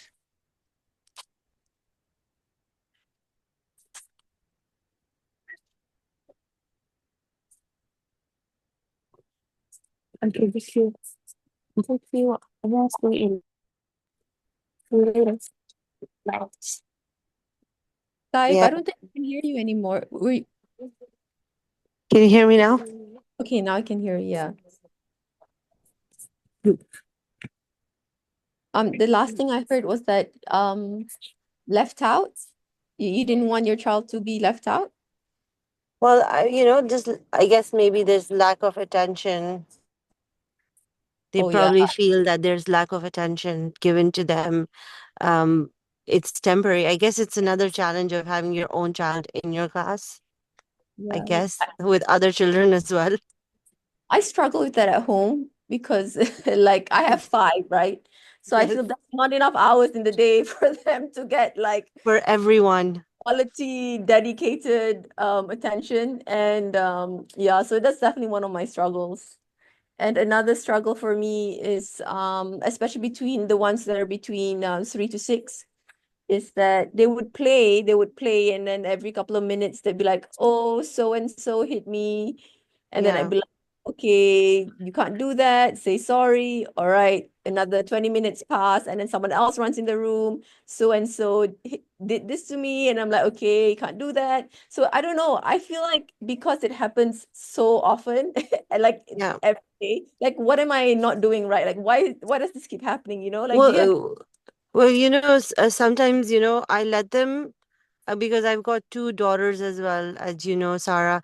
I sometimes we just let them figure it out on purpose. We'll hear them arguing, but we won't go closer. We will just, and we're still, eavesdropping on them, and we want to know what they're talking about, and they're trying to figure out, and um, we'll try to let them resolve their own conflicts. And even if the child does come tell you, you can say, okay, can you go use your words with your brother or sister, and let's see if you guys can come to an agreement to solve this.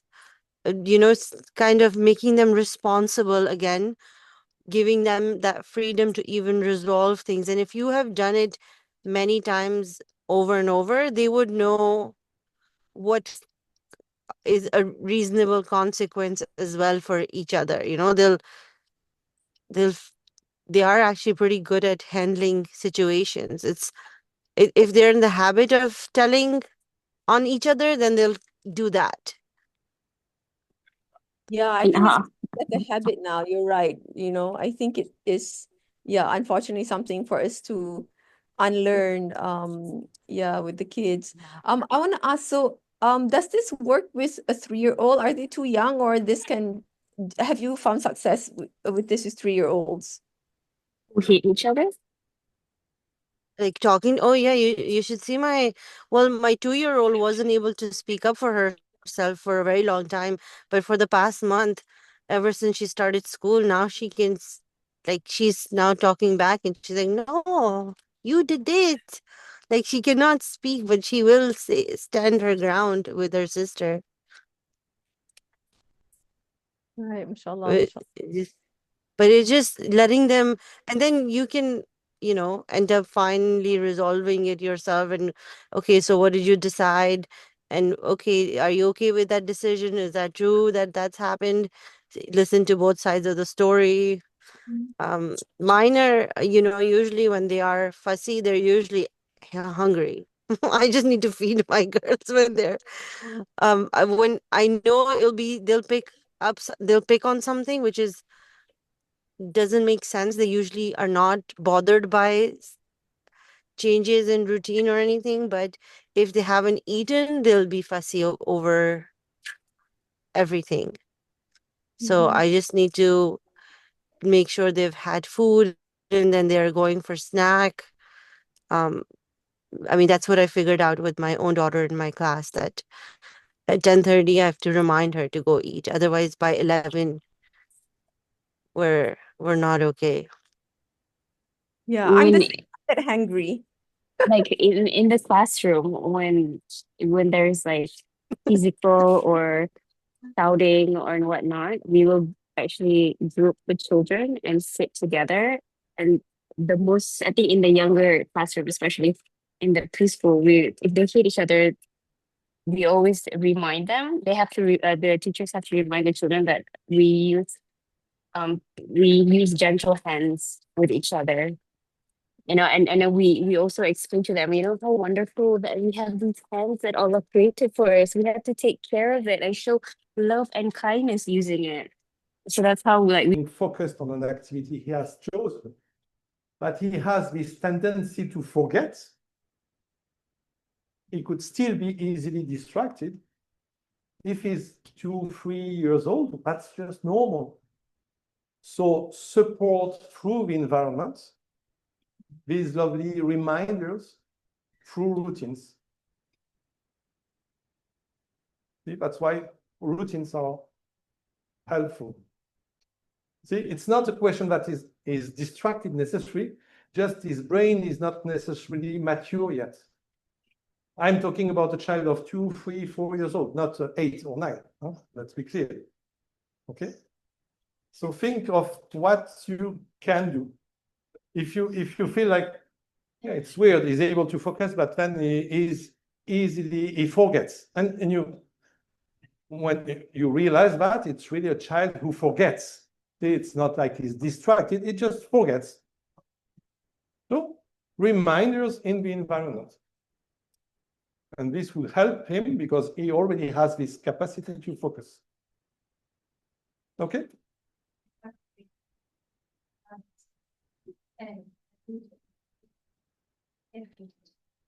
So this, you need to make a list of what could be possible distractions in the environment. Yes. Because at the age of 10 or 11, it's not normal. Okay, not normal. Maybe clear, I'm not talking about disease or okay. Child should be able to remember this. So have a look at your environment. What is distracting him or her? It's about and then you just put that aside and keep your last one on the list, if I remember. Last one, they are able to express themselves and also able to express their emotion. Yeah. While they are able to communicate between the different layers of their brain. Yeah. They are able to manage their emotions. They are connected to their whole personality and not just muscle. Thank you. Excellent. I couldn't say more than that. Thank you. So, second group. How is lovely daily life through the lens of these behaviors. Okay, so for the deviated, shall I start with the normal behavior first? Is that okay? Sorry, I didn't hear. Sorry. You talk a bit louder. Can I start with the normal behavior first? Yeah, sure. So normal behavior, in elementary, they can finish their journal within the time frame, usually 10 minutes, and then happily come to school, well prepared and excited, knows what to choose in the work cycle, can complete the work, does the work repeatedly, can do one work for a very long time, properly, concentrated. When finished eating, they can tidy up properly, step by step, can do long works, can remember the steps of long works. They can help other children when the other children needs help. And then for the deviated behavior, They do nothing.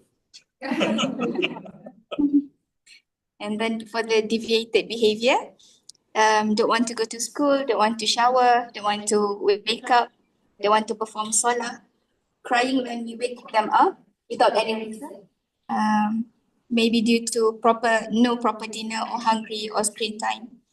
At school, does not want to go into the class, does not want to choose work, they just want to sit.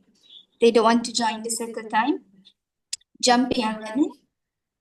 They show fantasy, hiding from doing work, doesn't want to take responsibility, cannot sit up straight, even for a short duration of time. The muscle seems weak. The child cannot focus. The eyes wander, does not understand what we are saying to them, and keep saying, I'm bored, or this again. I don't want to do this again. And severe behavior. Willing to teach others, help to console other children, good self-control, even the class is in chaos, like still can do work. That's a very powerful one. Yes. You can see these children showing superior behavior, even when it's chaotic. They're able to keep up with their own concentration. Yeah. This is superior behavior. Yeah. And they can still do work even in noisy environment. So. You see the difference between normal behavior and superior behavior? Normal behavior, they would behave quite well when the environment is favorable.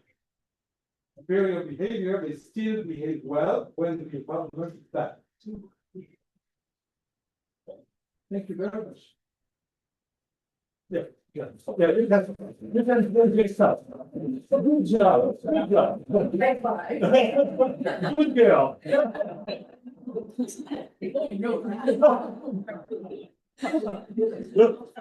Thank you.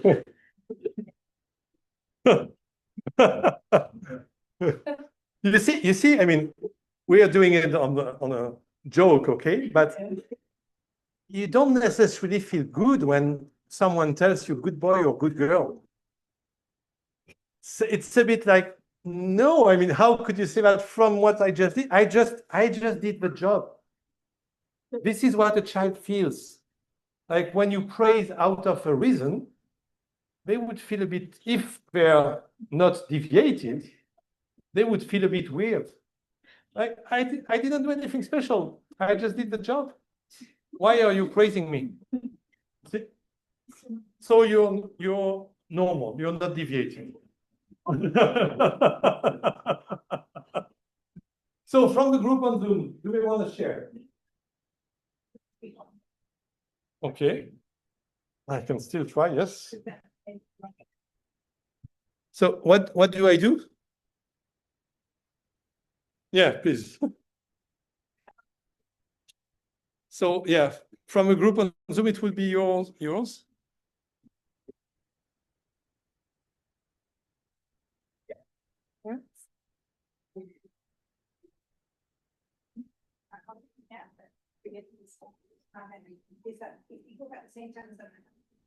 Okay, so I don't talk.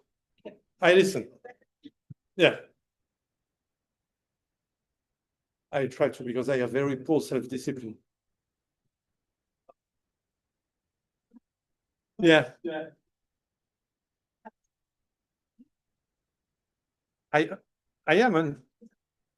Okay, so please someone unmute and share about with supporting natural emergence.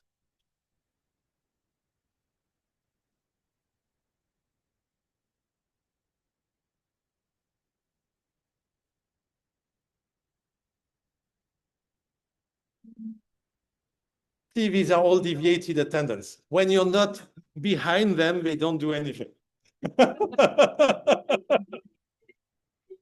Yeah.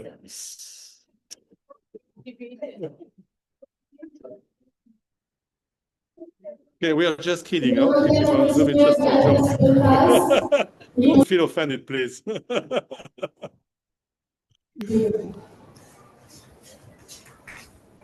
Okay, no one wants to take the lead. Okay. Please, we are listening to you. Assalamualaikum. Some of our discussion about the environment is to support the children is to prepare our homes with that environment, which is everything must be within that the children need. And then some of them said that also give the freedom for them to explore the nature. And then I remember that we discussed about how the adult prepared and also will help in the in supporting the natural emergence. Baik itu saya ucapkan dari terima kasih kepada semua yang telah sudi bersama-sama dan berbagi isi peneliti dalam persidangan bangsa ilustrasi pembukaan 2022. Salam seni, salam.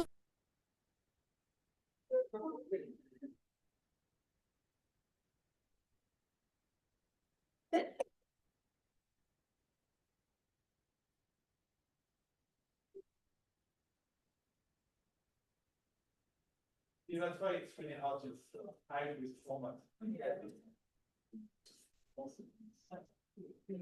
It's good that you came in person. Really, thank you. Okay. We'll move on. So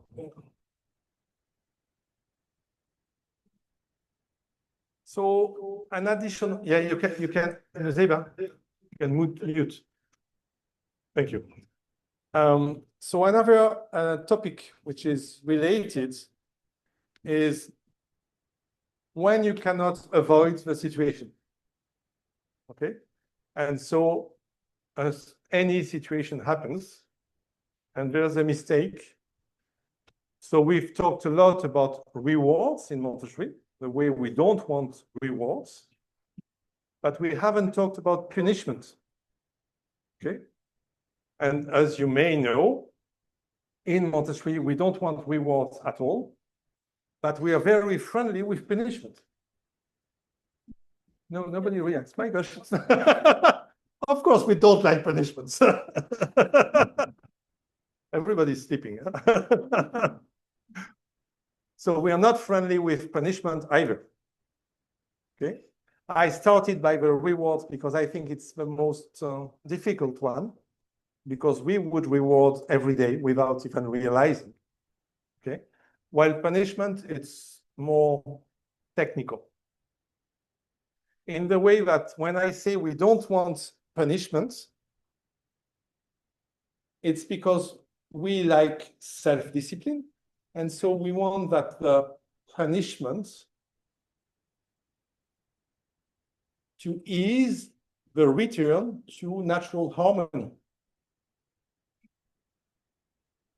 When I say we are not happy with punishment, it's because our purpose in Montessori is when something happens, when a situation happens, so this is considered as a deviation. Okay?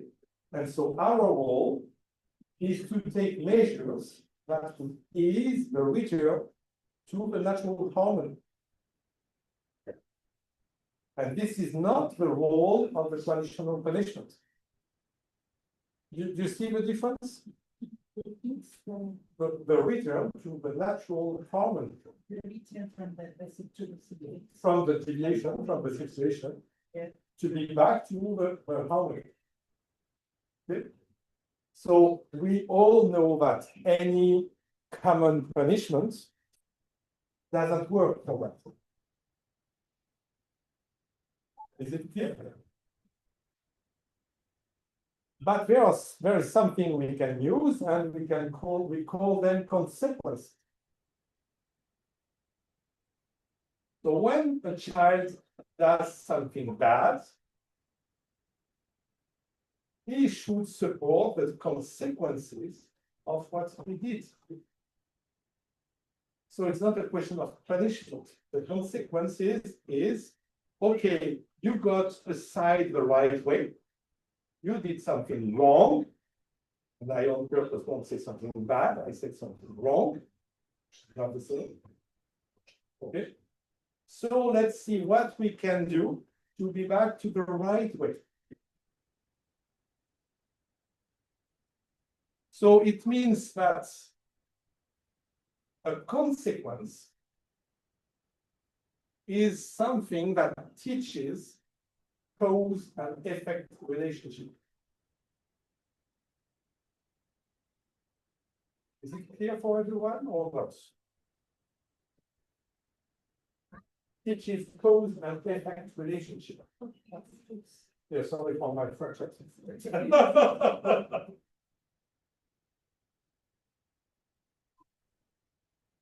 So we are not talking about punishment.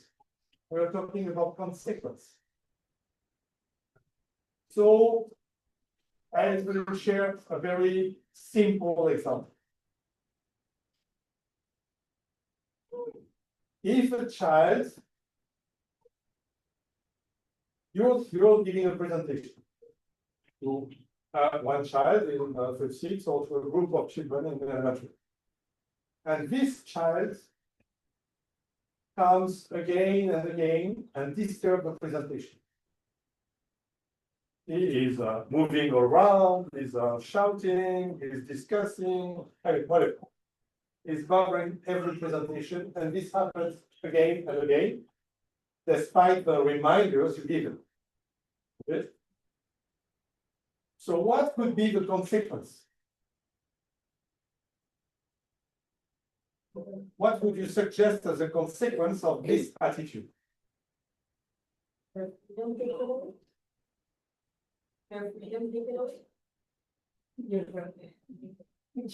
to explain. Particularly for 1 week. Oh wait, no. No, a direct consequence. What is the action? Sit down and do an activity. No. What did he do? What did he do? What has his action is bothering the presentation. So it could be you stay there. You stay and you don't move. But we know that for his brain is not adapted. So this is not a consequence, it's like hurting him. And we don't want that. So another consequence could be you are not allowed to attend any presentation except the one I will give to you personally. But you're not allowed to attend any presentation that is given to your friends. So every time there is a presentation, you stay away. So you're still able to move in the classroom, but you stay away from any presentation. So for a child between 3 and 6, consequences so. But for a child between 6 and 12, I tell you, this is very heavy. Because they have this social need. They want to communicate, they want to gossip, they want to talk. So if you prevent them from doing so, this is a powerful tool. Because he would feel very, very upset. But this is just a natural consequence. You are disturbing the presentation. So no presentation for you on a collective way. You will still have your presentation, of course. I won't prevent you from learning, but it will be on your own in this little corner there. Okay, you see what the direct consequence is? For example, if it's like a play, practicing a drama play, and they're being disrupted, how do we navigate that if they have a role in that drama play? They can't participate even though they have a role in it. Yeah, they have a role in it. Okay, so what do you do? Yeah, I don't know. Yeah, I know you don't know, but try to think about it. What could be the consequence of all that? Stepping down. Huh? Stepping down. Stepping down. Just you have a role, so you have some text to learn by heart. So please, because we need to practice, so you will practice on your own. We will need you later for the piece, for the play, but at the moment you repeat on your own. And I will see you later, and I will make sure that you know your dialogue by heart. But you're not part of the repetition. Still, the work needs to be done. But if you're not able to cope with the collective process, you will be on your own. And if this is not enough, you will give the role to another one. But you always give a chance to the child to correct his misbehavior. Clearly, what he's not able to do at the moment is to handle the collective thing. Maybe it's a bit overwhelming, it's too much, he's super excited, etc. So, okay. Still learning, because this is what we are doing, even if for you it's not that obvious. But we are working, so you will work also, but on your own. You think you can do that? You have a lovely kite, by the way. Yeah. Why? You explain you're not attending this. Of course you would explain, yes. Of course, yeah. Yeah, of course you would explain. This, if you don't explain, how do you expect the child to understand? I mean, what could be obvious for me is not necessarily obvious for you. So of course you need to explain and to be very clear about that. Would you also sample the next consequence for you? Depending on how it goes, but yes, you could. Yeah. It's, generally speaking, it's better. You could do so, for example, if you know that this consequence won't be enough. You know in advance, like you know that, but you're still giving a chance, you see? You're giving it a chance, but you can sniff that it won't be enough. So you tell the child that if this is not enough, next step would be that. But again, be consistent. Don't say something you won't do later. Okay? Because suddenly you feel less irritated. For example, like, oh, actually I said that, but no, it doesn't. No. Once you've said it, it's too late. It's a lot of role playing in our head. Yeah. Direct consequences. Yeah. It's not, I mean, I'm not telling you you will find the perfect recipe. Okay, I'm just again giving you guidelines not to make wrong decisions. But it doesn't mean that the decision you will make will be the right one. You see the difference? I'm giving you guidance for you to be sure not to make wrong ones. But then maybe the one you will make would be a so-so one, and it wouldn't work. And then you try something else. And a 5-year-old. 5-year-old, okay. Girl, boy? Not distinguish separate. I've never distinguished from separate. But if he does not get what he wants in a nearest second, predict going everything as well. He like taking all the everything.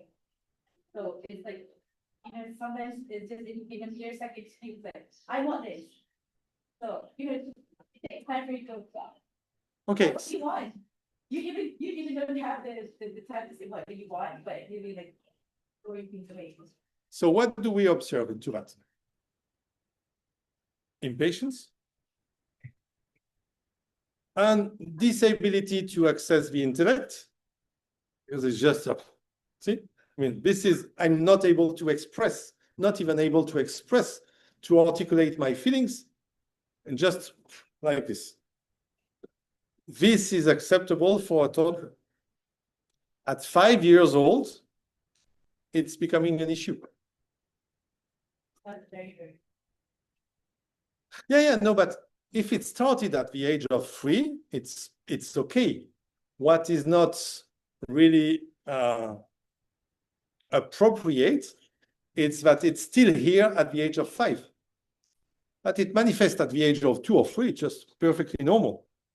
But still into that at the age of 5, it just shows that you need to work a lot more, first about language. And so I would recommend to have some lessons about the language of emotions, for example. Okay. And then the other issue is about impatience. So for impatience, there is something deeply wrong nowadays. It's all the screen things. So if you have any screens at home, you could have access. Please, you suppress them as soon as you can. And no screen at all. I mean 0 under the age of 6. No screen at all. Doesn't mean that your child cannot have a look at your photos on your phone. Okay, I'm not talking about that. But no screen given to the child before the age of 6.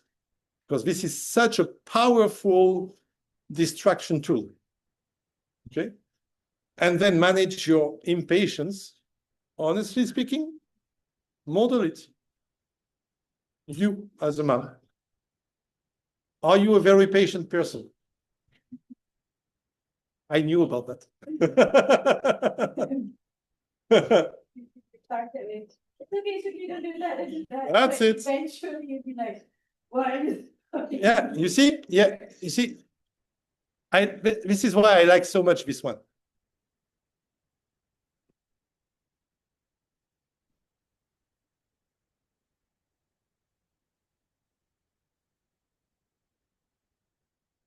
Don't do this, don't do this, don't do that. So where is the limit? You're either here, so too strict, or too lax. The limit is not supportive. So he's always testing and testing and testing again, because he's not finding firm, stable limits. If you want to put limits on, they should be, as we shared previously, very few, but very stable, very consistent. While if your reaction is, as soon as your child starts something wrong, it's don't do that, don't do that. This is not supportive, because it's here. I have no space for expanding, for growing. You understand? So give him the time to express things. Don't do that. No. He can be angry. Yes. Until the moment you say, no, this is not acceptable. If he needs to express time for you to teach him with a language of emotions and time for him to learn how to express differently his emotions, you can still throw things. But if he's hurting someone or breaking something, this is not acceptable at all. What is the consequences in that? If he breaks something, he would need to replace, so to fix it maybe. Okay, so you can fix it with him. Yeah, that's a consequence. If he has broken a vase, for example, you just go and buy glue and you try to fix the vase together, and it will take time. You don't buy another one just without telling him, like, oh, it's magic, nothing happened, so I can break another time. And if he hurts someone or you, this is not acceptable at all. For this, it's very clear. If he's hurting you on purpose, but if this happens one day, just take him out of strength, okay, or the dad takes him and put him somewhere where it doesn't hurt anyone.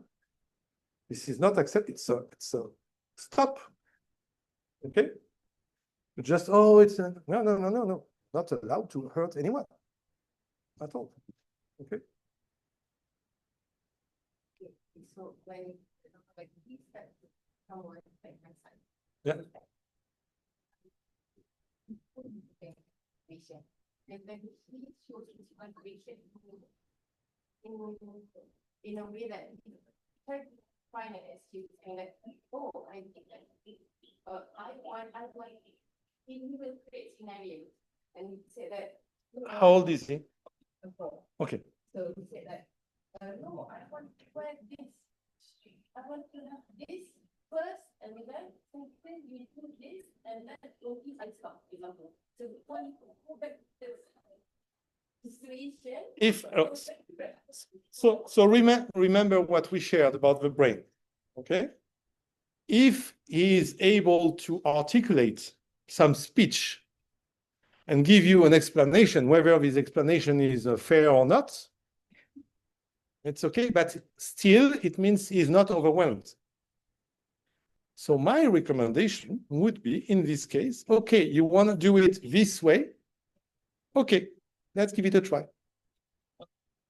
Let's give it a try. Yeah, and then he would realize that, of course, it doesn't work. So where are you now? See, I mean, he's not overwhelmed. He's able to speak, he's able to discuss. Let's give it a try. You know it won't work. But he doesn't necessarily know he's 4 years old. So let's give it a try. If there is no harm into that, I mean. If there is no harm, it's okay. Let's give it a try. Okay. I'm waiting for you. Tell me if you need some help. And then, of course, it doesn't work. So, okay. So what do we do now? This would be a lovely lesson. And more than anything else, stay cool. Stay quiet. Of course, you can, don't worry. But you see the difference. I mean, he's not overwhelmed, so it's okay. The difference between your example, where he's not even able to say anything. I remember the baby first, they started and maybe like someone hits him, he was like all over the place, he was like very angry, and they said that she started it. What do you do with that situation where what the consequences? I'm the police detective. So I will make an investigation. No. Especially when they're young, under 6, I mean, And the closer to 3, the more difficult. It's very hard sometimes to know the truth, okay? Because it's one version against the other. So where is the truth there? You don't know. So the best way is always to allow them, so first to cool down, okay, again, same recipe, and then to allow them to give their own version.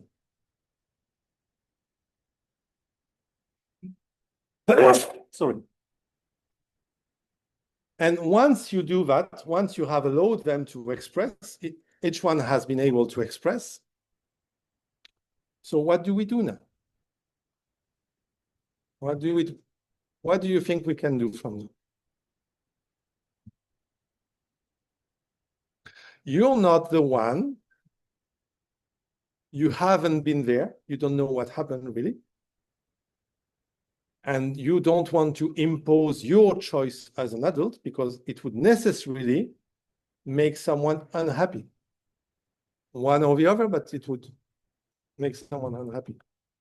And take this kind of decision on no basis, it's really the worst you can do because it will be already unfair. Nobody would be happy with your decision. Okay?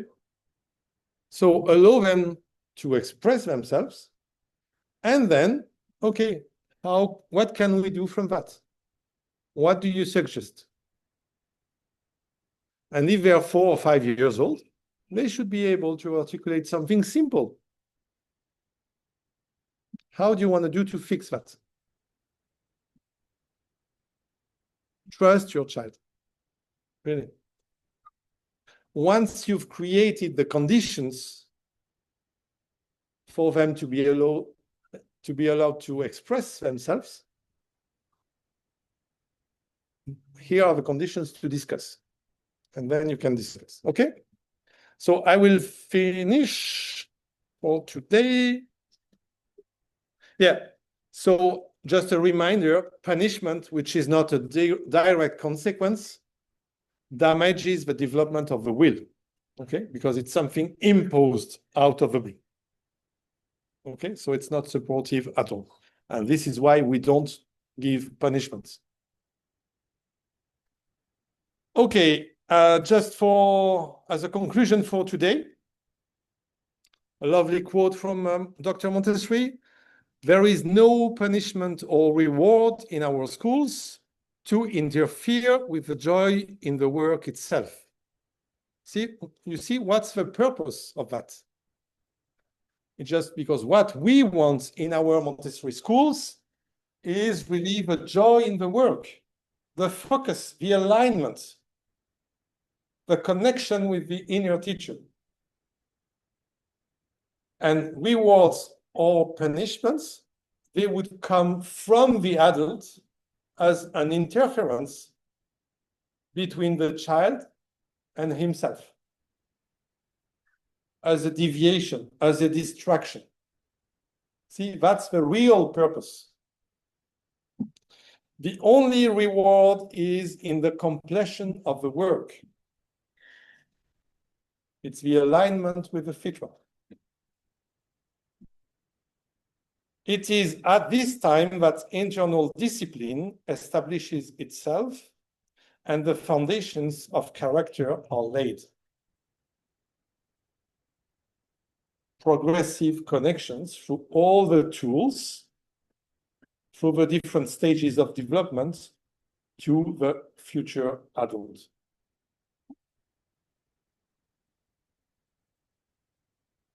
So I like this quote because I think it's a good summary of all that we discussed today.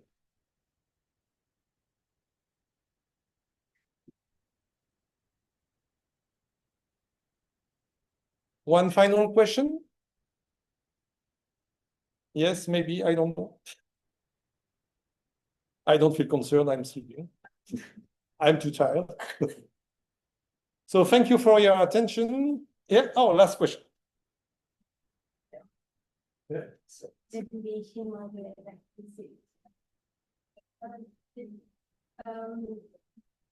I want to choose one of that. Oh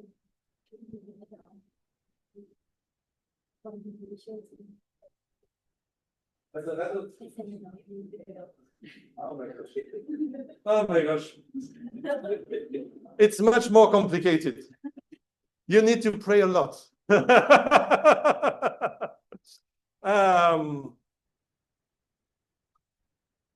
To be honest, it's very difficult to do that on your own. Because the first thing you need to know is to understand your own deviations, where they come from. And so preliminary to that, you need to know them. And observing yourself is not easy. What you still can do is, if you notice that some situations, they keep on repeating, like you're always facing the same struggles, for example. So this is a lovely pattern to observe. So if you observe, let's say, one pattern that is repetitive in your life, okay, and of course that bothers you. Like if you have a pattern to win at the lottery, it's not bad. So you have this pattern, you observe it, and then you will use the real work of your brain. So you would try to understand, how do you feel exactly through this pattern, when this pattern happens? How do you feel? And through this feeling, you may need to discuss with a therapist to understand what does this feeling represent, and then how you could relate it to what happened in your childhood.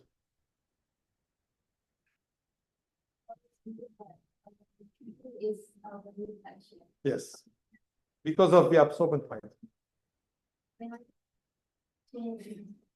They will change. This is, yes, thank you for allowing us to end this day with such a hopeful note. Thank you, yes. We as adults, we can heal, even if we are full of deviations. We can heal. Resilience does exist. And the lovely thing, especially if your children are still young, when they are grown up, it's more difficult, but still it works. If your children are still young, if you heal yourself, you will at the same time heal the relationship, thanks to the absorbent mind. So this is wonderful. You see, if you have a difficult relationship with some of your children, or like some very repetitive patterns, let's say, try to find what's wrong in you, try to heal it, and once you heal yourself, because it's all about yourself, the relationship will be healed also. Alhamdulillah. Thank you very much. Thank you. See you tomorrow. Dear attendants on Zoom, will be happy to share another day with you. And if for some of you that were on Zoom today, but maybe physically are not too far, we'll be more than happy to welcome you in person in Seremban. Yeah, it's only twice half an hour drive, if you have a stop in the middle. Yeah, and already many people came from here. Thank you. See you tomorrow. And thank you, everyone. Thank you. I really enjoyed